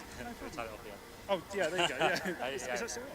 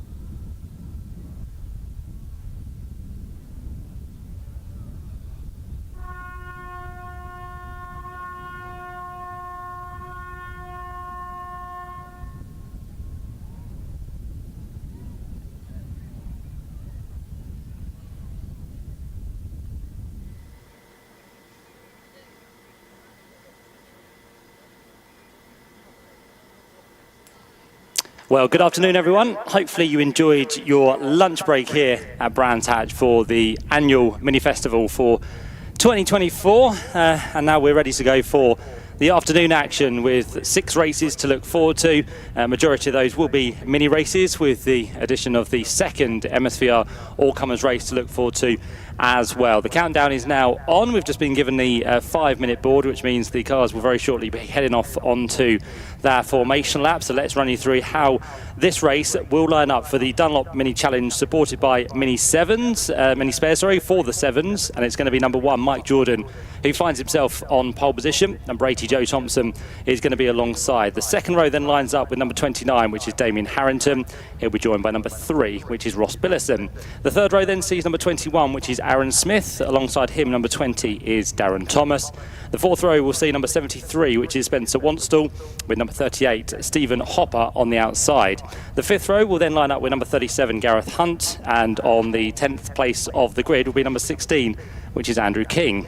Then we move to the rear of what's going to be the Mini Sevens. That's going to be Nigel Davies in car number 26 and number 14, Jamie Payne. Then we have a gap before we see where the majority of the field finds itself for this weekend for the 7S class. And on pole position for that one is going to be the 725 machine of Fraser Hack. On the second row, number 700 is Matthew Ayres, and 717, which is Philip Annim. Then behind that we have 796, which is Michael Winkworth, joined by number 741, which is Joel Rem. Then further back from them we see 746, which is Oliver Burkett, with 707, Matthew Page. The next row lines up with 789, which is Arnold Duncan, and 711, Giles Page. Behind them, 736 is Bertie Woolard, with 797, which is Jack Vanner. Then behind them, 713 is Lee Pullman, joined by 777, which is Dave Rees. Then onto the next row, it's going to be 750, which is James May, and 748, Mal Dickinson. Behind them, 712 is John Hobbs, joined by 733, which is Alex Watson.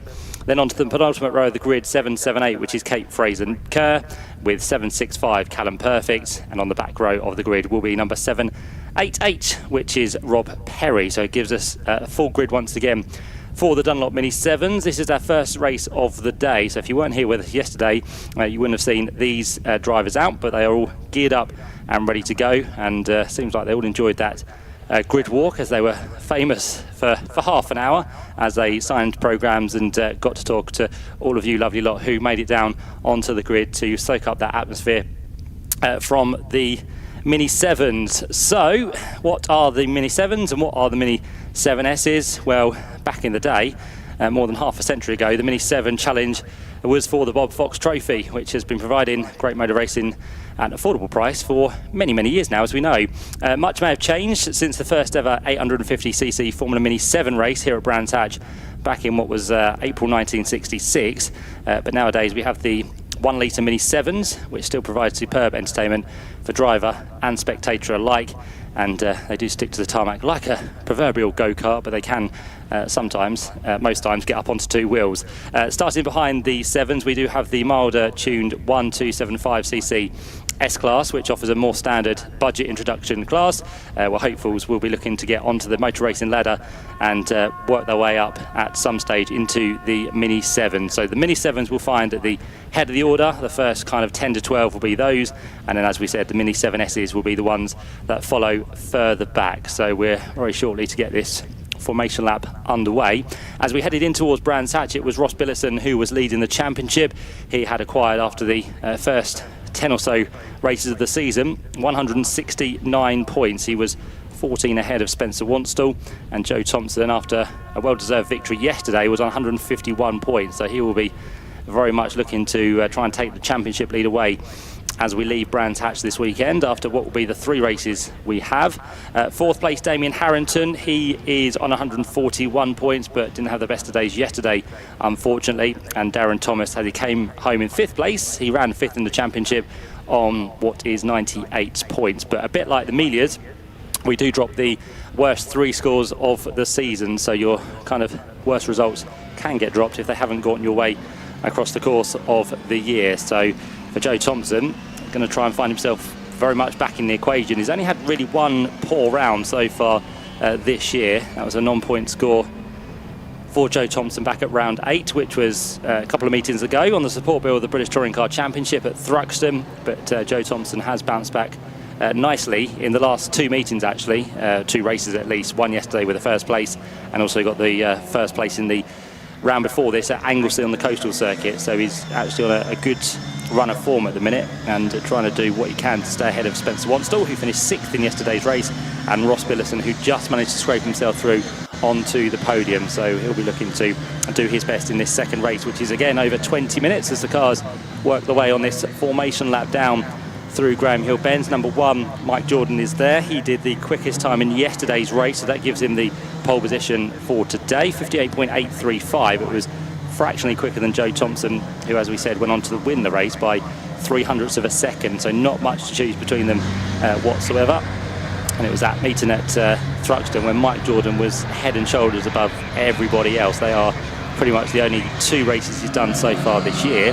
He was entered at Donington Park back in March, but had to withdraw from those 2 races. But Mike Jordan, when he has been out there, he has been on the podium. So let's see if he can follow second place yesterday up with a win today. He's going to have some tough opposition, as we said, because look back to row 2 where you'll find Damien Harrington and also championship leader Ross Billison. We mentioned row 3, Aaron Smith and Darren Thomas, and then Spencer Wanstall and Stephen Hopper on the 4th row. And we can't discount the 7S's because they give us just as exciting racing with around about 15 to 20 cars on that grid here this weekend. Fraser Hack will go off the front in the 725 machine. His time yesterday was a 59.769. He has been quick across the course of yesterday.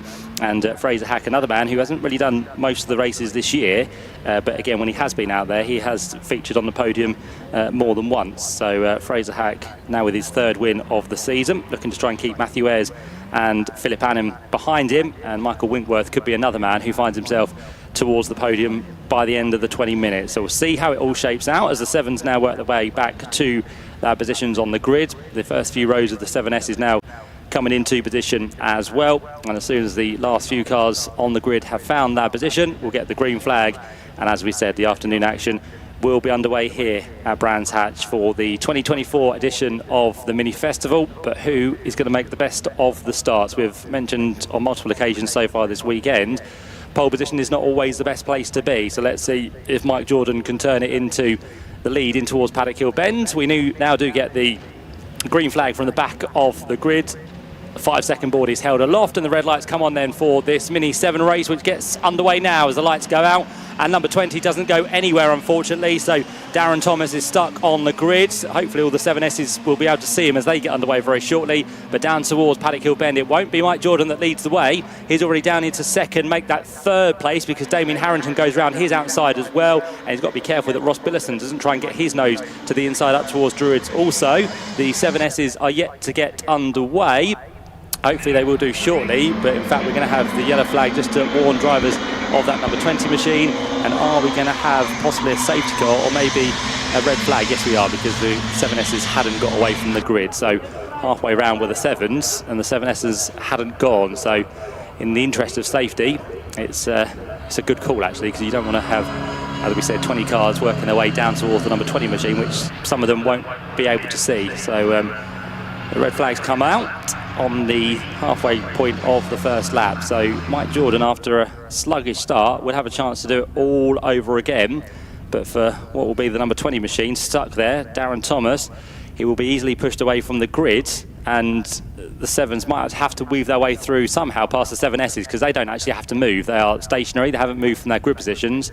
So the 7s will try and work their way possibly on the grass back to their grid spots, but for now Darren Thomas, for some reason that car didn't want to go anywhere from the line, so he is pushed by what are going to be 4 marshals, and he'll be pushed into the gap, which is where Endalf Owens found himself earlier today. And if they can do a quick fix on that car, it might be one that starts itself from the pit lane. But for now Darren Thomas is off the circuit, and yeah, the 7s are going to work their way through. Of course, these are small cars, so they can find any small gap they want and get through, and they find the gap up against the pit wall. So Joe Thompson back into position, Mike Jordan back to where he was. I think they can all remember pretty much where they were, so as you were. And as I said, Mike Jordan, this is a bit of a relief for him, because he was being pushed, wasn't he, through Paddock Hill Bend. The 3rd place was up for grabs as Ross Billison tried to worm his way through, but Mike Jordan, he'll have a second take of this start, and with all the cars now in position in the 7s, we will potentially get an extra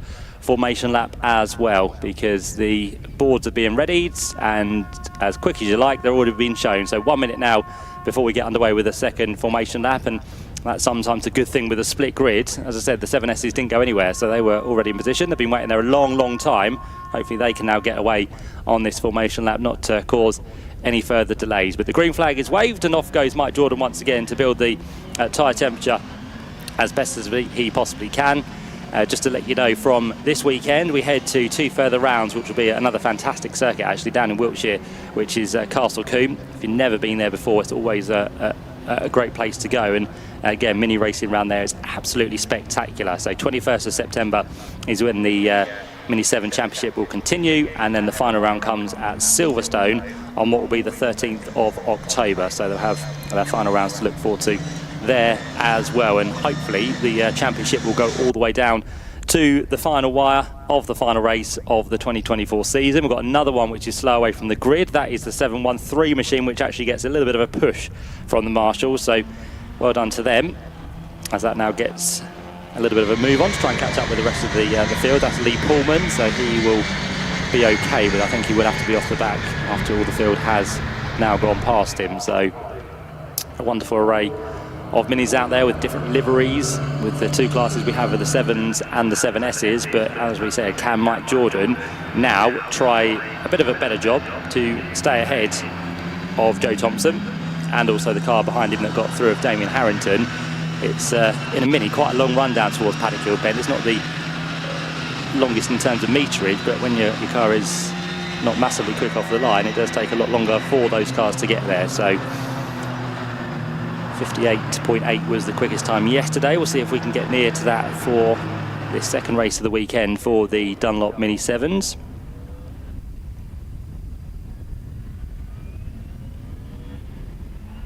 Field now coming back into position then, so Mike Jordan not as eager as Joe Thompson to get back onto that front row, but he's now into his position. And once again, you've got the second row with the light green machine of Damien Harrington. Ross Billison is in the white and blue roofed car, and then behind that you've got Aaron Smith in the yellow machine, now with a gap alongside him where Darren Thomas should have been, and then behind them the 73 machine of Spencer Wanstall is the red mini, and alongside the blue car of Stephen Hopper, which is number 38. So they are the first 4 rows of the grid, and we'll have to wait and see if the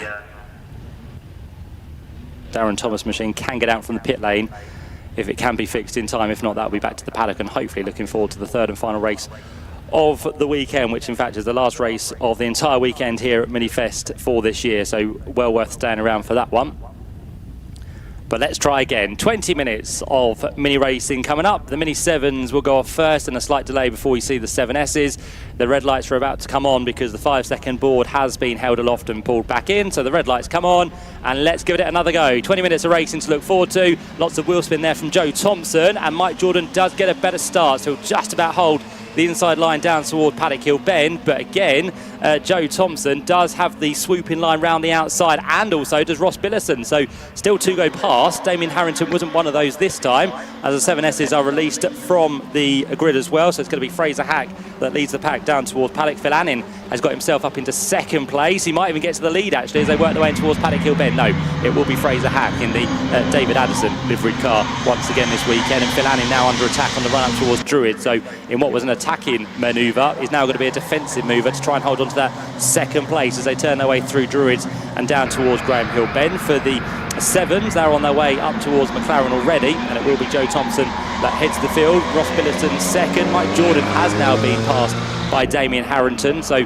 Mike Jordan already down into 4th position, and onto his tail comes that yellow machine of number 21, which is Aaron Smith. So the completion of the first lap to be done, and already for Joe Thompson, he has got a slight buffer over Ross Billison, but don't expect this to last for too long, as Mike Jordan is already retaliating down on the run in towards Paddock Hill Bend. But again, Damien Harrington at this point of the race is too strong to get past. So it's the 6 out front for the 7s as they work their way in towards Druid's corner. Harrington to the inside briefly of Ross Billison there, but he backed out of it at the very last minute, and you don't really want to make contact with other competitors.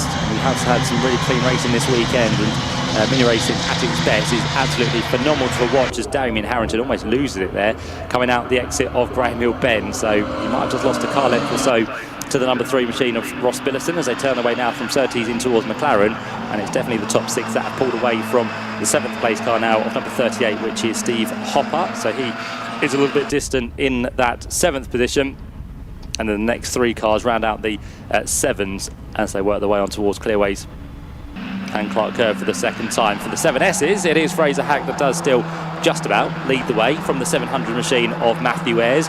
He is going to try and get himself a little bit higher up the order in these early stages. Matt Ayres, who finished 3rd yesterday and leads the championship, so just keep it calm, don't try too much. But Matt Ayres already looking to try and make a move on Fraser Hack in towards Paddock Hill Bend. We've got double wave yellow because there is a car that has pulled off just on the exit Paddock Hill Bend to the inside on the grass, so that is very much out of harm's way, and the driver already out in the car, and hopefully those double wave yellows will be retracted once the marshals are clear of the car as well. So nothing major to worry about as the driver walks away quite close to the paddock there. If he just hops over the barrier, he'll be back into the paddock under the circuit, so that is good news for him.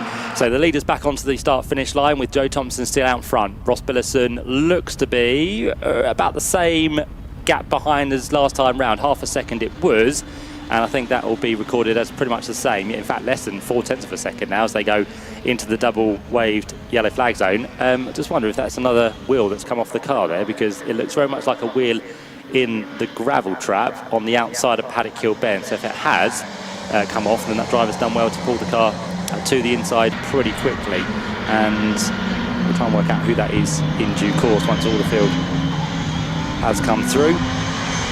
Leaders down towards Graham Hill Bend. Joe Thompson's gap is continuing to be cut here, so on the move is Ross Billison as the 7Ss work their way in towards Druids, and Fraser Hack, who again, a bit like Mike Jordan when he has appeared on the circuit, he's done very well to lead races and the majority of the time win them as well. So Hack leads Ayres in the 7Ss. You've got Phil Allen there in 3rd place, Michael Winkworth in the blue and pink machine in 4th position, and then the 789 machine is another one who's just a little bit distant at the minute. That's Arnold Duncan in 5th position, who leads the next train on the way through McLaren. So those leaders turn away now to the completion of the next lap, and the one that we have lost, just trying to work out, it might be the number 37 machine actually that has disappeared, Gareth Hunt, because he's way down the order and looks like he has got an issue. So yeah, I think it's Gareth Hunt that's pulled off over there at Paddock Hill Bend. Across the line, got some good fighting going on between the 7Ss once again. That is going to be for, where is it? It's 5th place, isn't it, in the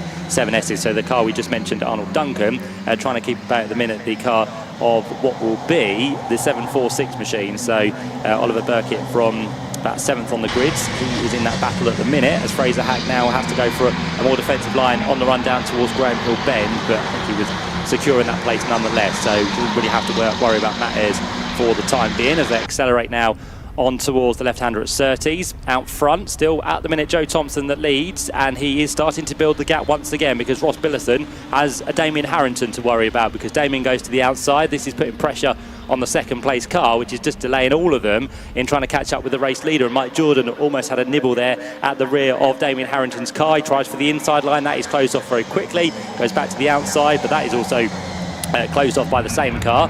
So Mike Jordan, wherever he tries to put his little mini, doesn't want to go through a gap, does it? But now this might be his best opportunity. He's going to be on the outside line though, down towards Graham Hill Bend. He's ushered slightly wide.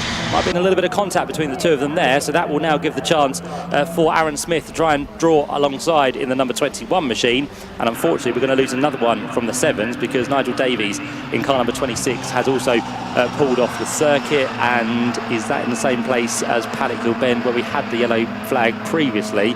Not too sure, but that car has disappeared out of this race. So through we come then with 6 laps to be completed. Joe Thompson, no real surprise, is the fastest man out there, 59.321. He has all of that clear air that he can use to his best advantage, and he still only leads by 0.8 of a second. So although these drivers are fighting for 2nd position, they are not massively dropping back from the race leader. Damien Harrington might have a chance at Ross Billison up into Druids. No, he weaves one way than the other, but again, he's in that kind of pack where if you make a mistake or you go for a move and it doesn't work, you're very quickly then going to come under attack from the car behind, which is still Mike Jordan. He tries exactly the same move as a lap ago, and it didn't work that time.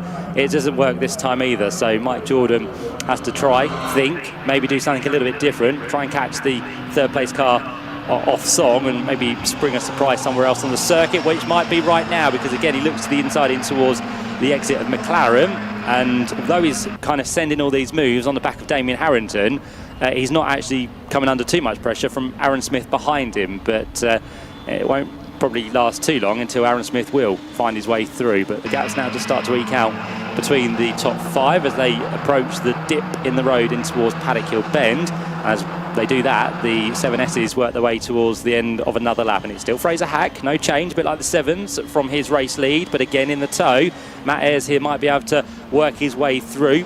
He might not want to. He might want to sit there for the majority of the race and try and do something on the last lap, because as long as you can stay with your competitors around you and you can be there on the last lap, you can always spring a surprise as they run towards the checkered flag. So Fraser Hack works his way in towards Druids. He's got some 7s up the road from him, and they did manage to do this yesterday. They found themselves in the 7s quite quickly, so they will be looking to move up the overall order once again.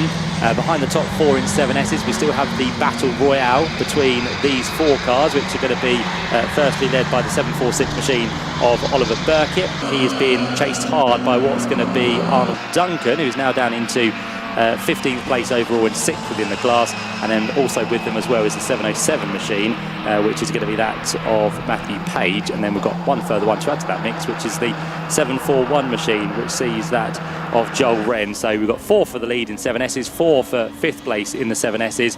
Which one do we look at? I think we need to look at the one behind, because they are now side by side up across the start-finish stripe, and it will be on this occasion Arnold Duncan that goes through in towards Paddock Hill Bend. So the brown Mini is through. There might be another one to take a place away as well from the green and white machine, which is that of Ollie Burkitt. So he drops 2 positions in the space of just the one corner.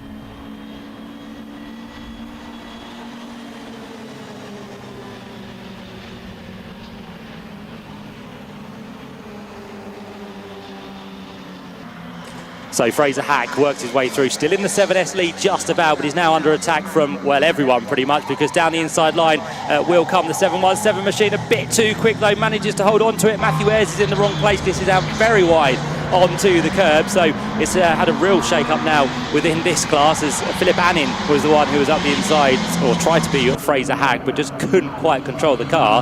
With that, he then ran wide. I think Fraser Hack saw that coming and kind of just stepped aside and let him go, and then on the exit of the corner, it came back into his favour. So Hack now ahead of Annin. Then we've got Michael Winkworth, who's moved up into 3rd place, and the one who lost out during that was going to be Matthew Ayres. So the 7S Championship leader prior to this weekend is now the man down in 4th place, who'd be shuffled off the podium very quickly. And behind them, who have we got? We've got the number 16 machine by the looks of it. So that is one who runs within the 7. So Andrew King is trying to do something about this, but doesn't really need to, as now Philip Annin tries to go around the outside in towards Paddock Hill Bend for the 7S lead. And we've got another one, unfortunately, in the gravel trap, which is over at Clearways and Clark Curve. And very quickly, that looked to be the car of Jack Vanner, the 797 car. So how he's got there, I'm not too sure. Might have run wide, he might have been pushed wide, but didn't quite catch the beginning of that one. But we can see he's stuck in the gravel trap. So with 9 minutes to go, Joe Thompson's lead is quite substantial in mini terms, but that could all be about to change, because if we do get a safety car, the field will be bunched back together once again, as across the line for the 7s, 2nd place Ross Billison, still just ahead of Mike Jordan, not Andrew Jordan, he's normally racing, but Mike Jordan it is for this weekend. And we do have now a safety car, as predicted, with that car of Jack Vanner off over there at Clearways. So we reset once again, and just when Joe Thompson thought it was getting quite comfortable, that's now not the case, because time will continue to tick away under this safety car, and it all depends how long it takes for that car to be removed of Vanna over there at Clearways. But I think we're still going to have a good 5 minutes or so left on the clock, so it's not all wrapped up just yet for Joe Thompson as the safety car picks up the leader down on the Cooper straight, and we do have the telehandler quite close to the car of Jack Vanna, so it might be able to be lifted to the circuit pretty quickly, or if not, it'll be taken to a place of safety behind the Armco at the same speed, I'd say. So yeah, it's an easy one to recover from where we're looking at anyway. So he is off over there. So as we run under safety car with just under 8 minutes to go, it is Joe Thompson in car number 18 that leads the way. Second place for number 3 is Ross Billison. Third place, number 1, is Mike Jordan. Fourth place then for number 29 is that of Damien Harrington. And then behind fifth place we have the number 21 machine, which is Aaron Smith. And then behind them we still have the 7s with number 73 in 6th position, that's Spencer Wanstall. And then 7th place for number 38 as we run under safety car for Stephen Hopper. Then we move into the 7Ss, so it just shows how quick they've made their way through the 7s. And that is still headed by Fraser Hack in the 725 machine. Second within that class in 9th place overall is 717, which is Phil Annin. And then Michael Winkworth completes the 7S podium in 3rd in that class and 10th overall, Michael Winkworth. And then 4th place and 11th overall is going to be Matt Ayres in car number 700. So that's how the two classes look, and hopefully now the 7Ss, as they get bunched up with the 7s, won't be too disrupted by this and kind of have the 7s in their way when they have their own fight when the green flag waves once again, because we've seen the speed of Fraser Hack, which has been pretty quick. 59.9 is his best lap of the race. The quickest of those ahead of him in terms of the 7s, well, they're on 59.7s and 59.3, so they're only kind of 0.3 of a second slower than the 7s ahead of them. So that could be a little bit disruptive, as we said, for the 7Ss, but hopefully they won't come into too much contact with each other. Jack Vanna's car is almost clear of the gravel trap, so tremendous work once again from the recovery team. And although it's not quite there, the race officials are confident that we can go back to green flag racing this time round, because the BMW safety car lights have been switched off. So Joe Thompson now does become the effective race leader and safety car at the same time, and it's up to him to decide when he wants to go. He can go now, he can go later and go right towards the line, but it's entirely up to him. Once he goes, he does have to go, which he now has on the run towards McLaren. So Thompson leads, Billison leads Jordan in the top 3, and this is in fact what we saw yesterday on the safety car. 7Ss did decide to just back off because they know they don't want to catch up with the 7s, because that would really hamper the leader in that class. So Fraser Hack gives himself a little bit of a gap, which you're allowed to do. The officials allow that to happen with the two separate classes, and off we go once again with now 5.5 minutes left on the clock. Joe Thompson leads them into towards Paddock Hill Bend, and already actually, although we've just restarted, he has gapped Ross Billison already, so he built the gap, not to the extent he had before the safety car, but still it's a 3 or 4 car length over number 3. Then Mike Jordan still there in 3rd place in number 1, and again it's the top 5 in the 7s that have already pulled away from the rest of the pack. So down to Grand Hill Bend we now go. Mike Jordan a little bit again unsettled through the corner as they work their way on towards the Cooper straight. So does that give Damien Harrington a chance? No, I don't think he's quite close enough in towards the left-hander, although very wide there was Ross Billison in 2nd place, maybe just his preferred line, but it did look to the eye a little bit wide through Surtees, so maybe trying very hard to catch up with Joe Thompson, but in doing so that might again put him under a little bit of threat from the car behind, which it will now do, because Mike Jordan gets a good run by the looks of it on towards the Brabham straight. He pulls out the toe, which is always not really the best thing to do, but he wants to get some cool air into the front of that car and also try and make a move on Ross Billison. He goes for the high line into the corner, tried to get the cut back, but it doesn't really work on this occasion. So again, Ross Billison is very quick to the inside to defend, and with Mike Jordan trying to attack, he is now being pounced on from behind, because Damien Harrington, can he get that car all the way around the outside of Druid? Yes, he can. He gets the inside down towards Grand Hill Bend, and it will be, by the looks of things, a change for the final step on the podium. So Harrington is back through. Can he now set his sights and try and attack the back of Ross Billison?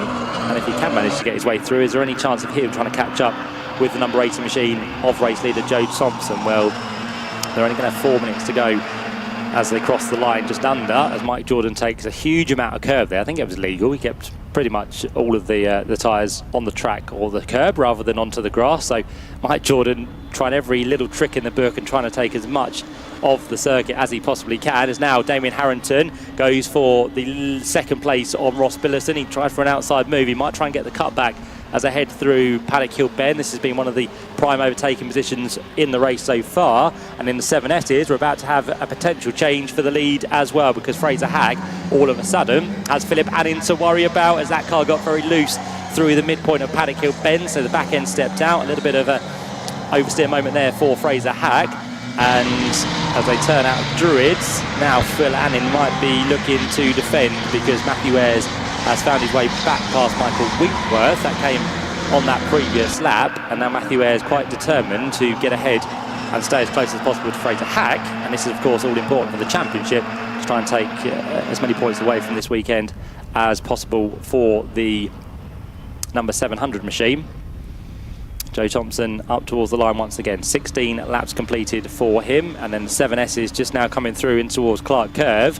Fraser Hagg looks like he's got a little bit more of an advantage this time, but that very quickly eroded last time round, and it's going to happen again, I think, as Phil Annin picks up a lovely toe on the run down towards Paddock Hill Bend. But Fraser Hagg has a real knack, doesn't he, of just managing to place that car in the right position and make it double the width that the Mini actually is. So Fraser Hagg has got this down to a T. Did a great job, as we said earlier in the season, at Thruxton when we saw them on the BTCC package, and we've got a great scrap going on further down in the 7Ss. This is the one we were talking about before we had the safety car, which it involves again some of the 7s. Car number 14 is involved in that one, which is Jamie Payne, but it's pretty much looking to be for 5th place. So again, Arnold Duncan in the brown machine. I think that's now gone up the road, hasn't it? The Arnold Duncan car, yeah, is long gone, just going through Surtees now, and then it's the fight further back. So that involves what's going to be, by the looks of things, the 707 machine, isn't it, of Matthew Page, and also in there as well, look out for Ollie Burkett. That's the green and white machine, which is trying his best to hold on to them around, but just seems to be faltering in these latter stages of the race. So don't think he's going to be inside the top 5 as it stands, as the 7 now steps aside from the not quicker 7Ss, but the drivers seem to be quicker in these cars than the number 14 machine as they head their way down in towards Paddock Hill Bend. 7S lead train in towards Druids. Matt Ayres still on the back of the second place car at the minute of Phil Annin, so let's see if there's going to be anything to be unfurled on these last couple of laps. We've got to keep an eye on the mirror as well behind, because Michael Winkworth, who is looking quite racy, he may be able to make a move before too much longer. Michael Winkworth, who has had 3 wins so far this year, off the podium as it stands, and Fraser Hagg in just a handful of races so far this season has, after yesterday, also taken 3 wins as well. And there's the move from Matt Ayres, lovely down the inside in towards Clearways. It'll be almost a drag race to the line, as I think the 7s have gone through onto the start of the last lap, so the 7Ss will get one more as well. Matt Ayres almost being squeezed to the pit wall there, but it's not quite going to happen. So Matt Ayres keeps himself in a very nice formation on the run down towards Paddock Hill Bend, and we'll see how it all comes out the other end. Yeah, so Fraser Hagg ahead of Matt Ayres. Michael Winkworth is now up into 3rd position, and down into 4th place will be that of Phil Annin. So here's the one who loses out on these last few corners, and it looks like he's been shuffled off the podium as well. So as the 7Ss continue, the 7s are about to come through to take the checkered flag, because the clock now has ticked to 0. And for Joe Thompson, it's been a perfect race for him. It's been a perfect weekend so far. After starting from the front row of the grid, it looks like he's going to pick up the double, with still 1 race to come later on this afternoon. And for 3rd place, it's not quite sorted out. We'll get that to the line very shortly, but it's Joe Thompson that wins. 2nd place goes the way of Ross Billison, and it will just be Damien Harrington by just over a 1/10 of a second up the road from Mike Jordan. So those two separated by not much whatsoever.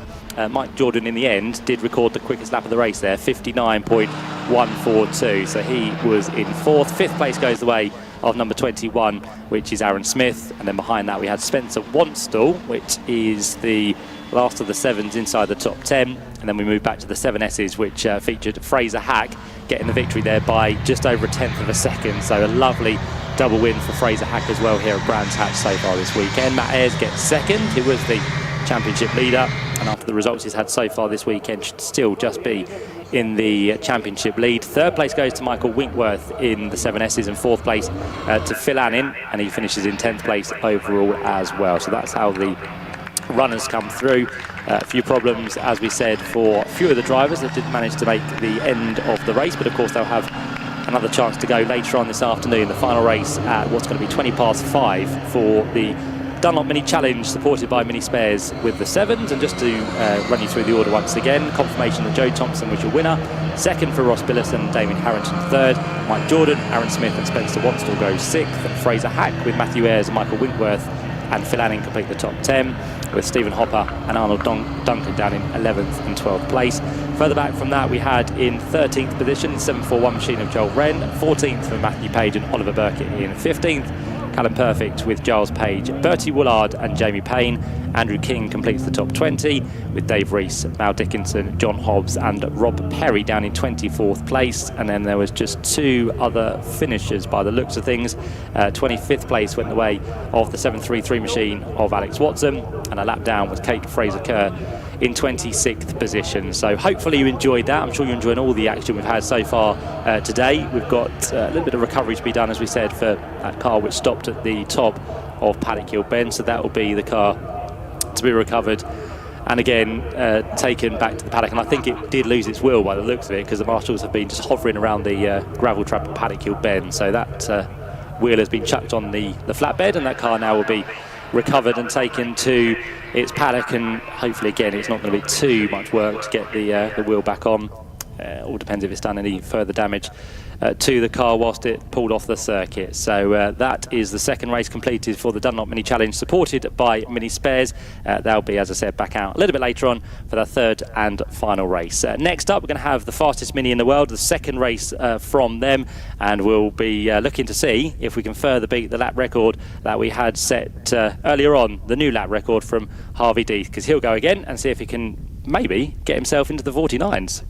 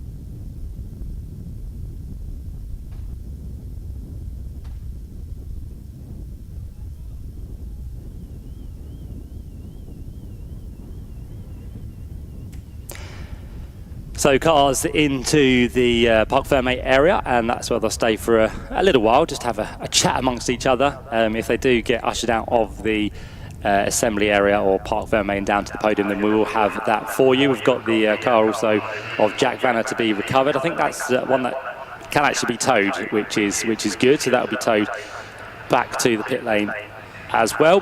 Just to let you know that we're not too far away from our second stunt show of the day, because we are going to be looking forward to more mini stunt show driving, because again we've got some more record setting stunt driving to be done by the UK team. They'll be back in action at 3:30, so if you enjoyed that earlier on, you want to have another look, then half an hour's time they'll be back out there ready to go for another exhilarating backspin, two-wheel move, reversing U-turn, whatever they come up with. They are extraordinaires in those cars, so do go and give them a look around about 3:30 this afternoon. Just located behind Colin Chapman Way, there's a nice area where some of the 65th anniversary minis are stationed after their demonstration run a little bit earlier on.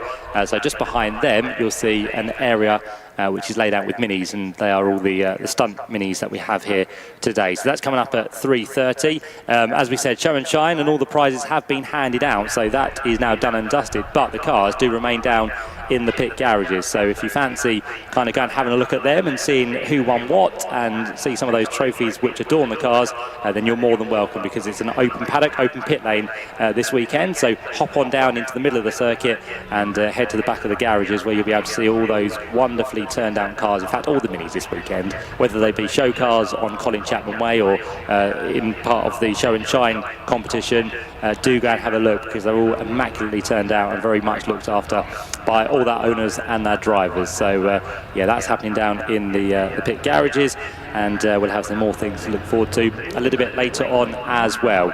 So next up, it is going to be the fastest mini in the world, our second race of the day. As we said, Harvey Deeth did a grand job earlier on of taking the win, and also the new lap record here at Brands Hatch, which we did kind of work up towards and say, yeah, it might be on the cards this weekend, and Harvey Deeth has not disappointed whatsoever. So let's see if he can do the double. Matthew Howe, after Jack spoke to him on the podium after that first race, he did say just wore his tyres out a little bit too quickly. So hopefully he's learned his lesson from that and can try and hold on this time. If he does get out in front, he just needs to be kind of wary that Harvey Deeth might come on strong a little bit later. So the grid line's up in front of us here at Brands Hatch, and it will be the starting order of how they finished race number 1. So it does mean that number 60, Harvey Deeth, finds himself on pole position, with number 18, Matthew Howe, alongside him on that front row. The second row then sees number 44, which is going to be the De Silvas.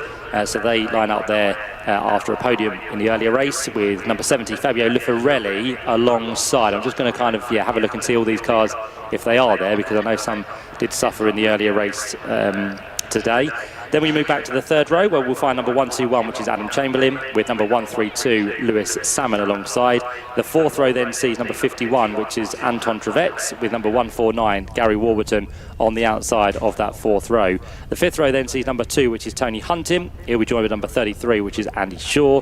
The sixth row then sees number 5, which is Nigel Deeth, and number 77, Richard Morris. Then behind that we have the seventh row, 777, Warren Salter, and number 19, Mark Goff. The eighth row, number 1, is Richard Morris, and 65, Clive Deeth. The ninth row, number 11, Jim Lyons, and 21, Richard Billingham. And at the back, number 66 is Lee Jones. And I think we are going to be good for a podium, because we have the cameras down there, and we do have a team hopefully ready to go. And if the team down there can hear me, there's a red button on the bottom of your microphone, and if you just push that red button, your microphone will come on. But if it doesn't, then we're not going to be able to have a podium. I don't know if the team down there can hear us. We can't hear them at the minute, unfortunately.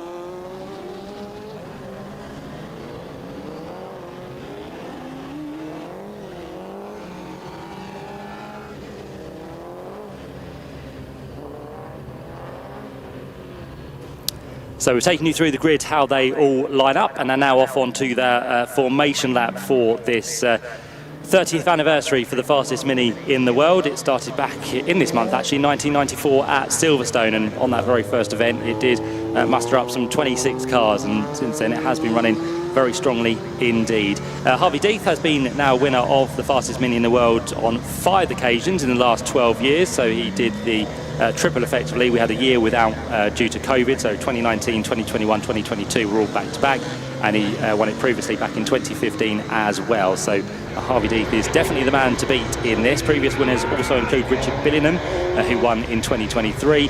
He is not here, unfortunately, today. He was out yesterday in qualifying, but Richard Billingham has suffered some ill fate with his car, unfortunately. Aaron Smith, who we've already seen out this weekend in his mini championship, was also a winner in 2018. Chris Slade has been a winner back in 2017. And Bill Richards, who was on the entry list for this one, he unfortunately is not here as well. He was a retirement, was Bill Richards, so he was no longer, but he was a winner, as we said, back in 2016. And we had Martin and Richard Wager, who are still strong supporters and racers in Mini. They were victorious back in 2014. So that gives you a little bit of a backstory on this race. And after the earlier one, we're in for another great contest of 15 minutes, because the cars are about to work their way onto the start-finish line. The red lights are on for what's going to be a rolling start, and Harvey Deeth is just creeping ahead of the rest of the pack, but now he accelerates away from the line and heads down towards the first corner. And already Matthew Howe has lost second place, because the silver car has gone up into second position as they turn now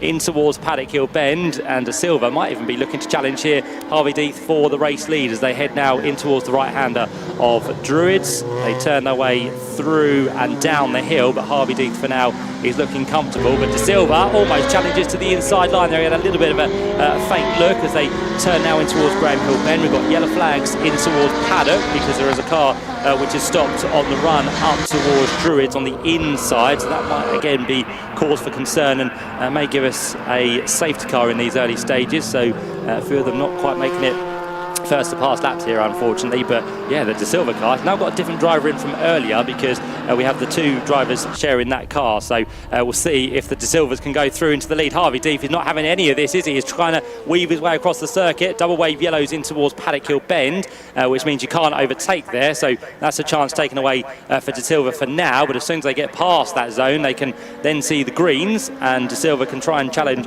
once again. It's either Rohith or Ashan in the car for this one. One of them did the first race, and then we have the second driver into the car. But definitely challenging the back of Harvey Deeth, who set the screens alight in the early race on lap number 2. So let's see at the end of this lap, can he get anything done? I don't think he will, because of those yellow flags. It's just going to kind of take that full lap of green flag away, which means you can't push for the entirety of it. So I wouldn't expect any quick times to come through in the next couple of laps, anything really to worry those of the earlier races. Again, De Silva tries to get along the start-finish line ahead, but of course as soon as he gets to the line he then has to back off, but not on this occasion, because the yellow flags have now gone. So it does mean, well, no, they're back now, because we are going to have a safety car actually, and De Silva's down the inside line, but the yellow flags were out and Harvey Deeth does back off. But whether De Silva saw that, I'm not too sure, because the yellow flags were waving, and to be fair, De Silva has seen it yet, so he backs off and does allow Harvey Deeth to go through once again. It was quite tight actually, because they went through Paddock. As I said, yellow flags weren't out, and all of a sudden they got through past the flashing light midway through Paddock Hill Bend. De Silva was still trying to challenge, and probably wouldn't have seen the board until on the run up towards Druids, but he probably did know he was ahead before, and that's why he got the job done. So they redressed the situation. And the car we have unfortunately lost is the number 66 car of Lee Jones. So that has just trundled its way to the inside. I don't think there was any contact. It was just a case of Lee maybe running out of steam or some sort of mechanical issue. But whether it is, he has pulled off to the side, which means now he is no longer in this race. But again, should be an easy recovery of that car, as the trackside recovery team go out there to lend a helping hand. So what is a short race already does mean we're going to have less racing laps to go once we again get the green flag. But as it stands, it is Harvey Deeth that heads to the field. Car number 60 ahead of the De Silvas in car number 44. Luckily it is silver, so the De Silvas in their half silver car. Third place then for number 18 is Matthew Howe, and then behind that we do see the car in fourth position of number 70, which is Fabio Lufarelli. And Fabio's had a bit of a strange day. He's had races where the car has faltered, and hopefully he can get to the end in this one, because with the help of a safety car, it might just save the engine, and it might just save the hot air being put through the car as much as it did in race number 1. Then behind the top 4 in 5th place we do have the 121 machine of what is meant to be Jamie Billingham, but I'm just wondering if we've had a driver change there, because it has, since race number 1, been showing a different driver, but I can't. Oh, I can now work out who that is. It's Adam Chamberlain in the 122 machine, but he is now in the 121 machine. So it was an addition to the programme, but now he is in that Jamie Billingham car. So he sits there in 5th place. 6th place is 132, which is Lewis Salmon. Behind in 7th place, number 51 is Anton Trevette, and then we see 8th place, number 77, Richard Morris. 9th place, number 1 is Richard Higgins, and currently in 10th position, number 65 is the second of the Deeths, which is Clive in his Austin Cooper S.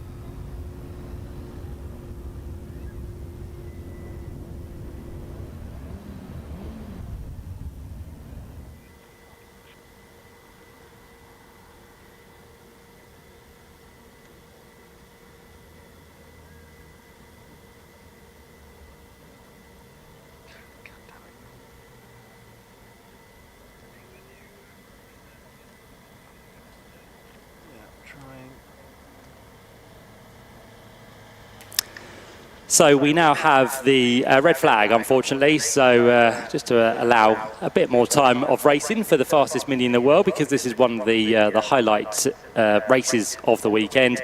We want to get as much time racing for the drivers as possible. I did say it would be an easy recovery for the number 66 machine, but nothing is ever easy, is it? Because that car might actually be stuck in gear. It might have a problem, which of course has led to the stationary moment on the circuit, unfortunately. So the number 66 machine of Jones is unfortunately not moving at the minute. We've also had a problem for Warren Salter, who is now into the pit lane. That was a little bit sluggish yesterday, today, and also yesterday actually. In fact, it lost a wheel yesterday in qualifying. So it's been one of those weekends to forget for the 777 machine. So the Mini Clubman it might have a chance actually of joining this race, because we are now under these red flag conditions. We'll get the grid lined up once again once we have the order confirmed. Whether we go back to the initial start or if we have what it was at the end of lap number 3, we'll have to wait and see. But of course the officials will be talking down there into the marshals' ears and making sure that they have the correct grid. They have indeed. So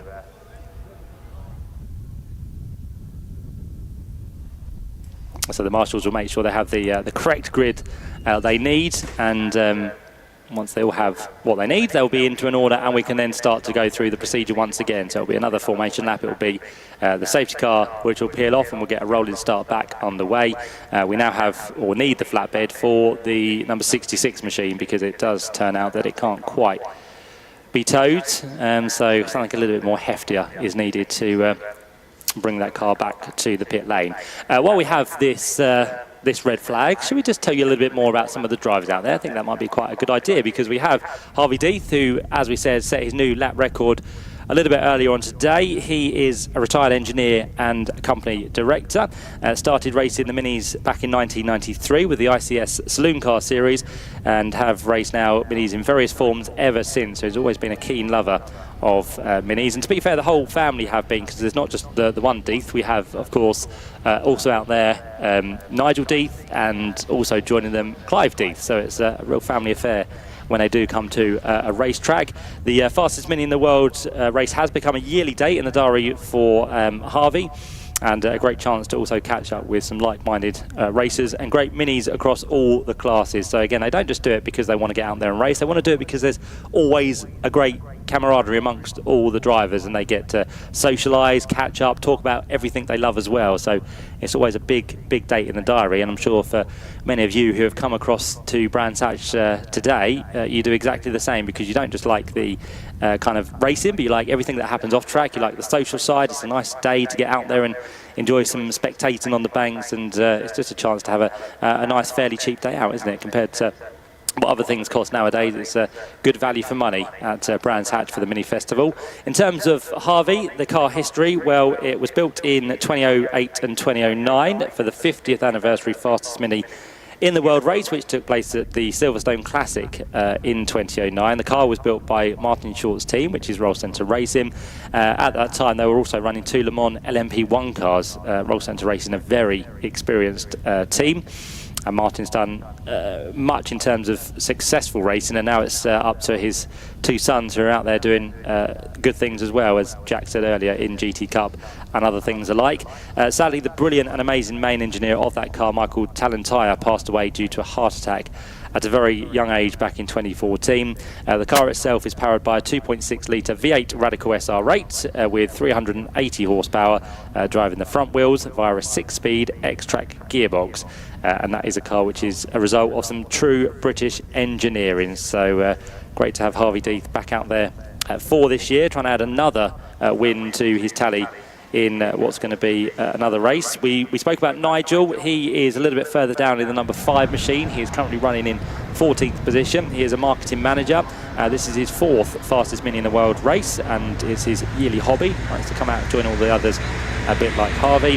As well as racing, he's also the race director of the fastest Mini in the world race, which continues to grow from strength to strength. And there's a lot of people watching them online today, across the world, wherever you may be. Hopefully you're enjoying the coverage so far, and it won't be too long until we get this race back underway. In terms of Nigel, still relatively new to racing, having only started racing back in 2019 before COVID hit, of course, and stopped many people going out on track and racing.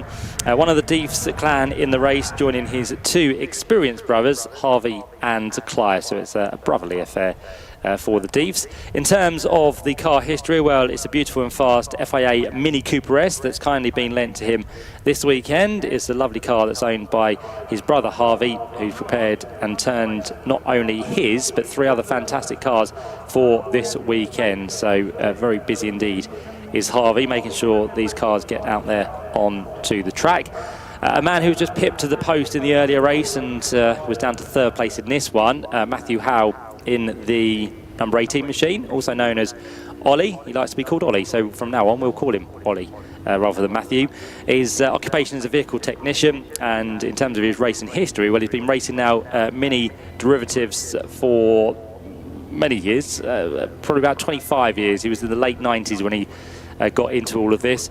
Took part in the fastest Mini in the world race back in 2004 in the Pete Cruddington Marcos, and he won it on that occasion.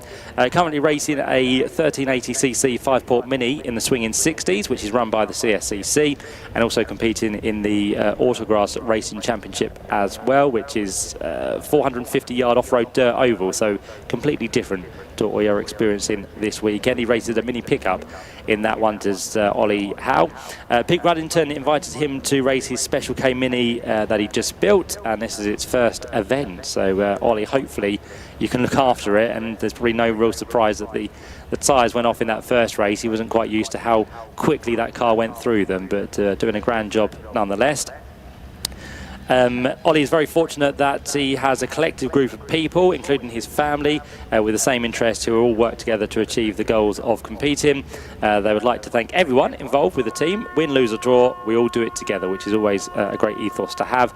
And in terms of the car, well, originally a TDK space frame built by James Dunkley and raced in the 2019 event. It has been completely re-engineered and rebuilt over the last 5 years by Pete Cruddington, as we mentioned.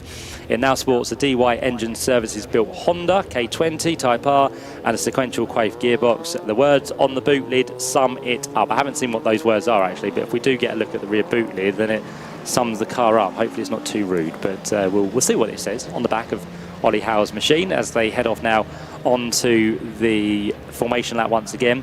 We were, as I said, expecting to see Bill Richards out, who's a local man. He's an engineer, has been racing now for, well, it would have been his 50th anniversary actually last year. Started racing back in 1974, but Bill had to withdraw from this meeting, but we were looking to see his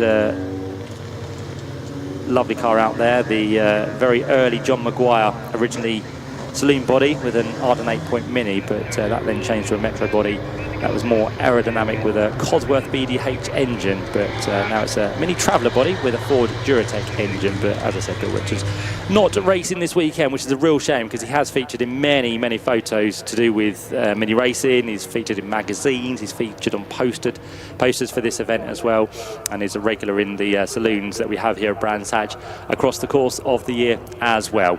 So off we go once again. It's a warm-up lap, a reduced distance of 10 minutes, so we did have the first 3 laps as we said, but as we are a little bit tight on time today, we need to make sure we get everything in. So it's a 10-minute restart for the fastest Mini in the world, and it's once again with Harvey Deeth on pole position. It's the De Silvas now alongside, so we do go back not to an original grid, but the lap completed at the end of lap number 3. So it does mean now that Ollie Howe goes down to 3rd place and Fabio Lufarelli is still there in 4th position. So we're a couple more light now, but we're still looking good and interested in this 10-minute race. But can Harvey Deeth take the victory? The De Silvas are having something to say about that. He's gone early, he knows he's under pressure, so off goes Harvey Deeth with the red lights go out now, and they head down towards Paddock Hill Bend. It's a little bit strung out actually as they make the dive off the edge of the cliff. They work their way in towards Paddock and up the other side, and it's Deeth ahead of De Silva, ahead of Howe. And has Fabio Lufarelli got a problem? Because that is a very slow Mini on the way towards Druids Corner. So I fear Fabio, it's the 3rd race in a row where this car is not on song in a race. So Fabio pulls to one side, and the majority of the field now have gone past through him, so not good news whatsoever. Up front though, Harvey Deeth already under pressure because De Silva is trying to get through, swings through the left of Surtees in towards the right of McLaren, and can De Silva get the job done? We know that car is quick in a straight line, but so is Harvey Deeth. But the question is, which one is the quickest as they work their way towards the line? And can we get a 49-second lap time out of this race? That would be absolutely spectacular this weekend. It would really put the icing on the cake, so to speak, as the top 3 head in towards Paddock. Good fight going on further down now. We've got number 51 machine, which is, I think, trying to make a move. Anton Trevette trying to get down the inside line of Richard Higgins, but that doesn't work because Richard Higgins in his Austin Mini goes round the outside and then all of a sudden just falters and slows. So was that a missed gear or again another issue with that car? But it was very slow on the run through Paddock and almost had into the back of it Anton Trevette with the Owen Fabrication Mini. But it looks good now as it works its way downhill, but that would have been a very scary moment for almost a stationary car ahead of Anton. But on his merry way he continues, now up into 7th position as they turn their way in towards 30s once again. And just up the road ahead of them is the 132 machine of Lewis Salmon. First flying lap, 51.180 for Harvey Deeth, but behind De Silva goes quicker, 51.109, but we're not down to the quickest time just yet, which is at 50, isn't it? 50.2 from the earlier race. So let's see if we can try and beat that. 50.288 is what we're looking for. So still got a good, what is it, second or so to go. And just wondering if the track conditions have worsened compared to earlier, because the temperature has risen, and with that can just sometimes slow the lap times as well, but we'll have to wait and see. Fabio Lufarelli, as expected, into the pit lane, so he has unfortunately suffered for the 2nd time today in this race. And Harvey Deeth comes through. He's still got very close to Silva behind. The gap has shrunk once more. Have we got more quickest laps about to appear? No, both now down into the mid-51s, although De Silva was quicker. Already a bit of lapped traffic to deal with. I think that's number 5 machine they're going to come up onto first, which is Nigel Deeth. I don't think Nigel will help out his brother too much. I think he's just going to try and stay out of the way, mind his own business, and make sure he gets to the end of this one, possibly inside the top 10. He might be able to scrape in if there's any more problems for those up the road, but he works his way slowly down towards Graham Hill Bend as the fight further back between what's going to be Higgins and Trevette continues, and it looks like Richard Higgins has gone back ahead. Massive wheel arches on that car actually, as the quite impressive from Richard Higgins. So out of the corner of Druids he comes. Trevette still sits there in 8th position now behind, but for the lead it was half a second. Is the gap down once again between the two of them? Yes, it is, only fractionally on that occasion by a few thousandths of a second, but De Silva is looking really racy as we've got a yellow flag at Paddock Hill Bend. Someone else has gone for a bit of a spin. They are able to rejoin, almost drove into the gravel trap on the other side of the circuit there, but they do get back on, now trying to keep out of the way of the leaders that were coming through. I think that's Andy Shaw actually that's gone round, number 33. So yeah, he rejoins. He had an earlier problem, didn't he, as well in the first race of the day, so not been without his problems either. Nice line spin taken now from the number 44 machine in second place. So De Silva, nice run through Surtees, and that car ahead of him of Harvey Deeth continues to spit flames out the side, which is another wonderful trait that this car has. It gets a little bit wobbly onto the start-finish line, so the power it has in this Radical SR8 engine, which is under the bonnet, is truly remarkable in such a small, lightweight car. So Harvey Deeth pushes on, 52.3, so lap times are definitely falling away, whether that be, as I said, track conditions or maybe the traffic is just not really helping them at the minute, so they're just having to be a little bit cautious on their way through as Harvey Deeth now goes to the inside of what looks to be Tony Huntim in the number 2 machine. So Tony steps out of the way in the Morris Cooper, and we've got another retirement as well, number 132, Lewis Salmon in the Rover Cooper. He's now pulling in through the back door, so it's been a race of attrition so far with 5 minutes to go, so half of the race effectively now completed after the restart. As on towards the start-finish line comes Harvey Deeth. Is this a chance for De Silva to come through? He's got a good turn of speed, but Harvey Deeth just has that second burst which keeps him ahead, and if De Silva can't be later on the brakes, then there's going to be no way through. So we stay as we are, but the gap is literally nothing. There's a car length between them as they work their way through Paddock Hill Bend and back up to Druids for the 7th time of asking. Back into the 51s for the top two as well. 51.9 for Harvey Deeth in the lead, 51.8 for De Silva there in second position. Another slightly slower car to work their way through now at Graham Hill Bend, which I think again was Deeth, wasn't it, in the number 5 machine. And here possibly comes De Silva. No, he had a look out, didn't he? But it was only a faint look, and then managed to get back in because he wanted the preferred line into the corner to complete the lap. So looks like it's coming, doesn't it, De Silva? But is there going to be a chance? This is the big question we keep saying, but we'll have to wait and see. There's no real way through on that run across the line because there's another car to work their way through. We've also got a good scrap going on as well for the 121 machine. This is the Adam Chamberlain machine, which is having the fight with a Class C car, which is very unusual. That's Clive Deeth. So although Clive is in a completely different class with much less power, he's managing to stay inside the top 5 and not too far back at the minute from Adam Chamberlain. So that's good scrap for 4th place in towards McLaren and Clearways. Ollie Howe still runs 3rd. He is a long way up the road because he's just working his way now onto the Cooper Straight, about 5 or 6 seconds behind the race leaders. I think Andy Shaw's got another issue. That car is weaving across the start-finish line. That was the one that had some smoke earlier on. We thought it might have a tyre which was rubbing on the bodywork. So Andy Shaw is down in 10th place, but with another car which is starting to ail. Behind the number 65 machine at the minute, Clive Deeth, we do have potentially Richard Higgins starting to catch up. What was his lap time? 56.1. So yeah, he was over a second quicker, and he is 3.6 seconds adrift. So Higgins might have a chance of trying to challenge here for 5th place, but he's only got 2 or so minutes to go. But whether he's got the charge in that car, we'll have to wait and see. We know it had a bit of a falter earlier on, didn't it, through Paddock Hill Bend where the engine or a gear was missed, but he's now definitely pulled his way far from Anton Trevette in the number 51 car. And De Silva has now, has he got through on Harvey Deeth? No, Harvey Deeth's gone, isn't he? He's bolted up the road. So Harvey Deeth, while we've been looking at the other classes and the other runners, Harvey Deeth goes through, and he's going to be 4.7 seconds clear. That was a very slow lap for De Silva, so there was definitely a problem for the 2nd place car.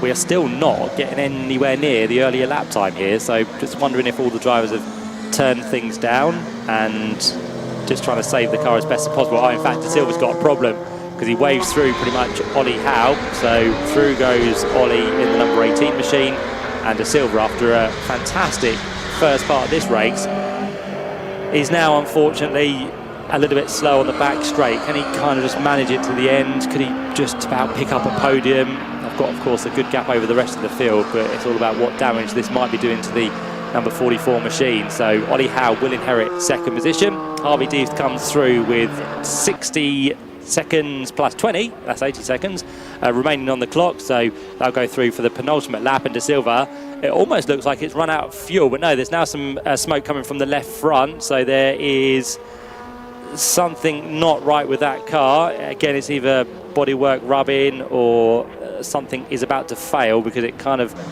sporadically comes and goes. So De Silva's going to try and limp round. He's got this lap and one more to do if he can. I think he's still just about remain on the podium, because we still haven't had Adam Chamberlain through. He's just turning his way now in towards Surtees and McLaren. That is the orange Mini, the 121 machine, and right with him now is going to be the 65 machine. So that's going to be Clive Deeth, who's about to be latched by Harvey Deeth on the outside. So they give each other plenty of room. They're almost like brothers, those two, in terms of cars. They are actually brothers in real life, but the cars are almost identical. One's has got a massive engine and a huge rear wing, but in terms of colour and the livery, they are almost identical. So through goes Harvey Deeth now onto the last lap, past and up to Lappery in terms of fourth position. He's going to get another one, I think, before the end of the race as well, and can, as we mentioned, the number 65 machine of Clive Deeth, get himself higher up the order in what, as I say, is a Class C car. He's going to win the class by miles by the looks of it, but it'd be nice to take one more place away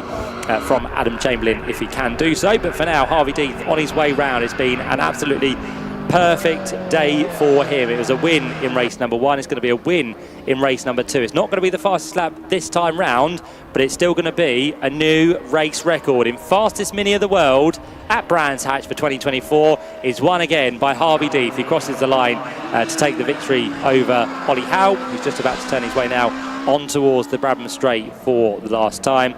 He'll come through and didn't quite have the pace to live with Harvey on this occasion, and he wasn't able to get ahead of him whatsoever. So 12.3 seconds is the gap. Third place, will it go to the De Silvas? Because have they managed to carry on, or are they still trundling round even slower, or has that car pulled off the circuit? Well, I can't actually see it. Oh, there it is, just going in towards 30s now. So I think De Silva will make it, and it will be in third place. Quite bizarrely, because his lap times have been down in the 1:12s, which are around about 20 so seconds off what he should be doing. So he's going to limp it all the way to the flag, and it will still finish in third place. So great credit to this car and the driver, and De Silva will come through now to be the last car on the lead lap. Well done, that man. So across the line goes De Silva, third place, 58.8 seconds back from Harvey Deeth as the race winner. Fourth place then to number 121, already taking the checker flag for Adam Chamberlain. 65 in fifth place, that's going to be the car of Clive Deeth, and then behind that we had number 1 Richard Higgins, 7th place number 51 Anton Trevette, 8th place number 149 was the car of Gary Warburton, and then behind that we had Tony Hunting and another man who also made it to the checker flag, Andy Shaw in his Mini Cooper S there. So well done to him after his problems, what he looked to have. So Harvey Deeth, your winner by 12.5 seconds. Matthew Howe second, with De Silvas in third. Adam Chamberlain, Clive Deeth, Richard Higgins, Anton Trevette and Gary Warburton the top 8, with Tony Hunting, Andy Shaw and Nigel Deeth completing the runners in that second fastest Mini in the world race. Class winners, well, Class A went the way of Harvey Deeth, Class B went the way of the number 1 machine of Richard Higgins, Class C, and one of the drives of the race, I think, that is going to go the way of Clive Deeth. So well done to him. And your Class D victor is going to be the 149 machine of Gary Warburton in the Rover Mini. So they are your class winners and also your top 10 overall. And that concludes this year's fastest Mini in the world, which we do hope will be back in the same form for next year, and we can see if they can go even better. And maybe we might be able to, after a year of kind of looking after those cars, fine-tuning them even further, could we possibly get down to the 49s at next year's event? It'll be good if we can, but there's going to be a lot of hard work to do from all of those drivers. So they're now back into the pit lane. Hopefully we'll have a podium in due course. We've got more Minis on the way very shortly, because it's the third and final race of the weekend for the Mini Miglias. They did kick us off this morning, didn't they, with a second race that got the racing underway. So we've got that to come very shortly.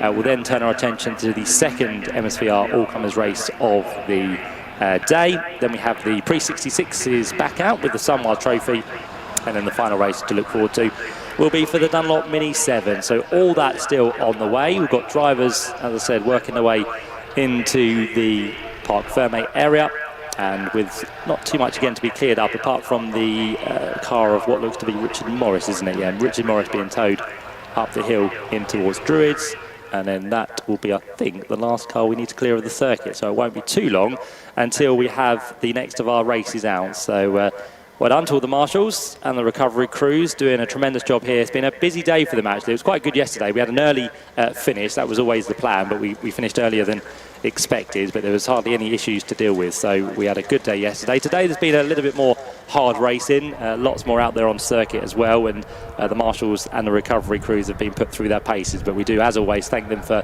their tremendous works around the circuit, down in the pit lane, in the assembly area, wherever they may be. They do a fantastic job, and of course without them we would not be able to go racing, so we do thank them for all that hard work this weekend. They give up that time for free. They are all volunteers, and of course if you'd ever like to get involved and be part of the marshalling team, there is just one place you need to go, really, marshals.co.uk. That is the place that you can find all the information, or if you want to work for a particular club and find out details from them, then of course you can head to respective clubs' websites. But of course for this weekend it is being run by MSVR. You can find all the details about what they do and how you can get involved in marshalling with them as well. Just head to their website, msvr.co.uk, and there'll be links of course there to try and find out how you can get involved. So cars very shortly to be working their way to the grid. We can see them all down there in fine formation once again, and it's going to be another hefty grid to get through for the Mini Miglias.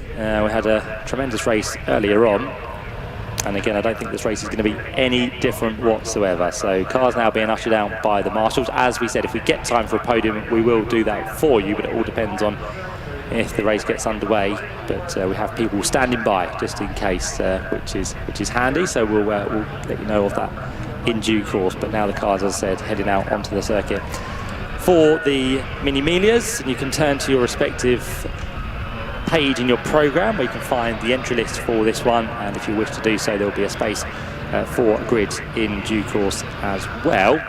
And the grid for this one we'll run you through in just a few seconds time.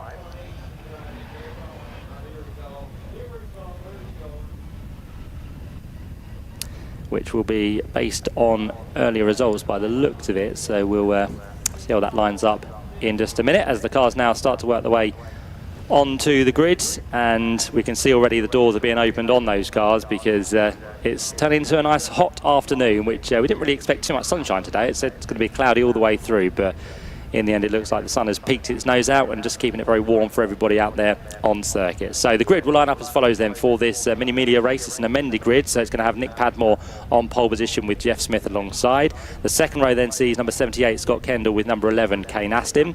Further back on row 3, number 5 Phil Bullen Brown and 49 Martin Wager. The fourth row, number 12 Endarth Owens, joined by what's going to be number 8 Colin Peacock. The fifth row, number 98 is going to be Ian Curley with 1 Aaron Smith. The sixth row, number 29 Damien Harrington with 37, which is James Cuthbertson. The seventh row, number 76 Joe Polly and 89 Sean King. The eighth row will see number 64 Alex Osborne and 86 Nick Paddy. The ninth row, number 84 is Ryan Taylor and 99 Mark Cowan. The 10th row, number 53 is Jodie Leeds and 91 Thorburn Astin. The 11th row, number 20 Mark Sims and 23 Rupert Death. The 12th row, number 24 is Steve Ewell and 34 Joe Ferguson. And number 25th position is number 44, which is Elliot Stafford. Some of these might be with problems, so we'll get to that in just a few minutes. Then we have the Libra grid, which is headed by number 126, which is Peter Mills, joined by 474 Josh Evans. Next row, your number 133 is Les Stanton, with number 595 Julian Proctor, and towards the back of the grid we should be seeing number 113 Philip Harvey and 969, which is Steve Trench, to complete the Libras that we have out there on the grid. So off they go onto their formation lap, ready to get 20 minutes of racing underway. We did see the Minis out earlier, as we said, with the Miglias for the first race. It was a bit chaotic. It was a race which we got underway nicely, but then all of a sudden there was drama in towards Paddock Hill Bend because we had contact between Endalf Owens and Rupert Death. Now Endalf's car is there. That managed to get out for the restart of the Miglias, and I think Rupert Death's car has been repaired as well, because I can see a black car towards the rear, which would indicate that is Rupert's car. So I think that is all present and correct. And the other ones that had problems, of course, on the exit of Druids were that of Thorburn Astin. He was involved with Mark Sims in the number 20 machine, and also involved in that one was the car of Elliot Stafford. Now, whether all those three are out, I'm not too sure. We did have some heavy contact for what looked to be Thorburn Astin's car. That is a pink one, so if I look a little bit further down, have we got that car on circuit? No, Thorburn Astin's car is not there. I don't think Elliot Stafford's car is there either, no. So those two are missing, which is no real surprise.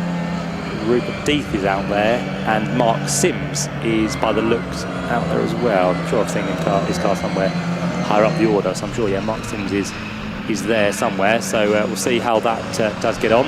Joe Ferguson was in strife yesterday, I think, in qualifying. He was in strife in the first race. I don't think that car has made it out either. So we are a few by the wayside, unfortunately, and they were going to be quick drivers who would have been coming from the back of the field. So that is a bit of a shame, but the ones we need towards the front are all present and correct. So up into position comes the 56 machine of Nick Padmore. He has done all the winning so far this weekend. Jeff Smith lines up alongside. He came here as the championship leader within the Miglias, and then behind that we have the Scott Kendall machine, the bright pink roof. You won't be able to mistake that one for anyone else. So he is there in third place with the blue and white livery on the side of the car, and then alongside Kane Astin has gradually been making his way to the head of the order. So Kane is there in the fluorescent yellow with the grey bodywork that sits on the outside of row 2, and then Phil Bullen Brown in the bright orange, pink, red, whatever colour you want to call it, on the inside of row 3 with Martin Wager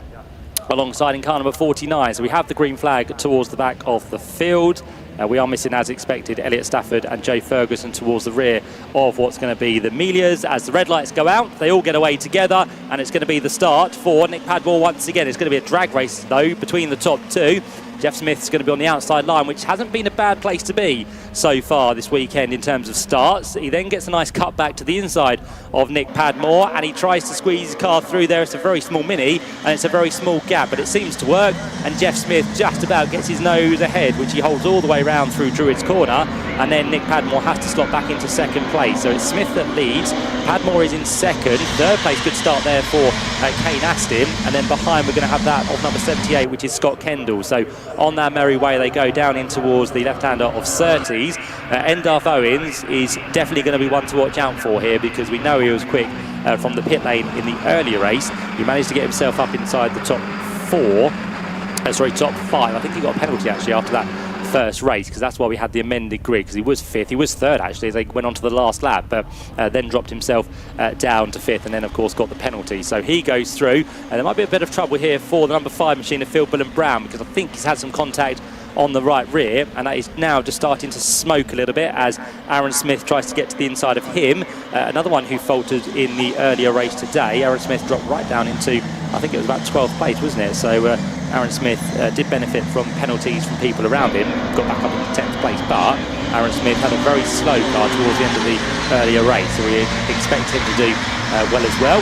He is a former champion and a 4-time champion, in fact, in this championship, so he will be another one to keep your eye on in that number 1 machine. But just for now, the top 5 starting to eke out a gap, as trying to look down the inside there was the number 78 machine of Scott Kendall, but that doesn't really equate to anything, because Kane Astin has a little nibble at the back of Nick Padmore as they come back onto the start-finish line once again. 5 for the lead, with Endalf Owens at the back. 6th place leading the next train is Ian Curley. He contested quite hard the podium places in race number 1 as well. And Endalf Owens, just to say that he has now gone through into 4th place. So move done on what's going to be Scott Kendall. So Endalf Owens makes 1 up, and now he'll set his sights on the final step on the podium to try and get his way past Kane Astin and Kane's a hard racer. We've got trouble up at Druids Corner, and the number 24 machine has been pushed round. I think he was run over the top of, not quite on the roof, but over the wheels there.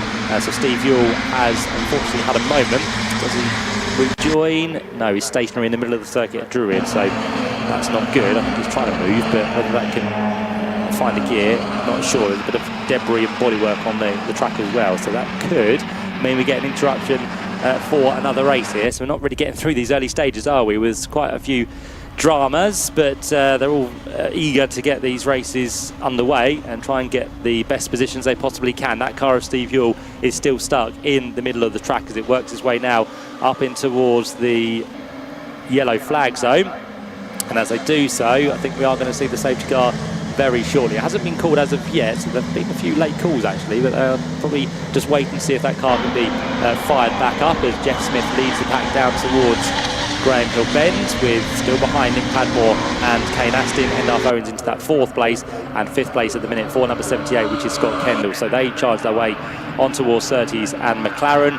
Still, Steve Yule has not moved, so Marshals will run onto the circuit, but I don't think they're going to be able to help in the space of this very short Brands Hatch lap. They're going to try and maybe push it to the inside of the circuit, but as I said, this lap is not that long, and there are marshals on circuit as the field is about to come up to that point of the circuit. Jeff Smith now goes to the inside of Nick Padmore. I think he was more defending than attacking there, so through they go in towards what will be a double wave yellow, and marshals now have to sporadically disperse from the scene because, as we said, the pack comes around very quickly, and still Steve Yule's car cannot be moving. Of course, the more that we go through, the more the field is spread out and gives it less chance for Steve Yule's car to be recovered. So I do think we are going to need a safety car somehow, because we're not looking likely to move it. Although marshals are still standing by at the minute, so they're determined to get rid of this car as best as they possibly can, as the leaders work their way then onto the right-hander of Clearways and Clark Curve, and Steve Yule's car, yes, will be pushed to the inside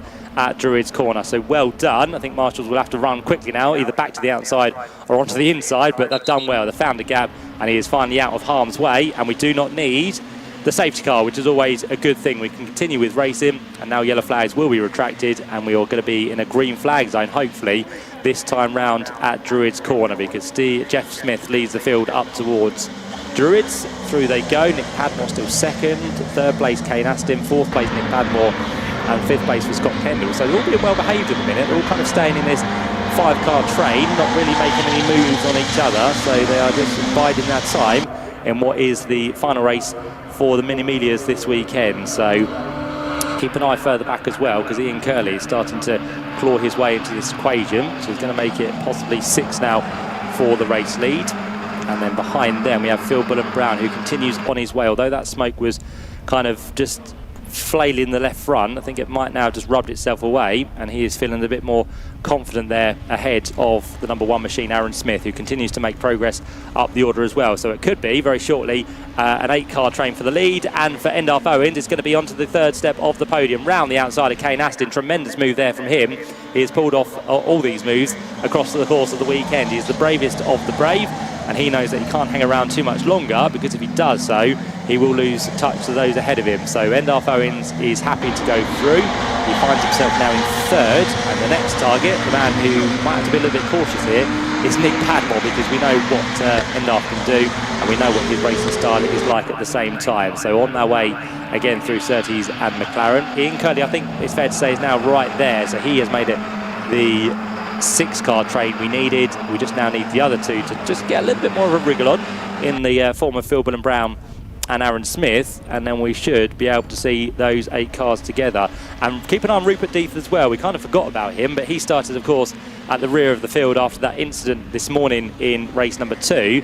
He is now 3.5 seconds back from the pack ahead of him, but he is at the lead of the chasing pack. So again, if they all start squabbling up the road, which they are pretty much doing now, then Rupert Deeth's going to be there quicker than we think. So keep an eye on that all black car number 23, just coming now from Druids down towards Graham Hill Bend, where the leaders are. And it's still Jeff Smith, who is just about hanging on ahead of the new 2nd place car now, which is going to be Endar Owens. So he got a place away last time through. He gets a place away this time. Maybe on the next lap he'll get the place away to take the race lead. But Jeff Smith, as strong as he has been this weekend, he hasn't managed to hold on to a win. So championship leader prior to Brands Hatch maybe would like to end the weekend in style, but Endalf Owens might have something to say about that. Gets a good run down towards Paddock Hill Bend. This has been the move he's made on multiple occasions, and it's going to happen again. Round the outside for Endalf Owens. It's the sideways Endalf Owens who controls the car nicely, just about skirts through without very much running into the gravel trap, and he does work his way now into the lead of the race. So brilliant stuff there from Endalf Owens, and with that he is going to head the field down towards Graham Hill Bend. So he flirted with the edge of the gravel trap at Paddock Hill Bend. It was a very, very late move round the outside, and with that you need to make sure you brake and also control the car at the same time. So Owens is now your leader. We're going to have a change for fourth place possibly now, because we've got coming through, or trying to come through, Scott Kendall on Kane Aston, but the grey and yellow machine of Kane does hold on to fourth position. Scott Kendall might try and get the cut back on towards the Brabham Straight. So they're going to be nose to tail. Maybe a little bit of a push coming from Scott Kendall just to eke the gap open.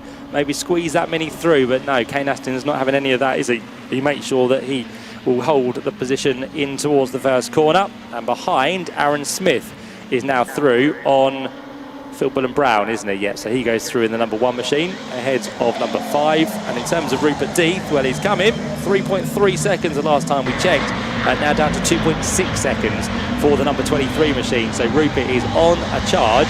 He still has 11 minutes to go, so we're not even into the second half of the race at the minute. So if he's done this in the first half, let's see what he can achieve in the second 10 minutes of this 20-minute encounter. So keep an eye on that progress as it stands.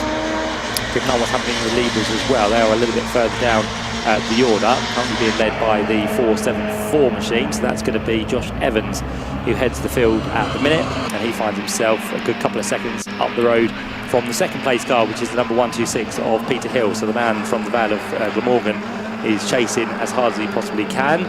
Still no change in terms of the top runners at the minute, as Mark Sims is working his way through. And to be fair, Mark Sims, with that earlier incident where he was taken out on that first lap, he hasn't made as much progress as Rupert Deeth, but just wondering if there's still a little bit of a niggle with that car. But Mark Sims for now up into 16th position.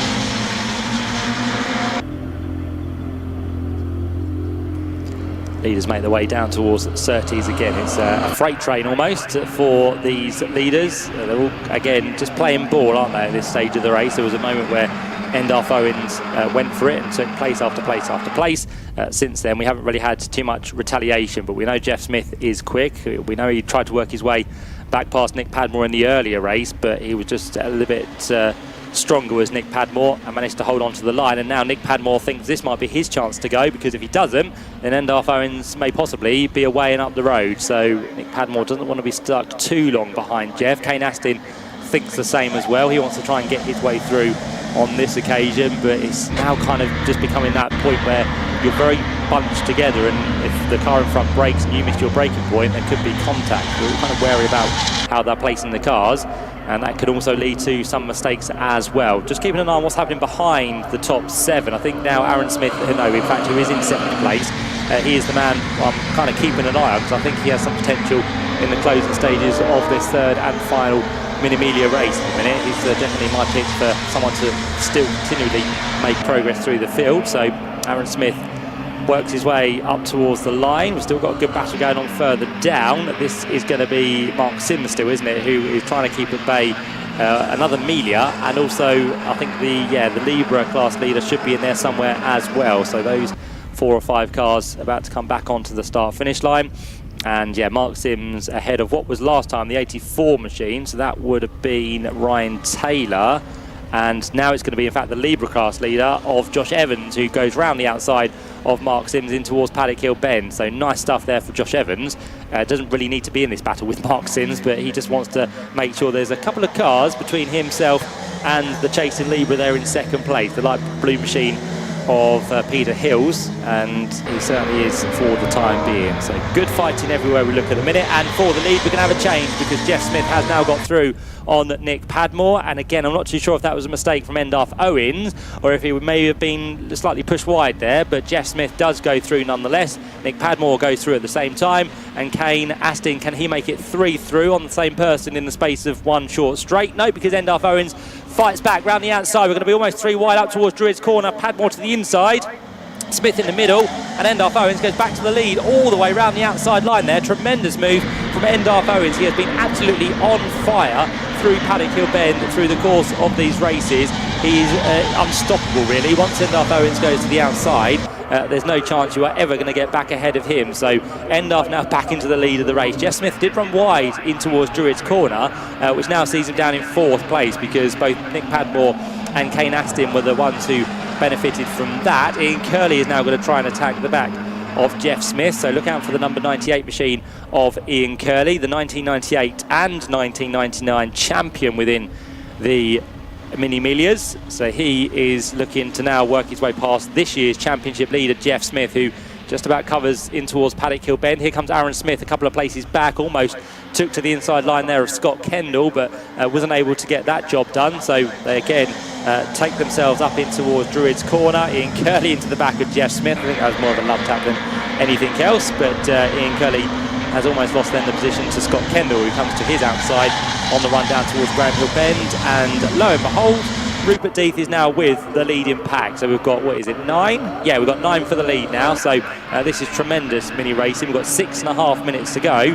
Rupert Death onto the back. Aaron Smith hasn't made any further progress in that number 1 machine, so hasn't really been able to find the gap through. And in fact, I think he's lost that place to Phil Bullen-Brown, who is now back ahead of him up into 7th position. Yeah, so Phil Bullen-Brown's gone through. Rupert Death is about to try and go round the outside of Aaron Smith on the run down towards Paddock Hill Bend, and that will be surely the place away. It's going to be hard. It's going to be a hard task, but no, Rupert Death can't get it done. Thought he was then, and he's sideways almost into the gravel, which is a very scary moment for Rupert Death. Held onto that very well, but there's definitely at least one wheel in the gravel as they went through Paddock Hill Bend. It shows how hard he was pushing to try and do a similar move to what Endarth Owens did a lap ago, which got him back into the lead of the race. So off we go once again down the Cooper Straight.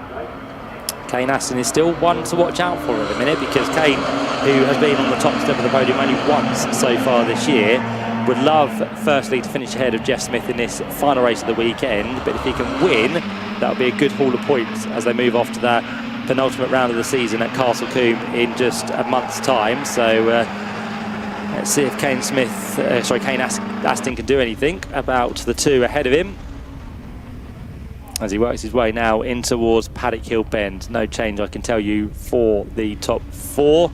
And behind, Rupert Death hasn't made any progress either, so he is still the all-black car at the back of the train as they now go in towards Druid's Corner. So Endarth Owens, car number 12 that leads. Second, number 56 is Nick Padmore. Third place, number 11 is Kane Astin. And 4th place is going to be number 46, Jeff Smith. Behind, 5th place, I think it's just changed because Ian Curley, no, in fact, he's stayed in 5th place. Ian Curley, he was defending from Scott Kendall. He was trying to get himself back through. Number 5 is in 7th place, which is Phil Bullen-Brown.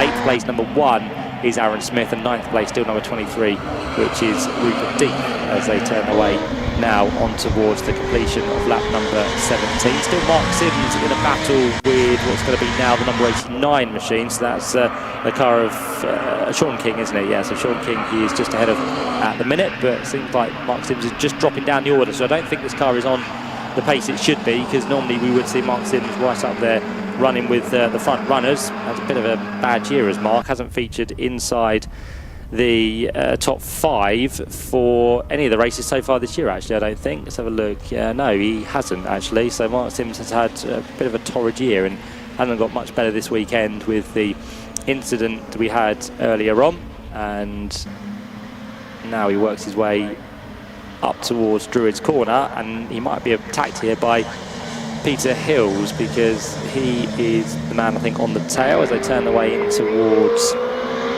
Druids. In fact, Peter Hills has dropped right down the order for some reason, so he is now a long way back from the leader in the Libras, which is still Josh Evans. So he is long gone up the road, is Josh Evans, as the rest of the pack in terms of the leaders now heading towards Paddock Hill Bend. This is where we have the closest of the fight so far. This is a dicey battle out front, although the top 4 now just starting to spread the rest of the pack.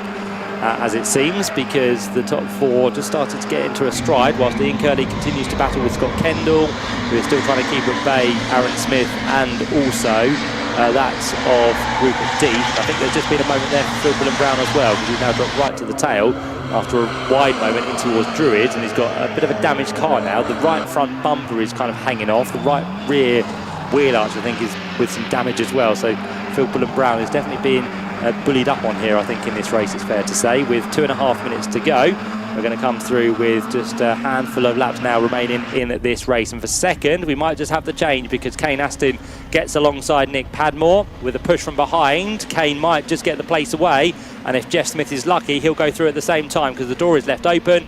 Nick Padmore had no chance of shutting it because Kane Aston was already there, and Jeff Smith does take his opportunity to get up into the podium places. Although Nick Padmore, double winner so far this weekend, fights back again. There's debris in the middle of the circuit at Druids Corner, so that shouldn't be too much of a concern for the drivers. If it does get hit, that's not a problem. That'll go wide of the circuit and then out of harm's way. But on our way we now go. There's some traffic for the leaders to deal with, so straight away Endarth Owens is on the flashes just to say, I'm coming through, do not hold me up. That's not what I need. I would like a victory here this weekend at Brands Hatch. So Endarth Owens goes through, has only done a bit like some of the competitors this season, the highlight meetings, that being Donington Park at the beginning of the season, and also the support race at the British Touring Car Championship at Thruxton. Apart from that, Endarth Owens hasn't done any more races so far this year, but this would be, for Endarth, a first win of the season, if he can keep him, second win of the season, because he did take the win at Donington Park, so he's on for his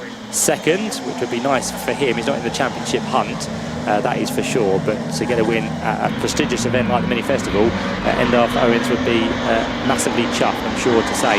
Jeff Smith now through the traffic. He still runs there in third place. Where's Nick Padmore? Is he down to fourth? Yeah, he is down to fourth, and he's actually falling into the clutches of Ian Curley as it stands. So Nick Padmore, maybe his car and tyres have just started to fade away in this third race of the weekend. Normally for the championship we only have 2 races per meeting, but for this weekend, because it's such a special event, we have got the 3 races. So maybe again the tyres and the cars being put much more through the paces that they're used to, as across the line we go then to start what's going to be the last lap of the race. Aaron Smith now alongside Ian Curley, going to get the run down towards Paddock Hill Bend on the inside line. Rupert Deeth's going to say, yep, I'll have that place as well, but Rupert Deeth going to get the job done up on 2 wheels in towards Paddock Hill Bend. Is still on the inside for now of Ian Curley as they hit the brakes in towards Druids. Can he get the job done in the all black car? Ian Curley is quick round the outside. He holds on to it and have the preferred and inside line in towards Graham Hill Bend, and Ian Curley, I think, will hold on to 6th position, but Rupert Deeth, this has been a tremendous run. He's going to lose another one, is Rupert, because he runs wide and sees Scott Kendall back down the inside of him. But let's see if they can have a drag race to the checkered flag, which is now being prepared. The clock has ticked to 0, and Endarth Owens is going to win by, I'd say, just over a second, which seems to be very comfortable in Mini Miglia racing this year. So Endarth Owens up towards the line, first win of the weekend, but second win of the season for Endarth Owens. Things have come good in the last race of the weekend for him. Second place goes the way of Kane Aston. Third place then to number 46, which is Jeff Smith. And then behind that we have Nick Padmore in 4th place, double winner previously this weekend in the 2 races prior, with 5th place going the way of number 1, which is a good recovery there for Aaron Smith.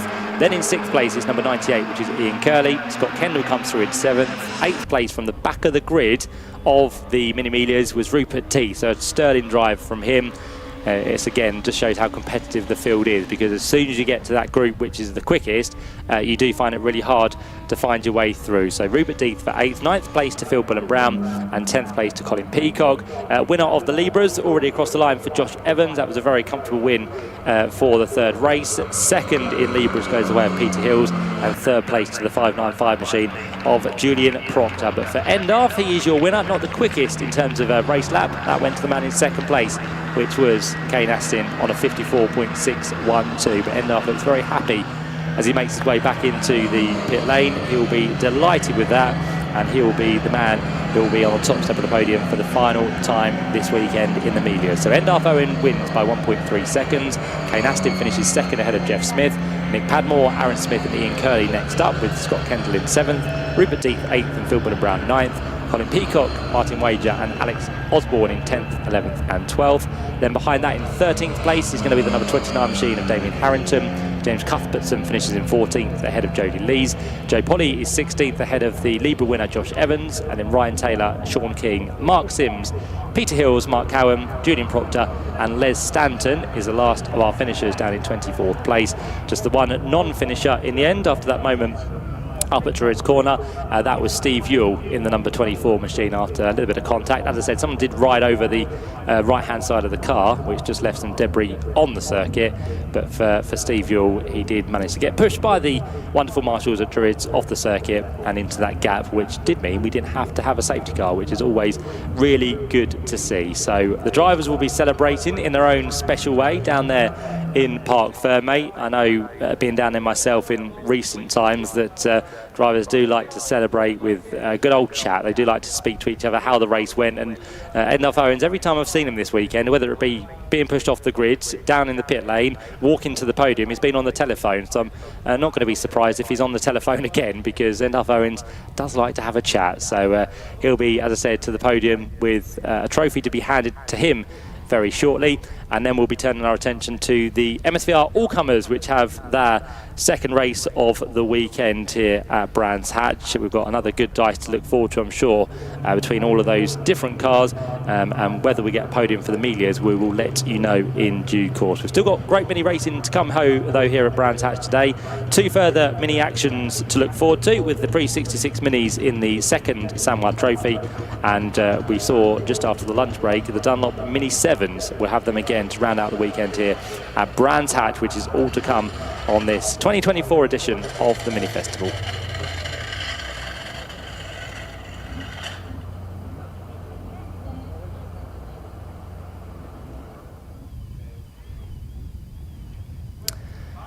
So the car's already being ushered onto the grid for the MSVR All-Comers, so we will get you through the grid for that one and keep an eye on the podium as well, because I think there is the team down there standing by, so we should be able to hopefully fit the podium in for this one. We'll keep an eye on drivers also working their way down the pit lane, because as soon as we see them, we know that they are heading in the correct direction. So hopefully they're going to be rounded up by the team down there in Parc Fermé. But our second MSVR All-Comers race is on the cards for 20 minutes, and the grid lines up after the results of race number 1. So we'll see number 10, Tim Bishop on pole position.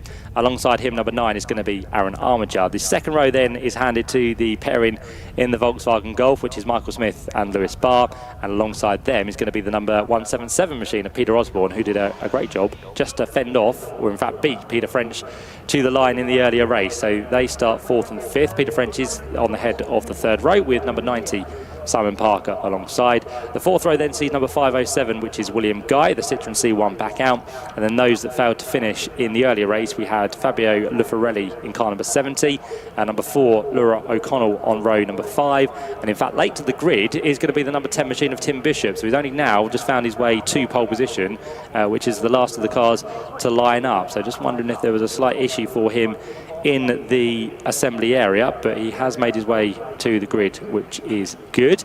All of the 9 that we need are there. We had, of course, the 2 non-finishers earlier on, Fabio and also Laura. Laura had a couple of spins and decided to bring that car into the pit lane, and Fabio suffered with some mechanical issues, which have been the case for most of the day in whatever he's raced, unfortunately. So whether it's his driving style or whether the cars are not quite set up correctly, but Fabio is back out there, which is good to see. It is VW Corrado silhouette, and that'll be hoping to work its way through and possibly take the fight to Aaron Armiger once again in the number 9 Vauxhall Tigra, which starts up there on the front row of the grid. So very shortly we'll have the formation lap, just waiting for the countdown, also waiting for the car of Steve Ewell to come back into the paddock as well. That's just being towed by the trackside recovery team, so as soon as that's off the circuit, that will be our chance to get the green flag underway for this MSVR All-Comers race, which was scheduled to get underway at 10 past 4, and we are not too far away from that now. So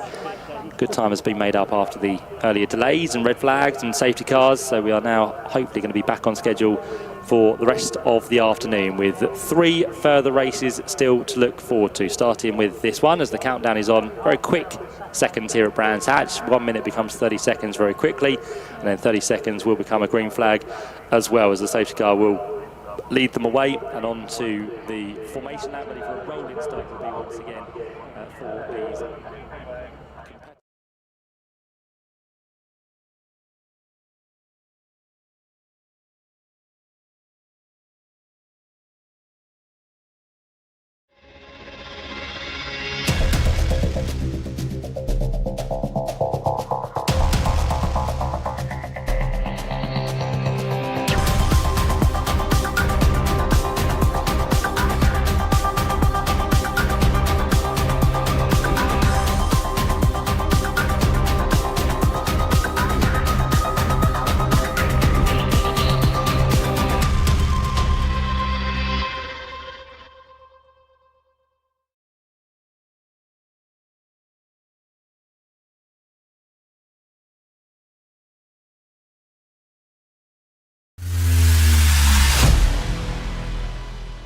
I'm here down in the paddock with Ian Curley, who's joined us back this year in the Mini Miglia. How was that?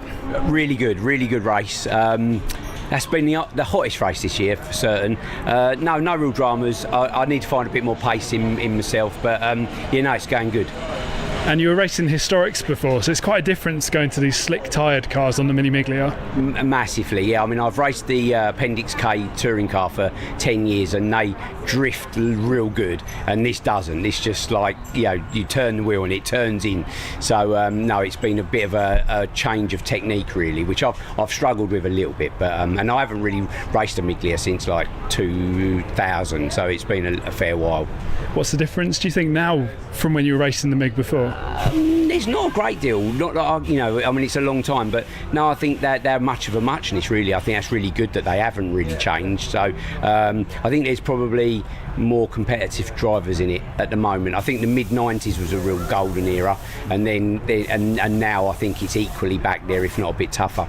Specialised mouldings, you make a lot of the carbon fibre for these cars. Yeah, that's right. We do a lot of classic Mini stuff. I mean, we're fundamentally a motorsport composite company, so we make all the bodywork for like the Napa Ford touring car team, Mini Challenge, loads of other customers, and so we're very heavily motorsport orientated. And I think the Mini part is just through my passion of racing the Mini, and fundamentally there are a lot of my mates who race them, so they all come and take the stuff for nothing off of me.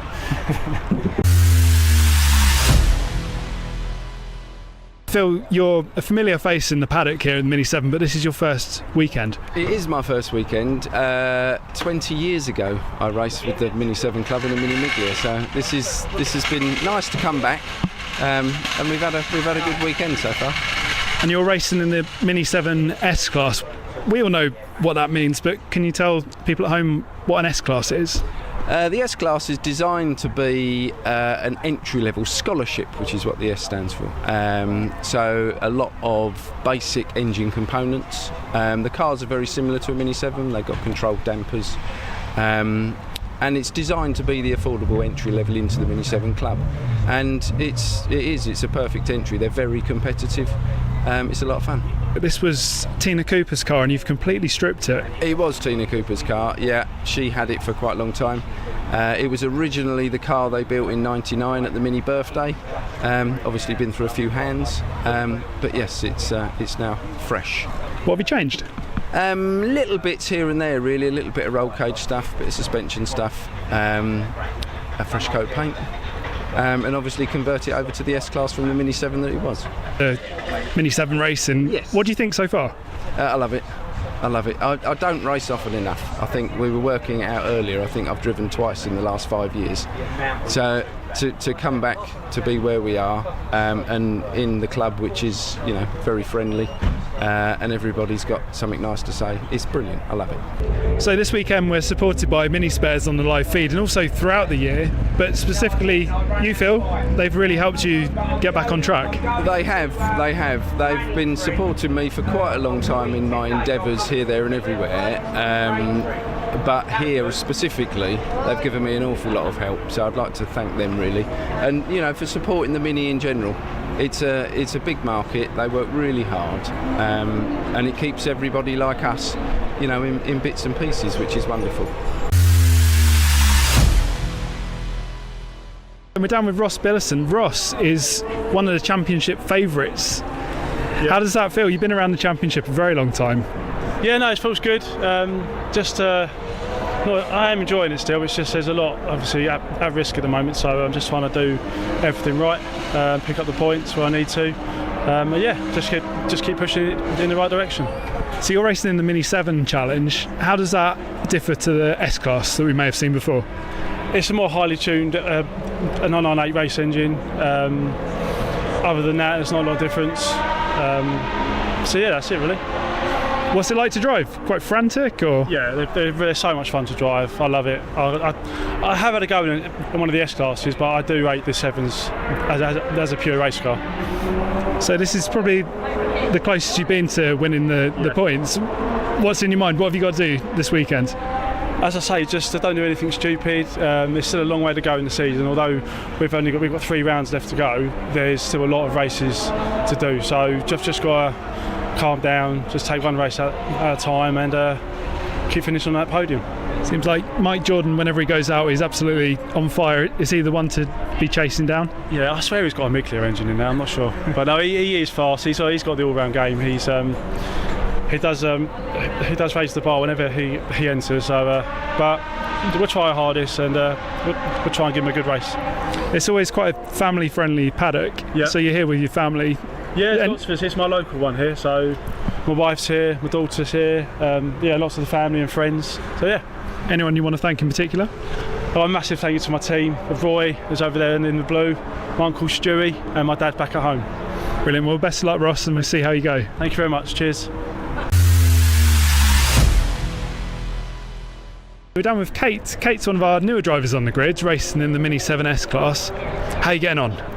Great, thank you. I'm in my learning phase, so I'm really excited just to get out on track, learn what it feels like to race a car. So different to normal driving, as I've learned. So yeah, I'm really enjoying it at the moment, yeah. And why Mini?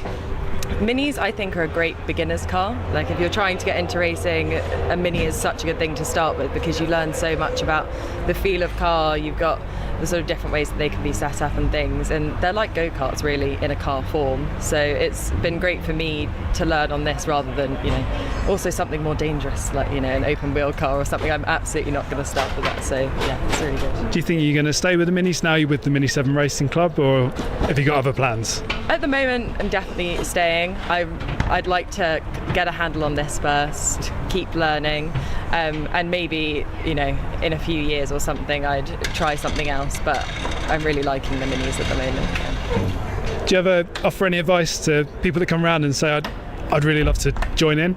Yeah, I think the best thing you can do is, if you're looking at joining a club or starting racing, go and see a race in person. Talk to people, they'll give you advice about, mechanics to talk to, about things they did wrong on their car. We've had people already this weekend say, I'm building a car, what would you recommend, what would you do differently? And I think that's so useful because you can get contacts and learn. It's how we sort of came into this, and people are really helpful, so they'll give you good advice. Yeah. Brilliant. Okay, thanks very much, Kate. And I noticed you're next to your dad. Yeah. So your dad's got a new build. If I come on over, Nigel, this looks spectacular. Is this a brand new build? Well, it's been restored recently, certainly. It's a 1965 car that was originally registered in Sweden, but in about 2000 it was brought over to the UK and is now being raced by me, which is very exciting. It's classed as a historic car, which I think is quite appropriate to someone who's as old as me. So, well, I've seen you competing in the S-Class as well. Yes, indeed. I love the S-Class. The trouble is we've only got one S-Class to share between us. So on this weekend, I'm in the historic and Kate's taken the S-Class. It's a wonderful formula, of course, ideal for people who are just starting out in minis. So you're competing in the Samoa Trophy this weekend? That's right. Yes, indeed. It's a trophy that's been going for a number of years. Slightly worrying for me is that Stig Blomqvist drove this car a few years ago. I think it was 2014, and unfortunately won the race. So I'm feeling under a bit of pressure. Do you feel more nervous driving or spectating when your daughter's racing? I really was very nervous the first time I saw Kate racing, I will confess. But now she is off on her own, and yeah, she knows what she's doing. She sorts her own tyre pressures out, and she does a great job. So I feel much less worried now. Brilliant. Well, thanks very much for speaking to us, and best of luck. And the car looks amazing. Thank you. Great pleasure. I'm with Kane Aston, long-term Mini Miglia driver and former champion. Indeed. And your season's going quite well so far. Yeah, it's not going too bad. Yesterday qualifying, unfortunately, my beautiful number one engine, which is sitting over there, had a few problems. So we've had to put the spare in, and it's gone better than expected. We haven't run it for 3 years, and I was really pleased with the race. I don't think I could have gone any quicker. Had a slight oil leak, which affected the handling of the car, but yeah, really happy. Is it normal to have more than one engine then? Years ago when I first started, no, I only ever had one engine, and then I had a second built, and then you just never use it. You tend not to use it, and obviously now I've had to use it, but thankfully, because that definitely, well, I'm sure Tomo would have fixed it if needed, but yeah, I think quite a few of the top guys have spare engines, and I think it's important to have one in the back. But the problem is you never want to. Yeah, I'd love a spare which is exactly the same power as the number one, but the problem is there's so much development. You've just got to develop both, and it becomes very costly. So everyone gives different figures on how much power they actually produce, but roughly how much do they produce now, Mini Miglia? Not a clue. It depends which rollers you go to, but I'd imagine they're all sort of 130, 135 horsepower, I should think, somewhere around there. So it's not bad at all for a pushrod engine designed like 70 odd years ago. Yeah, I mean they're immense, aren't they? I mean they're obviously on the limit as well. The handling of them are immense, the tyres are immense, and the field this year is immense. I mean there's some class drivers out there, and it's so nice to the likes of Enda to come back out today. Nick Padmore, just mega. Kind of builds the whole grid as well. The more competition you've got at the front, the bigger the grid as a whole, I think. Yeah, and the top 10, 15 drivers, we must be within a second of each other, and a second is obviously a lot in racing, but if you look at it on a piece of paper, it's tiny, isn't it? And what kind of lap times are you doing around Brands Hatch Indy? Qualifying pace today was 53.9, which is very, very quick. I think race pace today was probably 54, middle 54s, and I did a high 54s. So just as a reference point, I mean that's quite fast, isn't it, for a Mini? You're up there with Caterham's kind of real lightweight race cars at that point. Yeah, I mean I don't know what the average speed is around here, but I think around you look at Thruxton, for instance. I think we average around there something like 94 miles an hour. Is it something like that? It's incredible. And the touring cars are something like 114 or something. Yeah, they're just incredible cars. I've loved them. Since I joined in 2006, I think it's just been such a great club. And now a familiar face to many of you at home. This is Bill Solis. Hi Bill, how's it going? Yeah, it's going very well, thank you. It's been a busy morning, but all good. All the cars have survived, all the drivers performed well, so happy days. Now, we were just saying before we came on air that you've been probably one of the most successful mini racers in our club. So you've raced in Mini Miglia in all forms. Well, thank you very much, first of all, for the compliment. I've raced. I'm very proud of the fact that I've raced in 850 Mini 7, 1000 Mini 7, and then 1000 Miglia and 1300 Miglia. I've won races in all of them.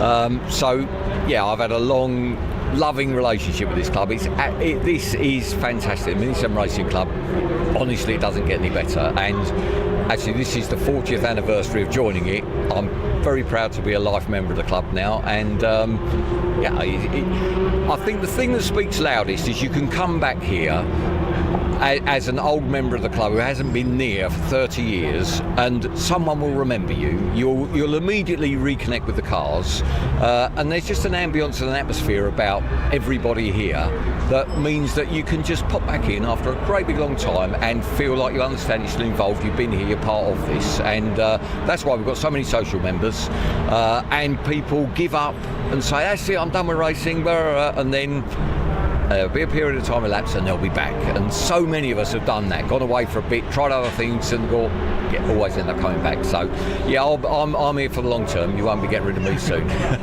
So anyone sat at home on the sofa watching this, how do you get involved? How do you come on down here and go racing or get involved with a team?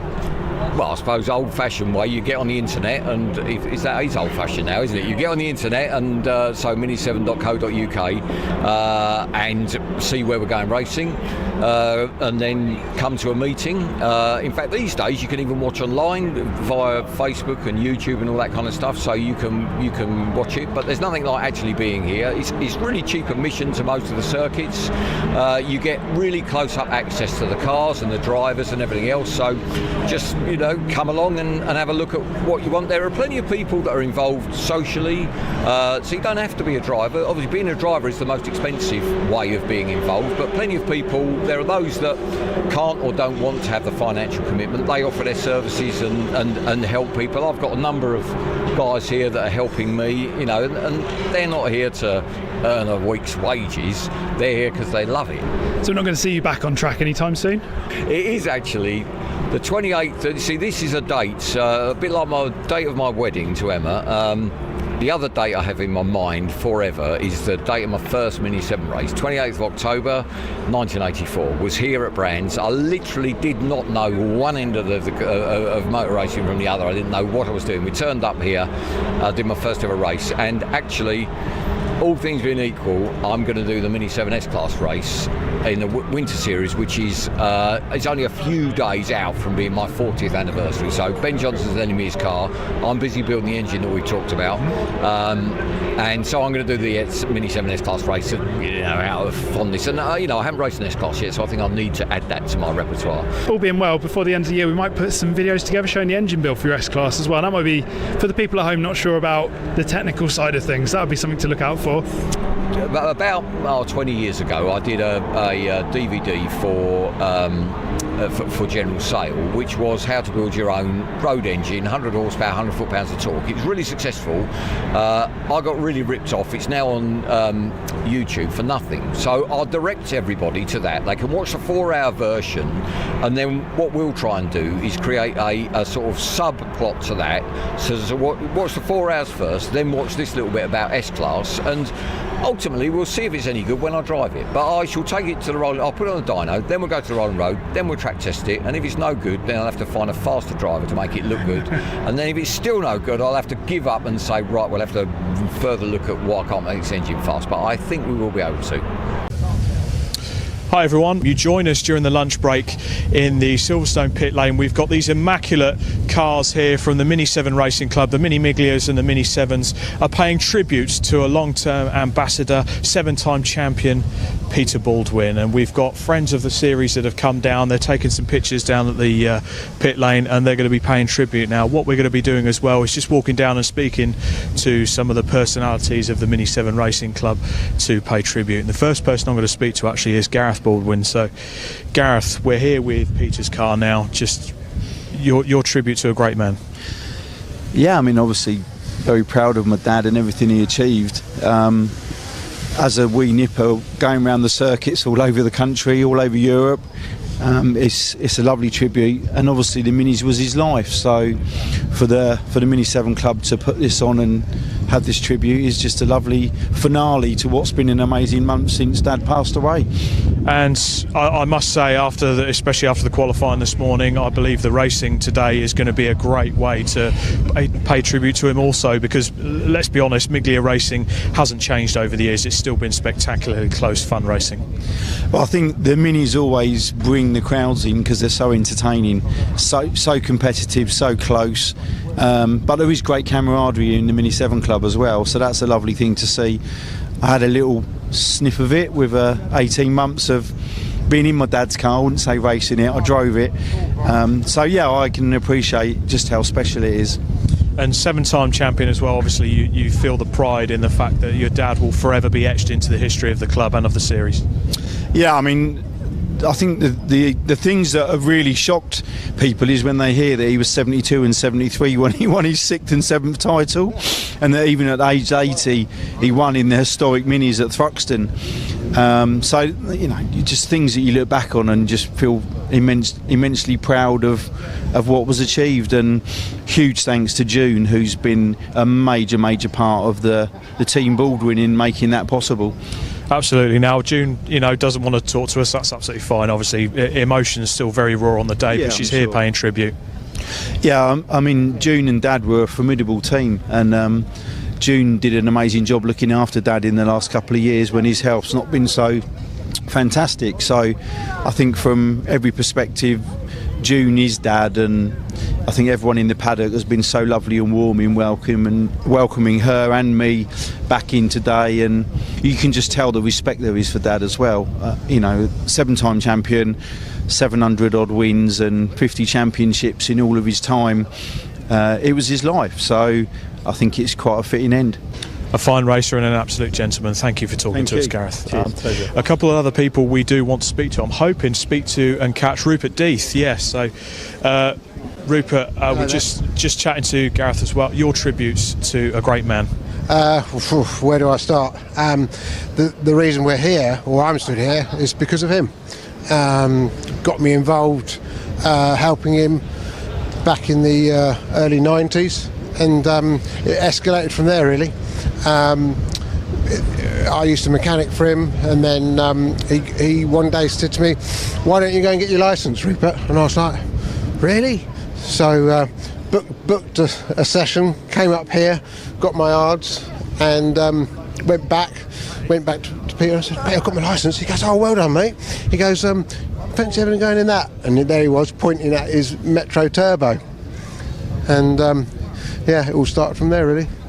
And to race alongside him on the grid must have been absolutely sensational. Oh, it was amazing. He was always very critical of everything he did, but yeah, I think, you know, the reason that I've become a fairly good competitive racer is down to him. You know, I always took on board what he's got to tell me and say, and you know, he's almost like a second dad to me. Absolutely, and like a fine wine, he got better with age. Gareth mentioned the age he was when he got the 6th and 7th title. Oh, yeah, truly amazing, especially for a man in his 70s to achieve that. Yeah, that is an inspiration for all of us. Thank you for paying tribute to him, and I think the best way to round it off today would be for the Minis to do what they usually do and have some brilliant racing. Put on a good race, oh definitely, and yeah, stay tuned, and hopefully we'll put on a good show for you guys.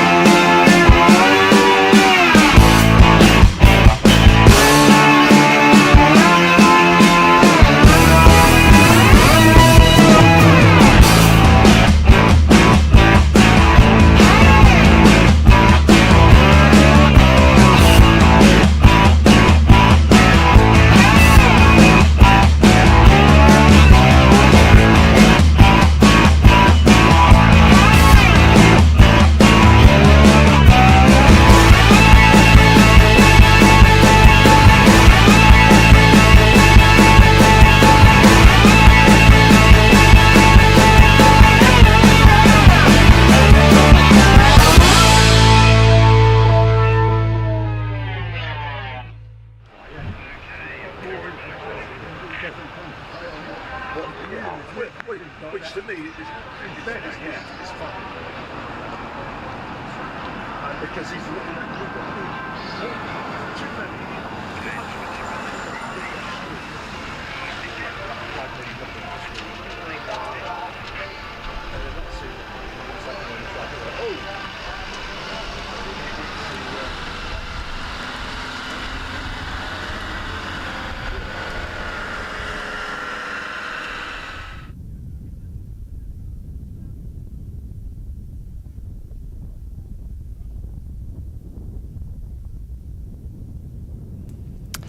So the glorious day continues here at Brands Hatch with just 2 races now to go at the 2024 edition of the Mini Festival. We have cars about to be released onto the circuit for what's going to be the penultimate race of the day, the Samwell Trophy for the pre-66 Minis. We had a race for them a little bit earlier on, 2 grids shaped up after qualifying yesterday, and the second one of those has already been complete after that qualifying session. So it does see number 155 Nathan Heathcote, who took the victory in the earlier race by a substantial margin, I think it's fair to say. So he will be there on pole position with company from number 3 Nick Padmore, who's done plenty of racing this weekend. He's been out in Miglia's and he's also been out in these pre-66 mini races as well. So they are on the front row of the grid. The second row then sees number 34. This was a team car, effectively, or 2-driver car, which was meant to be piloted by Tom Bell in the earlier race, but that did suffer some issues.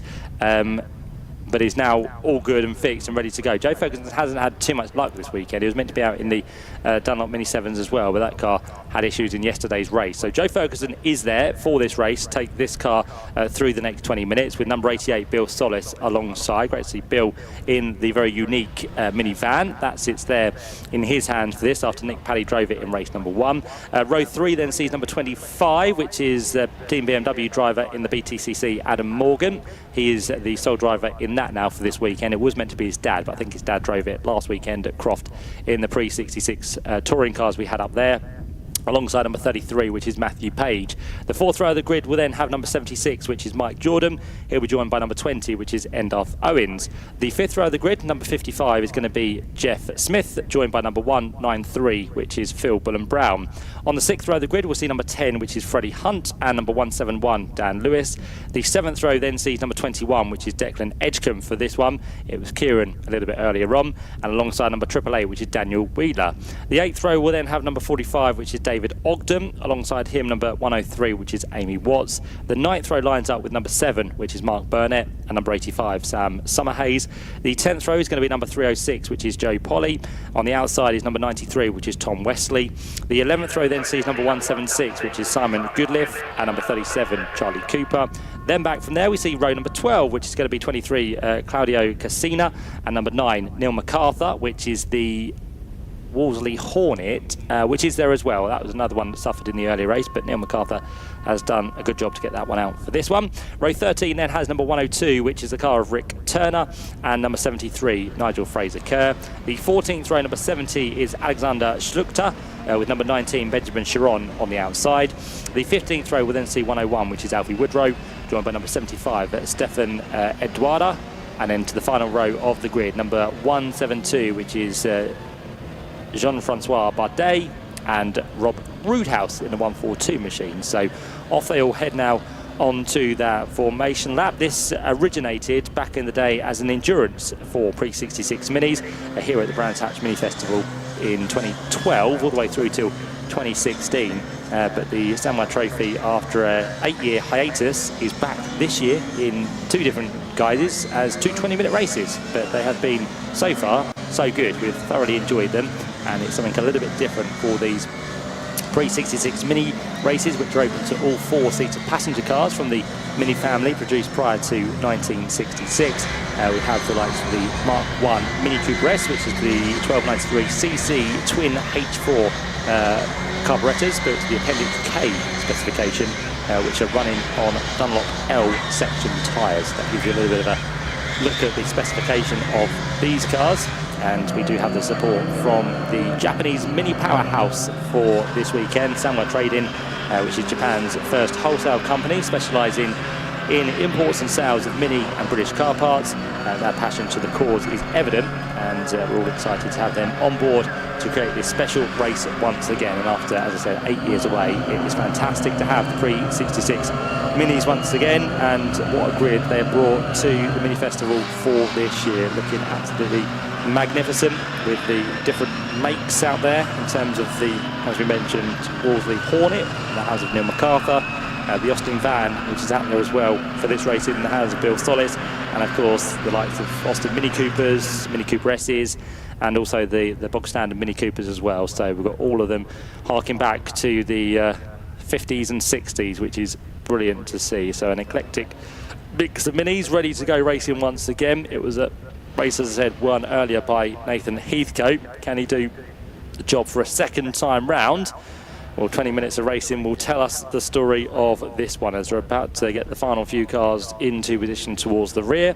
Jeff Smith was the man who went with him earlier on, but Jeff is a little bit further down this time. And in fact, is he on the grid? I don't think he is actually, is he? No, Mike Jordan is missing. Jeff Smith is there, so as Mike Jordan is not there in the 76 machine. He finished off the podium in race number 1. It was Endolph Owens who made it to the podium alongside Jeff Smith and Nathan Heathcote. So let's see how this one delivers as we get ready to go racing. Red lights out and off they go. Lots of smoke from further down. That was just a bit of a wheel spin from the number 21 machine of Declan Edgecombe. But out front it's going to be the lead of the race for the number 3 machine of Nick Padmore. So he takes the lead. He's done plenty of leading so far this weekend, and This one is no different by the looks of it. Endalf Owens wide there in the blue Mini as they turn the way in towards Druids Corner. And for second place, it's going to be, I think, Nathan Heathcote. Is he further down, actually? Might be down in fourth or maybe fifth place now, so that's been a really slow start for him, but it's Nick Padmore that leads the way. See Adam Morgan up into third place. Yeah, it's Joe Ferguson second, and yeah, Nathan Heathcote's gone down to fourth position. So a really bad start for Nathan after really pulling away in the earlier race and not really having a fight with anyone. He was out front, very comfortable, and nothing to worry about. But there are a few different aspects of this one because Nick Padmore is going to be in the number 3 car after Giles Page did the race earlier on. So Nick Padmore is an unknown for pre-66s. Joe Ferguson we know is a really quick peddler, the boy from Essex who is there now in second position.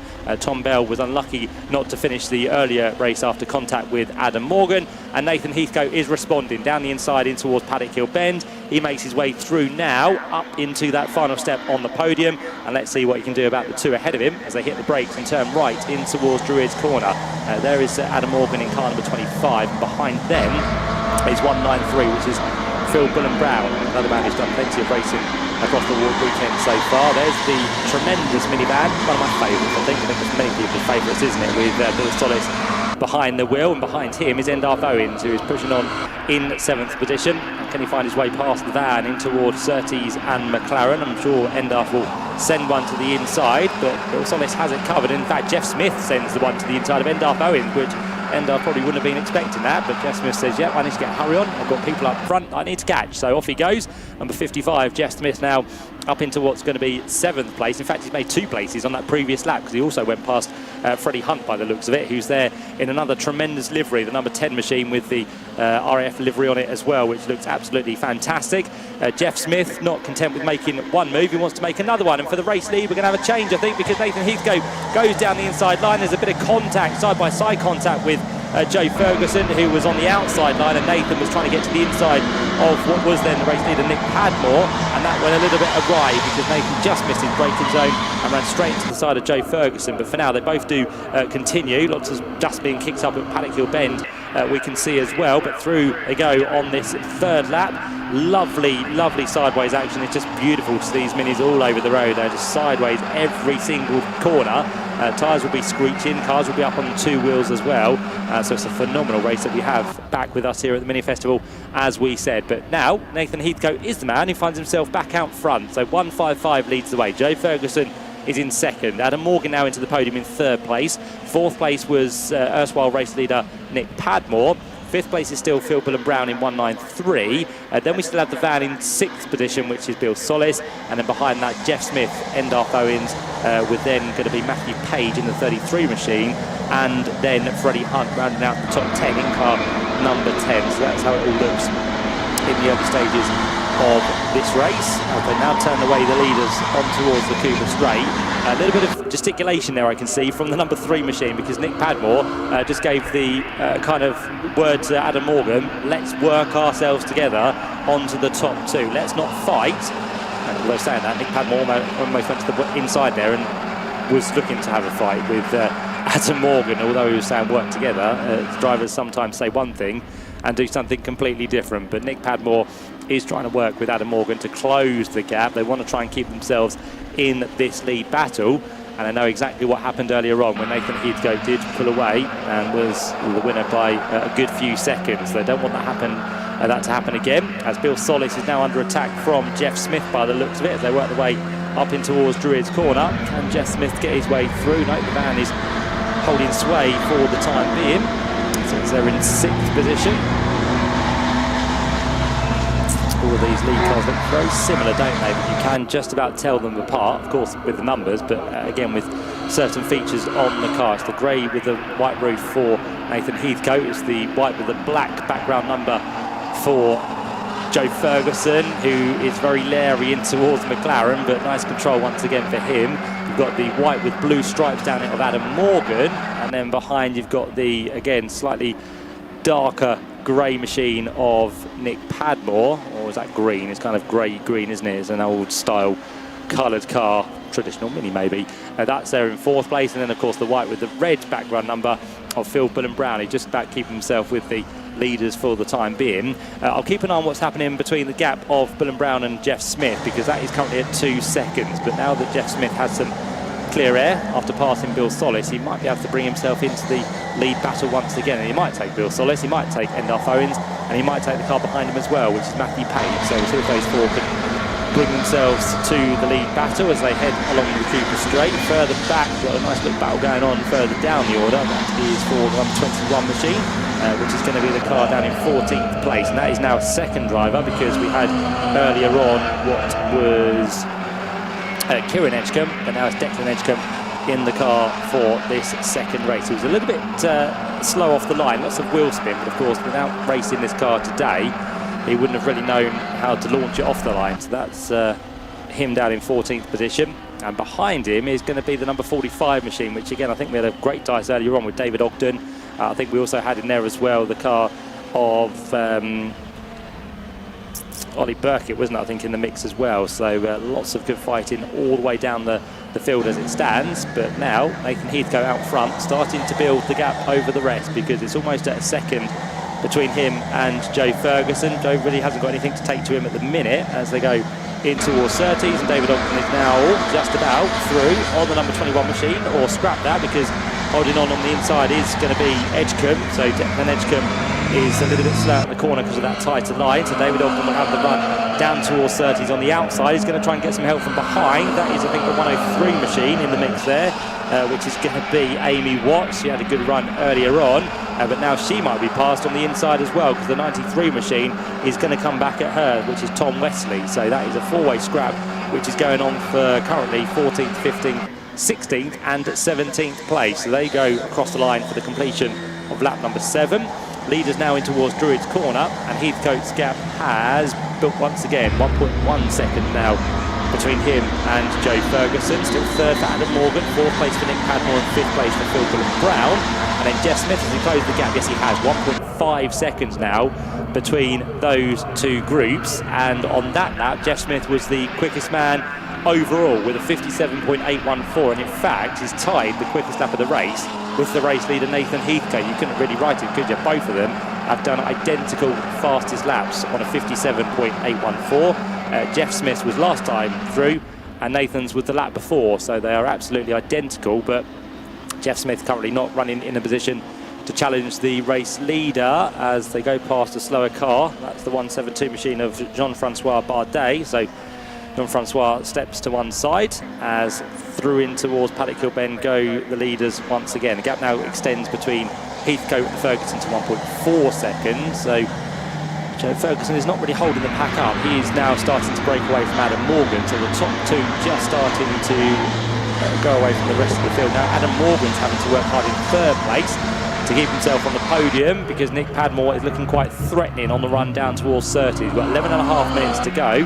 Top two looking fairly comfortable. 3rd place is where the battle is for now, with Morgan, Padmore and Bullen-Brown. And look in the rearview mirrors, Phil Bullen-Brown, because you have a Jeff Smith right with you now. That didn't take long at all, did it? Because on that previous lap again, Jeff Smith became the sole quickest man in the race, because he went even quicker on a 57.810. So that is now the new quickest lap of this pre-66 mini encounter with Sunward Trophy, and it goes even quicker. So 3 laps in a row, Jeff Smith has been the quickest man on circuit. 57.680 we are now down to. Didn't quite have the ability to make the move on the car ahead of Phil Bullen-Brown, but if he can swing late to the inside, which he thinks about, he gets just about a nose down the inside on the rear of Phil, but then with the momentum around the outside, Phil Bullen-Brown does hold on to that position in 5th for now, as Nick Padmore still can't find a way past Adam Morgan as they take the way onto the Cooper Straight for the 10th time of asking. And Nathan Heathcote is just about to be reeled in now, because all of a sudden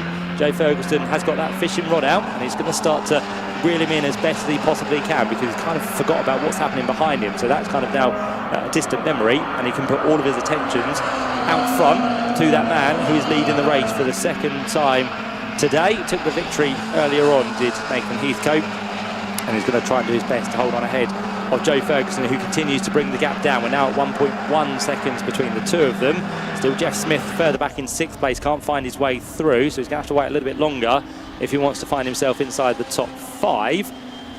And as they work their way in towards Druids, again, Jeff Smith tries the same move there, but doesn't really come to anything for this time.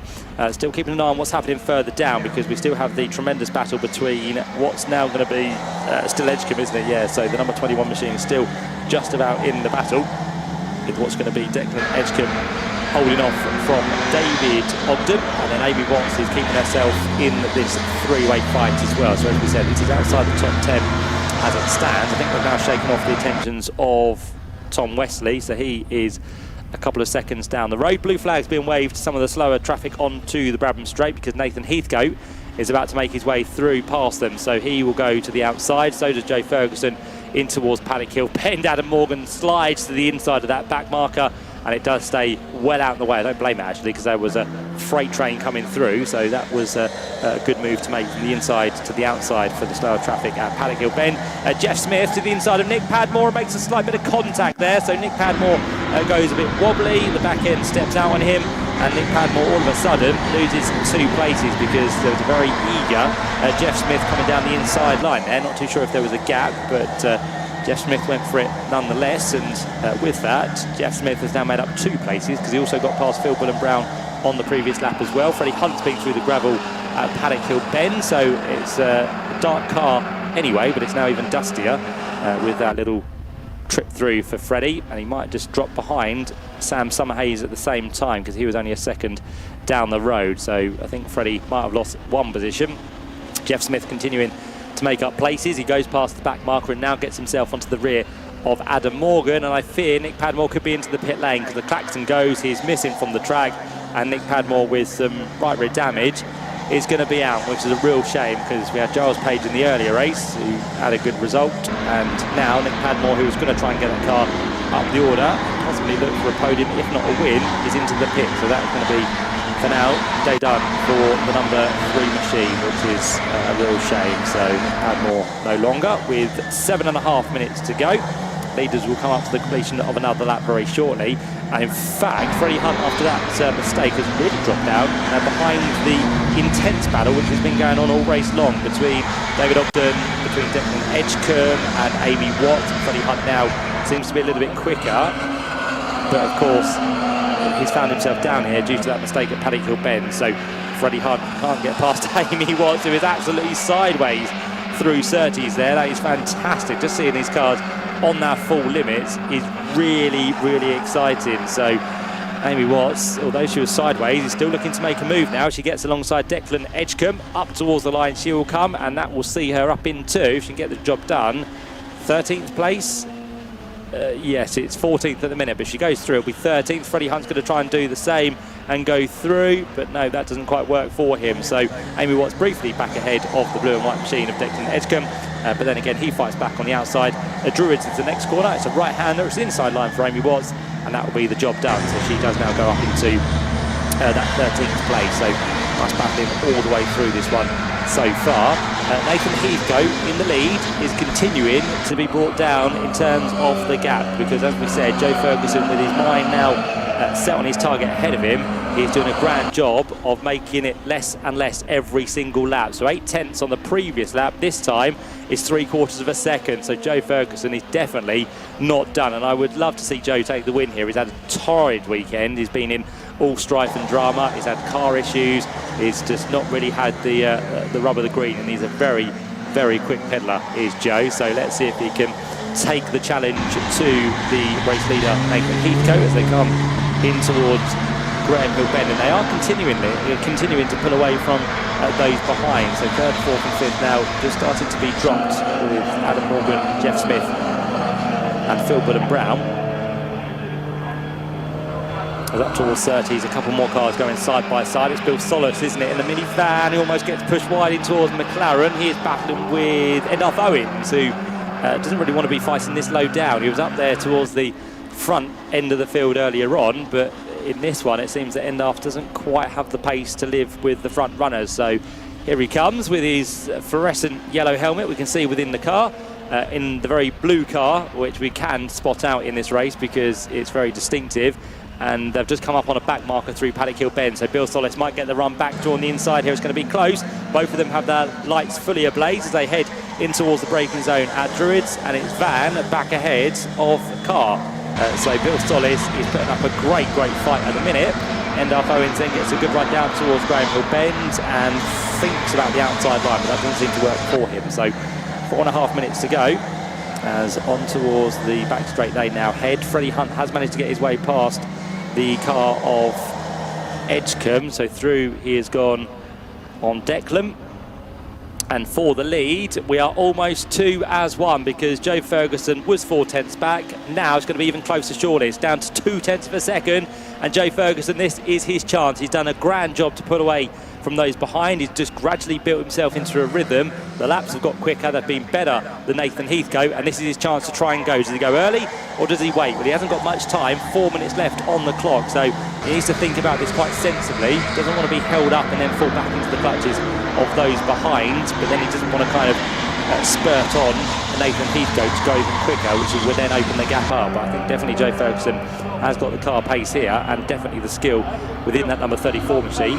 It was a shame he had contact with Nathan Heathcote, so this might be retaliation for Joe, who goes one side of the track to the other, using every bit of the tarmac here, just letting that Mini run as wide as it possibly can, whilst also keeping up the speed at the same time. So Heathcote to Ferguson was 2 tenths of a second. Joe will get another good tow across the line and the gap will be pretty much the same, if not maybe a little bit less again. 2 tenths becomes no, it is still 2 tenths, and Joe Ferguson has a little look. The car is sideways.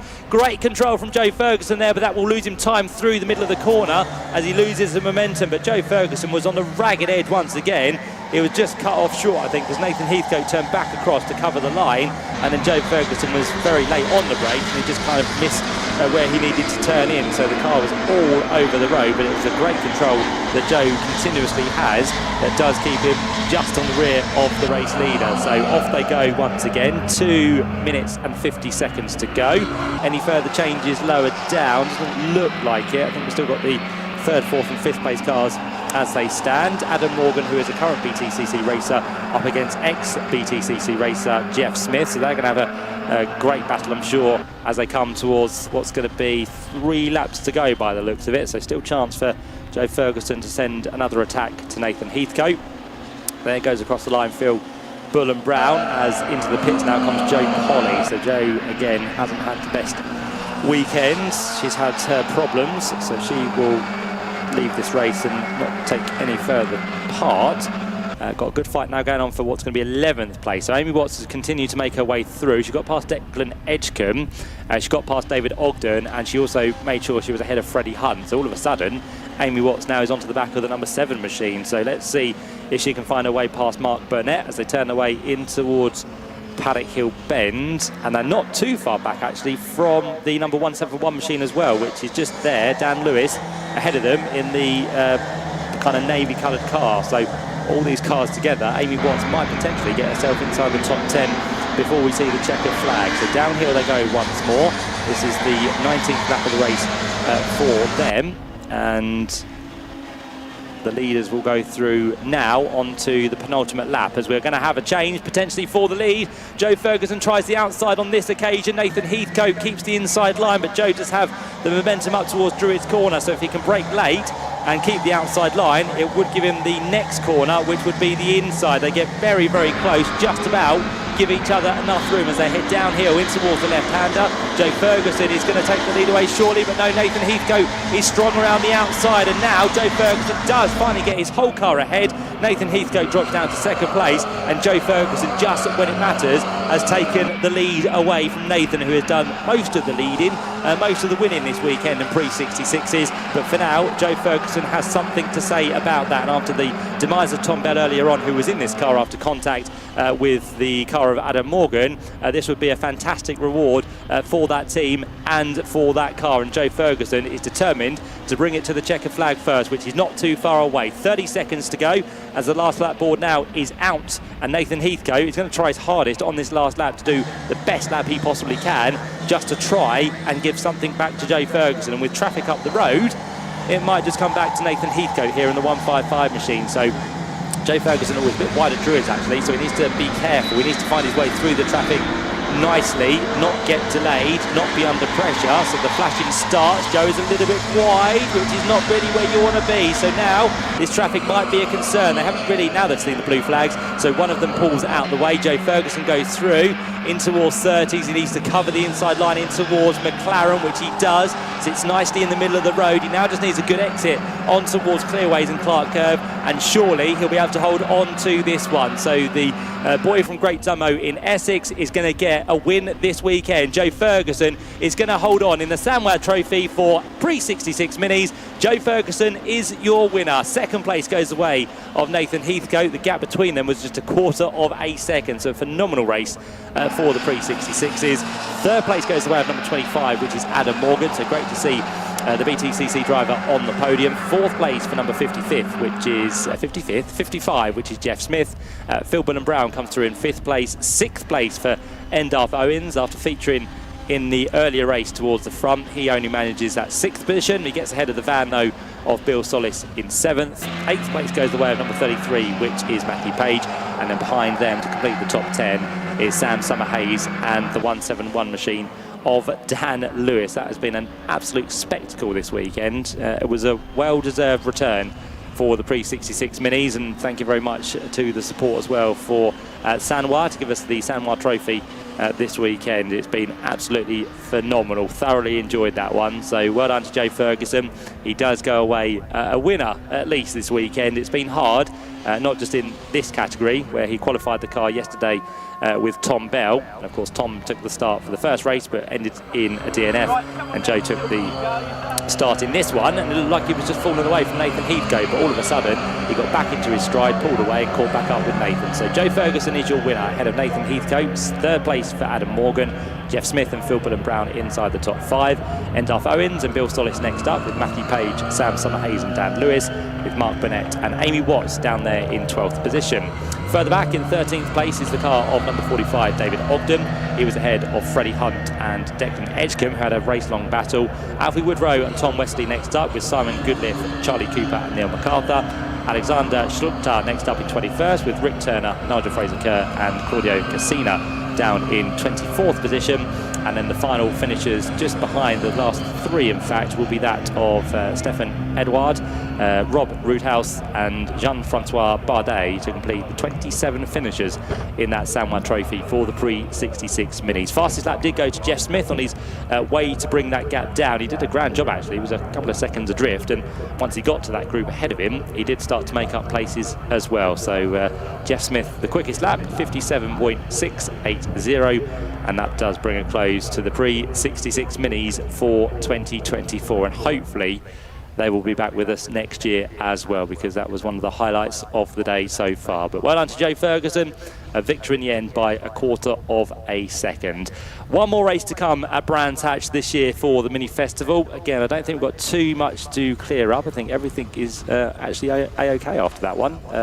Safety car in position, that will be backed up onto the Grand Prix circuit, and we will have the cars onto the circuit very shortly for our final race of the day, which will be the Dunlop Mini 7s. These are the cars that you hopefully got the chance to see down on the grid walk during the lunch break. Your chance to get up close and personal with all of them and admire the wonderful liveries that we have on these cars for this season.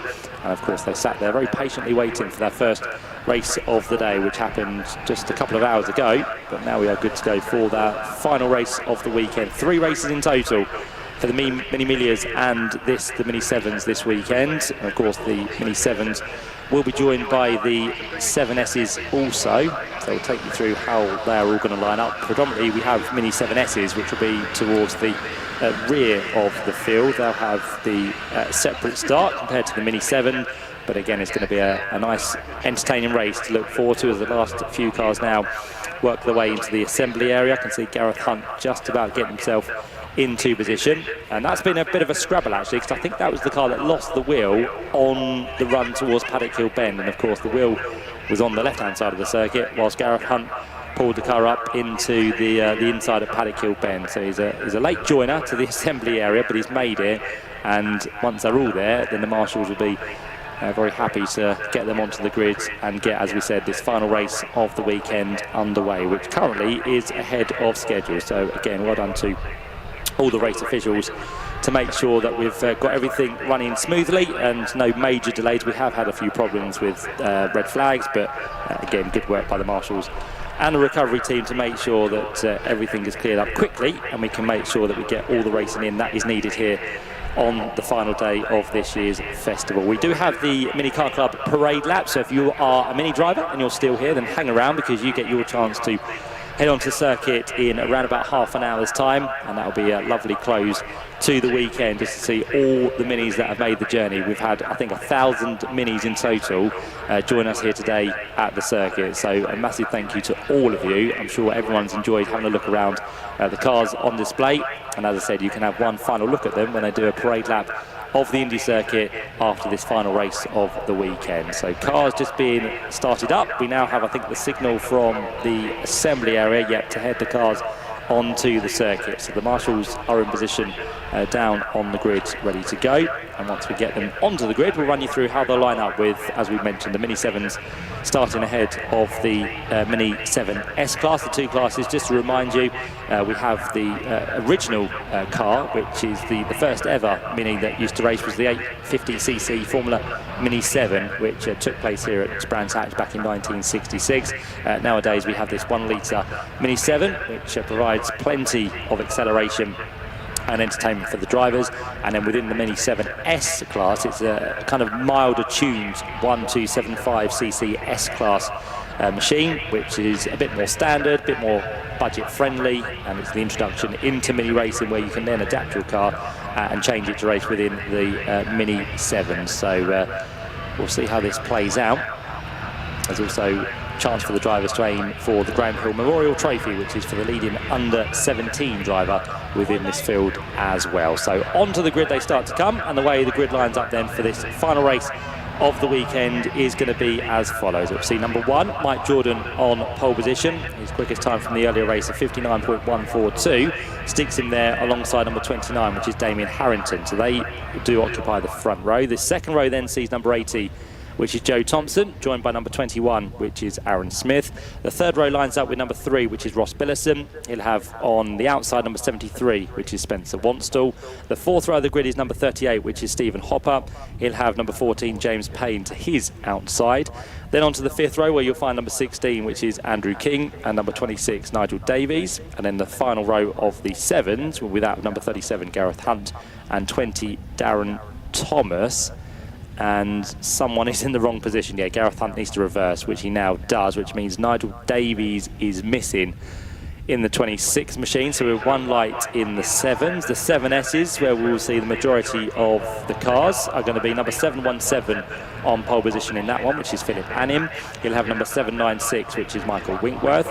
The second row of the 7Ss will be 700, which is Matthew Ayres, joined by double winner so far this weekend, 725 Fraser Hack. So it's going to be a little bit of work for Fraser Hack to do in this race. So he is there on the outside of row 2. Row 3 then sees number 741, which is Joel Wren, and 707, which is Matthew Page. The fourth row is 789, which is Arnold Duncan, joined by 765 Callum Perfect. The fifth row of that grid is going to be 746, which is Oliver Burkitt, and 736 Bertie Willard. The next row, 711, which is Giles Page, joined by 713 Lee Pullman. Then behind them, 777 Dave Rees, and 797 Jack Vanna. He found himself in the gravel at Clearways in the earlier race, so he is good by the looks of it. He's out there on circuit, so no real damage done to that car. 712 is next up, which is John Hobbs. Alongside him, number 788, which is Rob Perry. Then on to the penultimate row of the grid for the 7Ss is going to be 748 Mal Dickinson. 733 Alex Watson, and then towards the back we'll have 778, which is Kate Fraser-Kurt, and 750 James May. So that's how the grid lines up then for this one, as the cars start to work their way around on this formation lap. The top 12 effectively, although now 11 with Nigel Davies not there, are going to be the first of the 7s, and Mike Jordan trying to look for a victory in this one. As I said, it's been very good so far for Fraser Hack in the 7Ss.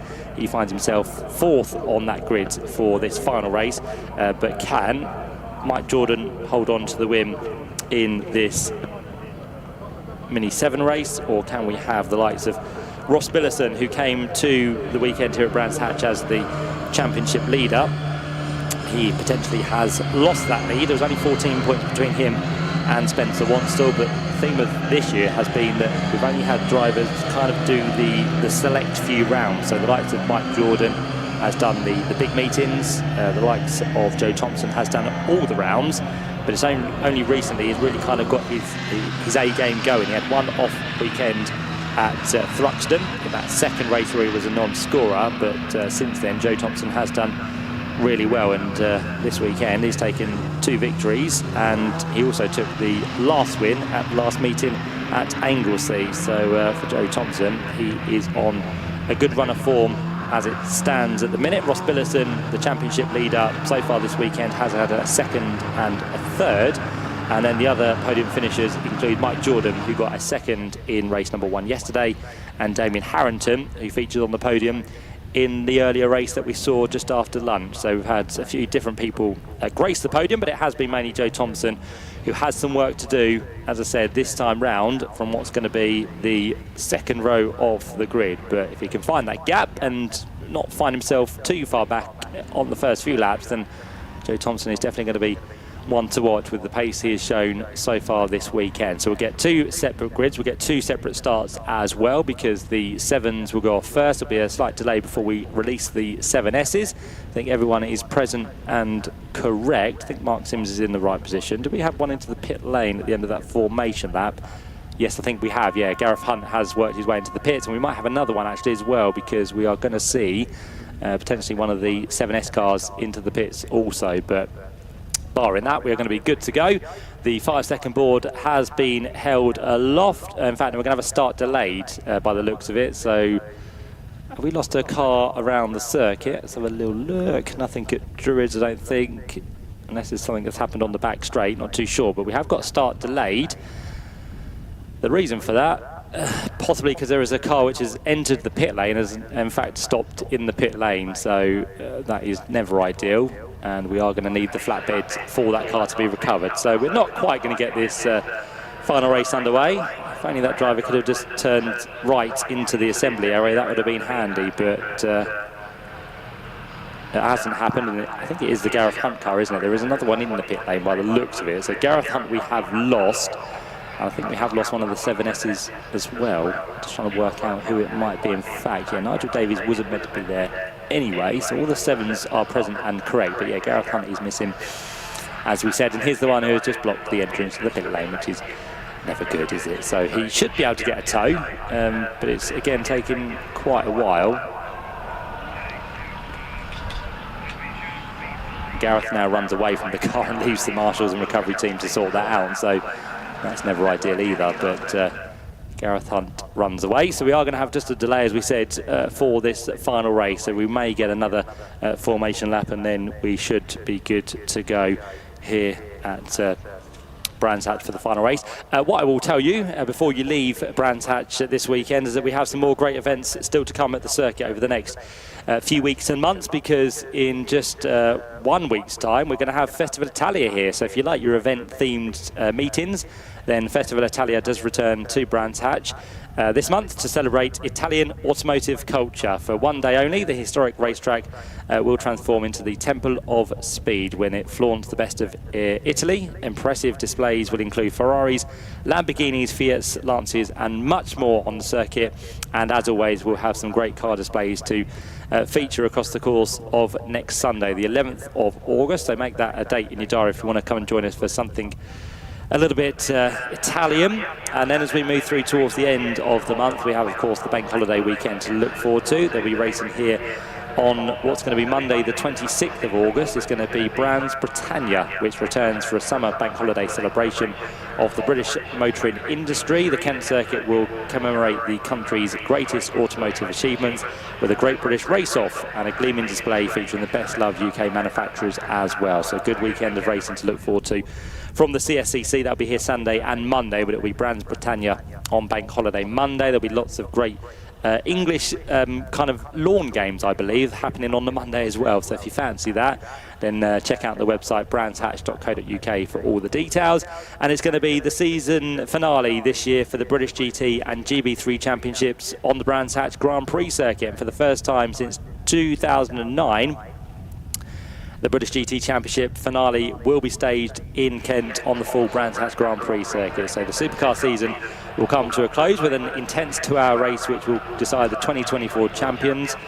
Titles will also be at stake in the GB3 Championship, which is partnered by the BRDC, so it's going to be a fantastic weekend of racing from British GT on both Saturday and Sunday, the 28th and 29th of September. Racing also from GB3 and GB4, and a raft of Ginetta Championships, including Ginetta Junior, the GT Academy, and also the Ginetta GT Championship, which will bring their season to a close here at the end of September. So if you want to find out more details and book your tickets in advance, and you can do so, just head to the website, as I said, brandshatch.co.uk. They'll give you all the details you need. And we've got some big meetings to come in October as well, with the season finale of both the British Superbike Championship and also the British Touring Car Championship.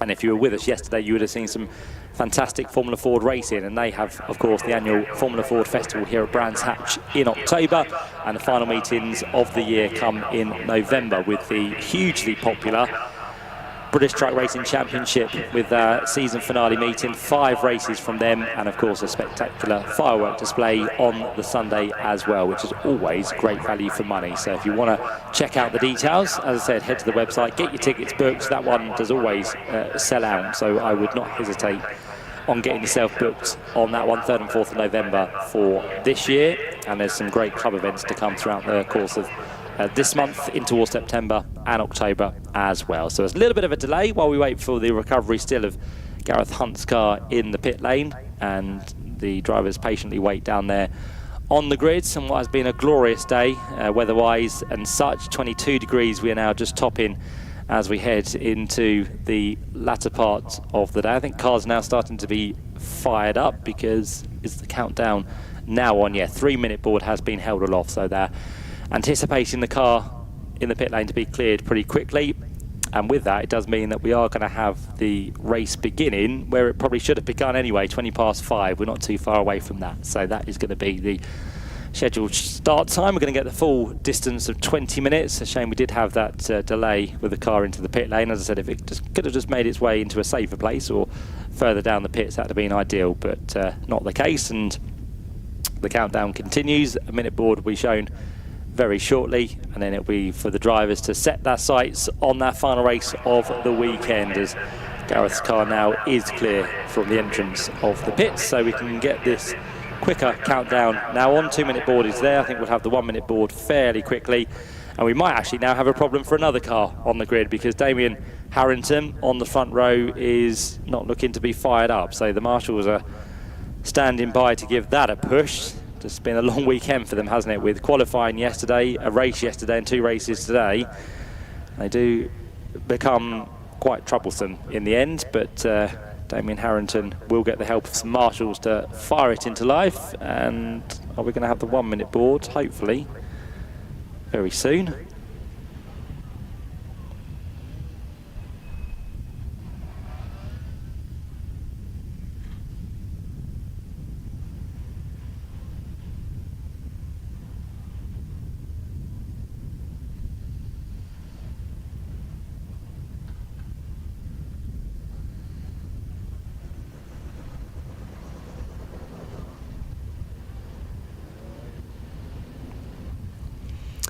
So the 1-minute board now does go. Damien Harrington's car is pushed. I think they're going to try and fire it up. If they don't, then...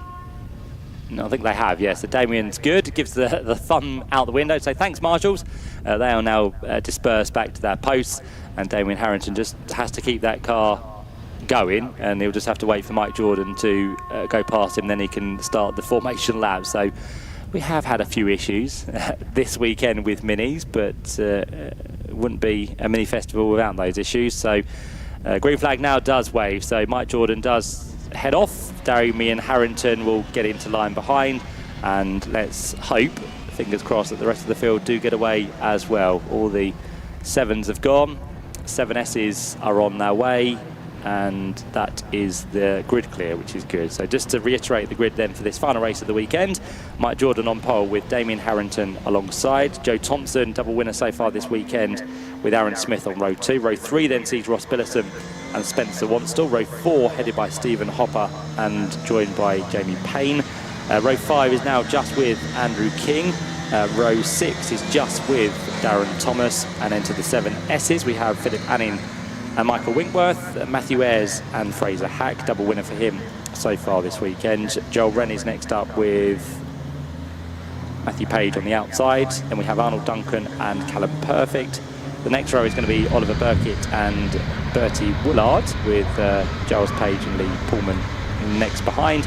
Dave Rees joined by Jack Franner, with John Hobbs and Rob Perry on the next row. Penultimate row, Mal Dickinson and Alex Watson, and towards the back is going to be Kate Fraser-Kerr and James May to complete the grid we have for this Dunlop Mini Challenge, supported by Mini Spares Race for the Sevens. They are just working their way with Mike Jordan at the front for this 16th race of the weekend. Most of them have been mini races.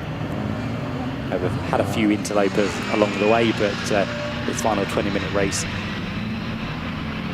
shortly to get back into action. We're going to actually begin, I think, around about the time we should have done, 20 past 5. We are 30 seconds away from that, so if it's a fairly quick formation lap, then we should be good to get those 20 minutes in.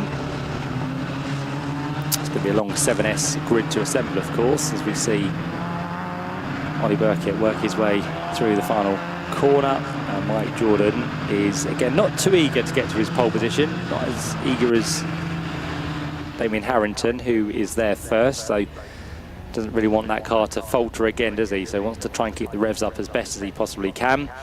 The 7 grid is now formed as it should be, and then on to pole position in the 7S's now does come Philip Anning, so he is there. Michael Winkworth will start alongside him, and then the next couple of rows come into formation as well, with Fraser Hack looking for a triple in terms of wins. He positions his car kind of aiming towards the back of Michael Winkworth downhill, whereas Michael Winkworth has his car positioned upwards, more towards the grass, which is a little bit strange, but I'm sure they know exactly what they are doing.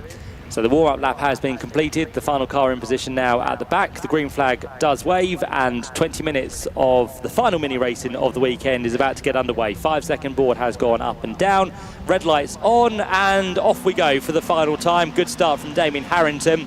It is the curse of pole position here at Brands Hatch, where Mike Jordan doesn't get the very best of starts. So Joe Thompson goes alongside him on the run down towards Paddock Hill Bend. Can he squeeze through into second place? He has the momentum round the outside, and yet Joe Thompson will get himself ahead now of the one machine of Mike Jordan as they make the climb in towards Druids Corner. The 7S's are away, and Fraser Hack makes a tremendous start actually through the middle of the front row. So Fraser Hack will possibly lead on the run in towards Paddock Hill Bend. Will he? He's going to be close because Phil Anning's going to try and make that car as wide as possible. Michael Winkworth's going to try and get himself into the equation as well, but Fraser Hack, can he go and do the full blast round the outside line?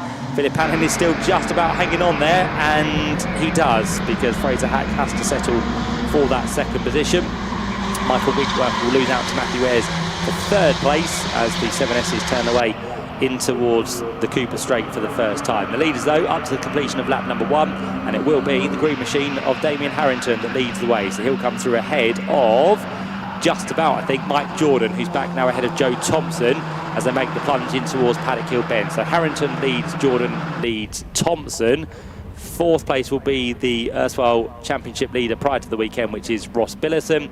And then behind that is going to be the 21 machine, which is going to be that of Aaron Smith. So the yellow machine goes into fifth place. They're still side-by-side fighting up the road, though, because Joe Thompson trying to attack back on Mike Jordan, but he'll have the outside run in towards Graham Hill Bend. There's one off into the gravel through Paddock. That's going to be Arnold Duncan, isn't it, in the brown machine. Hopefully he rejoins safely, which he just about does. A few cars have to go either side of him as they head uphill in towards Druids Corner, but that was a bit of a moment there for Arnold Duncan.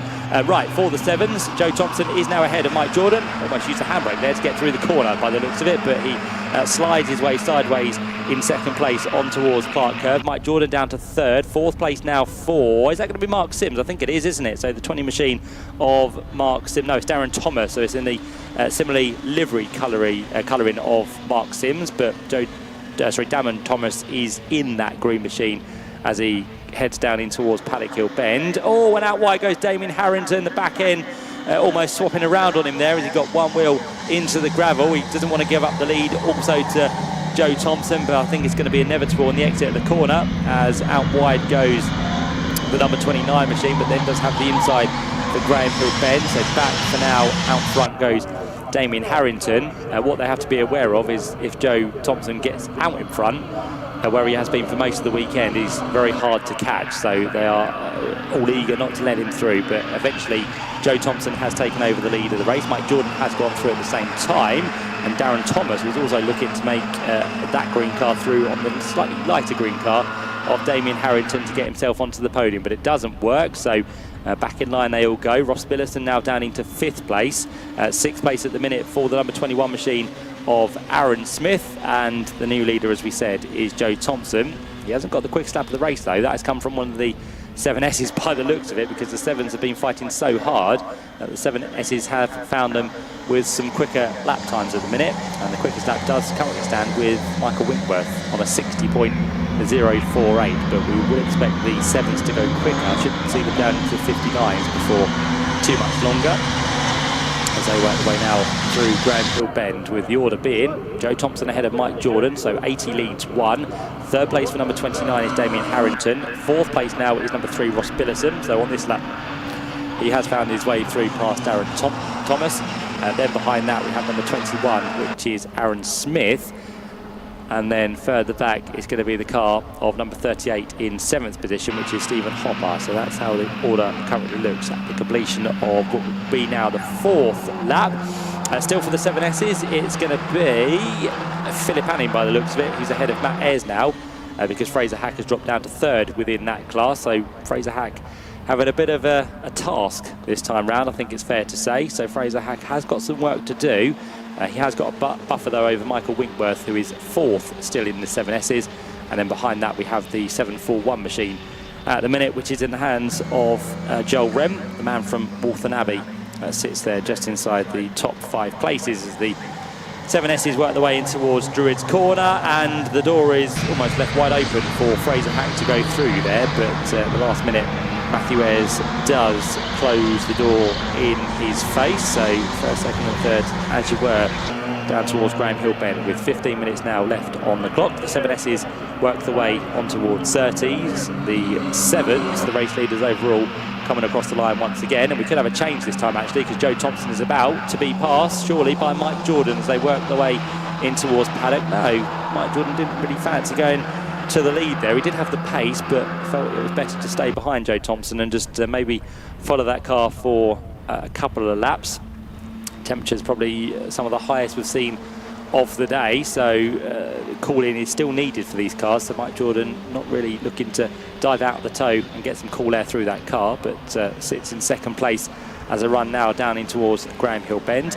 Good fight in towards Paddock Hill Bend between what's going to be 8th and 9th in the 7S's. So that's going to be the 736 machine, which is in the hands of Bertie Woolard. He's trying to keep at bay the car behind, which is 765 Callum Perfect, the man from Hastings. So having a good dice down the field at the minute. And also you can add into that equation, I think, Ollie Burkitt, can't you? For the 2nd time today, he has really been in some really close battles. So they continue down the order in the 7S's, as up front in that class it's still Philip Anning that heads the field. Matt Ayres is still 2nd, Fraser Hack is 3rd, and 4th place Michael Winkworth just about keeping himself in the mix as well. So up to the completion of lap number 6 that they do come. Philip Anning, what has he done so far this year in terms of wins? I don't think we've actually seen him out this season, Philip Anning, so this is the first time we've seen that car and driver pair him. So Philip Anning could be on for a first win of the season if he can keep at bay those 3 cars who are right on his rear bumper. First of those being Matt Ayres in car 700. Michael Winkworth now makes the move on Fraser Hack for 3rd place. So Fraser Hack, for the probably first time this weekend, has been off the podium. So this is very unusual. Fraser with the Adders fan club livery on the car. That was a bit of fun at Thruxton, of course, when David Addison was commentating, as he does for the touring cars, and also for the Minis, that meeting as well, and they've stuck with it at the Hacks. So great to see that Addison fan club logo on the side of the car. Renowned commentator is David Addison, and I'm sure he'll be encouraging on Fraser to try and get another win, maybe in his name, as they work their way across the line once again. So down towards Paddock Hill Bend that fight goes. Further back, more fights to keep our eyes on, because down in 15th place in the 7S's, we currently have that of John Hobbs. He's pushing on nicely at the minute, and he's got a couple of people for company. One of those cars just slightly smoking now. There's a bit of damage on the right front of the car, which is in tow. That's going to be Mal Dickinson, and a little bit of smoke coming from that car as well. So whether that's a legacy of the bodywork damage, not too sure, but it carries on. 7S's onto the back straight, down through Coop Straight and in towards 30s goes the top 4 in the 7S's, still being led. No, it's not. It's Matt Ayres now, isn't it? That's ahead. So the 700 car has gone through, and all of a sudden Philip Hannon will be off the podium, because Fraser Hack goes to the inside line for 3rd place, almost made it 2nd on the inside of Michael Winkworth. Philip Hannon didn't quite like that in the 717 machine, so all of a sudden he tries to fight back on Fraser Hack as he gets into the tow across the line. We've got 11.5 minutes to go, so still plenty of this race to unfold as they work their way down in towards Paddock Hill Bend, and Philip Hannon's going to try and send one to the inside of Fraser for 3rd place, but it looked a little bit on the cards from our vantage point, but in the end he was a little bit too far back on the run down towards the first corner, so he's not going to get back onto the podium for the time being. You can distinguish the two classes apart with the windscreen banners that they have. So you've got the green windscreen banners for what's going to be the 7S's, and for the 7s, the overall cars, which are making their way now on towards the start-finish line once again, they can be distinguished by a what's going to be red windscreen banner, so that's how you can pick them apart. The other way is because the 7S's have a 7 at the beginning of their number, and it's a 3-digit number for the 7S class cars, with the 7s being just 2 digits, so that's another way you can pick them out from a side vantage point. Matt Ayres comes through then, still in the lead of the 7S's. Philip Hannon is trying his best to get back onto that podium. Whatever he can do to try and do it, he will try and do. Love or war, whatever it may be, he's going to try and find his way through, but still can't find his way past Fraser Hack, so he sits there just off the final step of the podium at the minute. And they've got to be a little bit wary actually, because I think coming into the equation as well is going to be that car of Joel Wren, car number 741. He is only less than a second back now, so keep an eye on what he can do. Meantime, Joe Thompson and Mike Jordan can still not be separated in the overall race lead, and again Mike Jordan, although he gets a good run onto the start-finish line, he doesn't really want to make a move here, so he's just kind of biding his time, kind of looking at his fingernails and seeing what is happening tomorrow, but eventually, as I said, he will try and make a move for the race lead. If he has the speed to take to Joe Thompson, he might want to do it sooner rather than later, because Joe Thompson could very quickly turn this race into one which starts to open the gap out. For now, as I said, Mike Jordan is just managing to keep on the rear bumper of the race leader as they turn now in towards Grand Hill Bend. Mike Jordan has gone for it, hasn't he, round the outside at that corner, so this was his chance to jump, and Mike Jordan feels now that he needs to get on with this, so off he goes in the lead of the race. Joe Thompson drops down to 2nd place. 3rd place is still Damien Harrington in that number 29 machine, so he is running well in that 3rd position, with Ross Billison for company also. And those 4 now have really pulled the gap out to the rest of the field, because Darren Thomas and what's going to be Aaron Smith can't quite stick with them, so they are down there in 5th and 6th positions as the leaders go through once again. 11 laps now ticked off, 8 minutes just over to go as the top 4 work their way in towards Paddock Hill Bend with the new leader Mike Jordan. He is not the quickest on circuit at the minute, because the quickest lap has gone to Damien Harrington, who just shows his nose briefly to the inside of the 2nd place car, but Damien has done the best lap on a 59.154, and on that previous lap actually the quickest of all 4 of them was the man at the back, the number 3 machine of Ross Billison, so the championship leader prior to Brands Hatch and the double winner so far this year. He's just lurking on the back now of the top 3 as they turn again through Surtees and on towards McLaren, continue to climb uphill, and then as soon as they get to McLaren, turning towards Clearways, the road starts to drop away once again. It then climbs as they work their way back on towards the Brabham Straight, and all of a sudden, as they get to the end of that straight, they'll drop off the edge of the cliff, because Paddock Hill Bend, one of the most iconic corners in motorsport, is about to appear for Mike Jordan as our race leader. So through into that first corner he now goes. Matt Ayres is the leader of the 7S class, and it's just starting to be broken up now, because they are working their way through the 7s, which they did in the earlier race today as well, so that is just a bit of a problem for Fraser Hack, who now has a car between himself and the 2 ahead of him in terms of first and second in the 7S class. So Fraser Hack will want to try and work his way past the car of Jamie Payne fairly quickly, which I think he will do by the time they're getting towards Druids Corner. Yeah, Fraser Hack now does go through in an overall position ahead of Jamie Payne, and all of a sudden actually he's closed right to the tail of the 2 7S's ahead of him once more, so it didn't take Fraser Hack long to get back there. So he is once again in a comfortable 3rd place with the 2 leaders, and in fact now it's the pole sitter Phil Annin who is starting to drop further back, so he is wanting to get himself past those cars as quick as possible. And Fraser Hack is now not hanging around, because once he's got past that 7 machine, he's now back ahead of Michael Winkworth, and he goes back to the lead of the race actually. So Fraser Hack is sending it on every single corner at the minute. I think he's got a bit of damage on the left front also.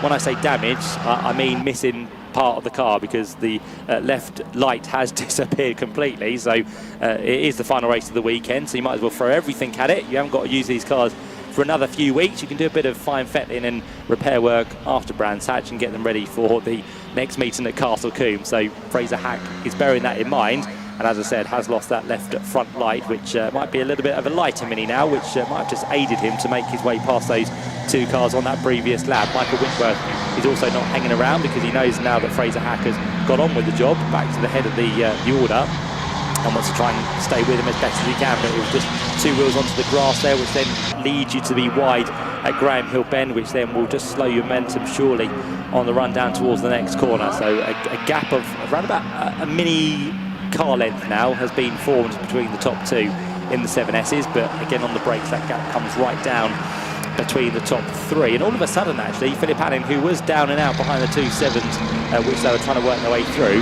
has made it a 4-way train once again. So the 7S's continue to fight as hard as ever as they work their way onto lap number 15. And is Fraser Hack going to be under pressure from Michael Winkworth and also Matt Ayres, because he tries to send one to the inside at Paddock Hill Bend. They sort themselves out, and I think it stays the same order as what we had across the line. Yeah, Hack ahead of Winkworth, ahead of Ayres, as the 7s work their way in towards the last couple of corners, and Ross Billison works his way past some traffic, but in doing so he has now just lost a little bit of touch to Damien Harrington in the final step on the podium. So the top 2 are pretty much gone now. They've got themselves a bit of a break. So Mike Jordan leads Joe Thompson, half a second separate those 2, with the final quarter of the race now being started. 3rd place still for Damien Harrington, with Ross Billison in 4th place. Lights very much ablaze for Mike Jordan, just to say to the back marker, I am coming through, just make sure he is aware that Mike Jordan is right there behind him. Mike Jordan, who has had 2 wins this year, it was pretty much dominant wins at Thruxton, wasn't it, on the support race of the BTCC. So Mike Jordan was on good form that weekend. He hasn't done too bad this weekend. He's had 1 podium so far in the 3 races, but he could be on for his best result of the weekend as it stands. I think briefly, yeah, we had a yellow flag at Graham Hill Bend, which I saw a green flag at Surtees. I think that's for bodywork, which is in the middle of the circuit. There might have been a car there at the same time as well, but that, whatever it was, has got going again. Currently seeing the fight for what's now going to be 5th position. So we've got Darren Thomas with behind him Aaron Smith in the yellow car for this race, and then on that tail is going to be Spencer Wanstall. Spencer Wanstall came here to Brands Hatch in a good place in the championship actually. 2nd, 14 points adrift of Ross Billison, but hasn't really had the rub of the green this weekend. So Spencer, I think, will fall further back from Ross, and he will definitely be overtaken by Joe Thompson after those 2 race victories he's had so far. So Joe Thompson will be the man who gains the most in the championship, and to be fair, he might actually head away from Brands Hatch as the championship leader. He does have to drop some 3 races this year. One of those will be a non-points score effectively. He did get 1 point as he was a non-finisher. That's what you do get in the Mini 7s, but still that'll be 1 round that Joe Thompson does have to drop, which will bring him a little bit more into the equation, and especially after a good weekend, Joe Thompson will be looking to emulate himself up the championship order as best as he possibly can. He's got 3 minutes to go. Joe Thompson still just a few tenths of a second back from Mike Jordan, who continues to be in the lead of the race. Still keeping an eye on what's happening with the battle, which has been race long and also weekend long, I think, for the 746 machine of Ollie Burkett. He was in a fight there with the 736 machine of Bertie Woolard, so they continue that fight through on towards Surtees and McLaren. Michael Winkworth finds himself in second place of the 7Ss as he crosses the line with Matt Ayres very close behind him with the Napa logo on that car. Philip Hanning just working his way now, or trying to work his way past actually the 741 machine, because Joel Wren has now got ahead of him. So Joel Wren's had a good end to this race in the 7Ss, so he will try and work his way up into fourth place, which is now pretty much confirmed ahead of Philip Hanning on the run in towards Druids Corner. Michael Winkworth is side by side with Matt Ayres just up the road. That's the fight for second and third on the podium, and it will go the way for now of Matt Ayres as they turn their way through the debris which has been left on the circuit. I'm just wondering if that's the light actually of Fraser Hack which has been left there. There's a light which has been deposited by someone. It's not the whole kind of front left of a car, so it might not be. In fact, it might be Michael Winkworth's light, because that I can now see is missing on the front right of that car, so that might be the one that is in the middle of the circuit and has now been run over multiple times from various minis in this race. So yeah, we'll wait and see. Mike Jordan just working his way through some traffic. Lights still fully ablaze for him. Joe Thompson about 3/4 of a second adrift, but he has now found himself with the traffic in the right-hander of McLaren, so that has just delayed him slightly. He tries to find his way past Dave Rees in the 777 machine. And for Mike Jordan, will he be heading on to the last lap? It's going to be close actually. We've got 65, 64, 63 seconds left, so the board will not quite go out, but I think, yeah, well, they might get through about 2 seconds to go next time round, so it's going to be an extra lap by the looks of it we're going to have after the 20 minutes have elapsed. So Joe Thompson turns his way still in second place through Paddock Hill Bend. As I said, the two behind now have been left to their own devices, but it's still a good fight going on for the final step on the podium. So we've got the battle between the 7Ss, who are now a lap down, but it's for third place in the 7s, which is well and truly on between what's going to be Damien Harrington and Ross Billison. Ross just needs a consistent weekend, really, which he has had, and just needs to keep picking up these points to stay in with a shout at the championship.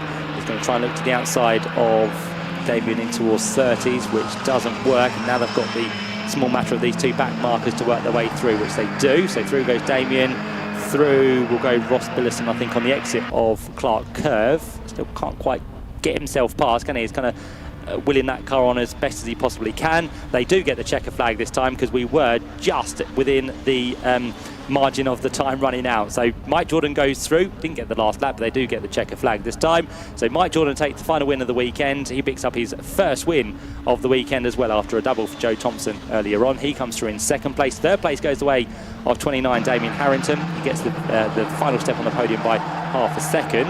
We'll come back to the rest of the order very shortly, because the 7Ss are about to come through to take the checker flag as well, and it will be Fraser Hack who takes the victory, just ahead of Matt Ayres, who we're currently looking at on our stream. He will go through across the line in second place behind Fraser Hack. Third place goes to Michael Winkworth. Fourth place in the 7Ss to Philip Annim, and Joel Wren does go back behind him on that last lap to finish fifth in that 7S class. So the top 10 as follows: Mike Jordan ahead of Joe Thompson.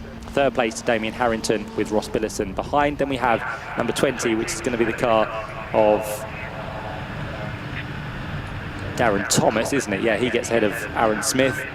Spencer Wanstall comes home in 7th. 8th place goes the way of number 38, which is Stephen Hopper. And then behind that, the winner of the 7Ss, Fraser Hack. And Matt Ayres completes the top 10, so a lovely way to end the weekend with the Dunlop Mini Challenge, supported by Mini Spares with the 7s and 7Ss. It was Mike Jordan with the victory ahead of Joe Thompson, just to classify that. Damien Harrington was third, and also the quickest man within that race with the fastest lap.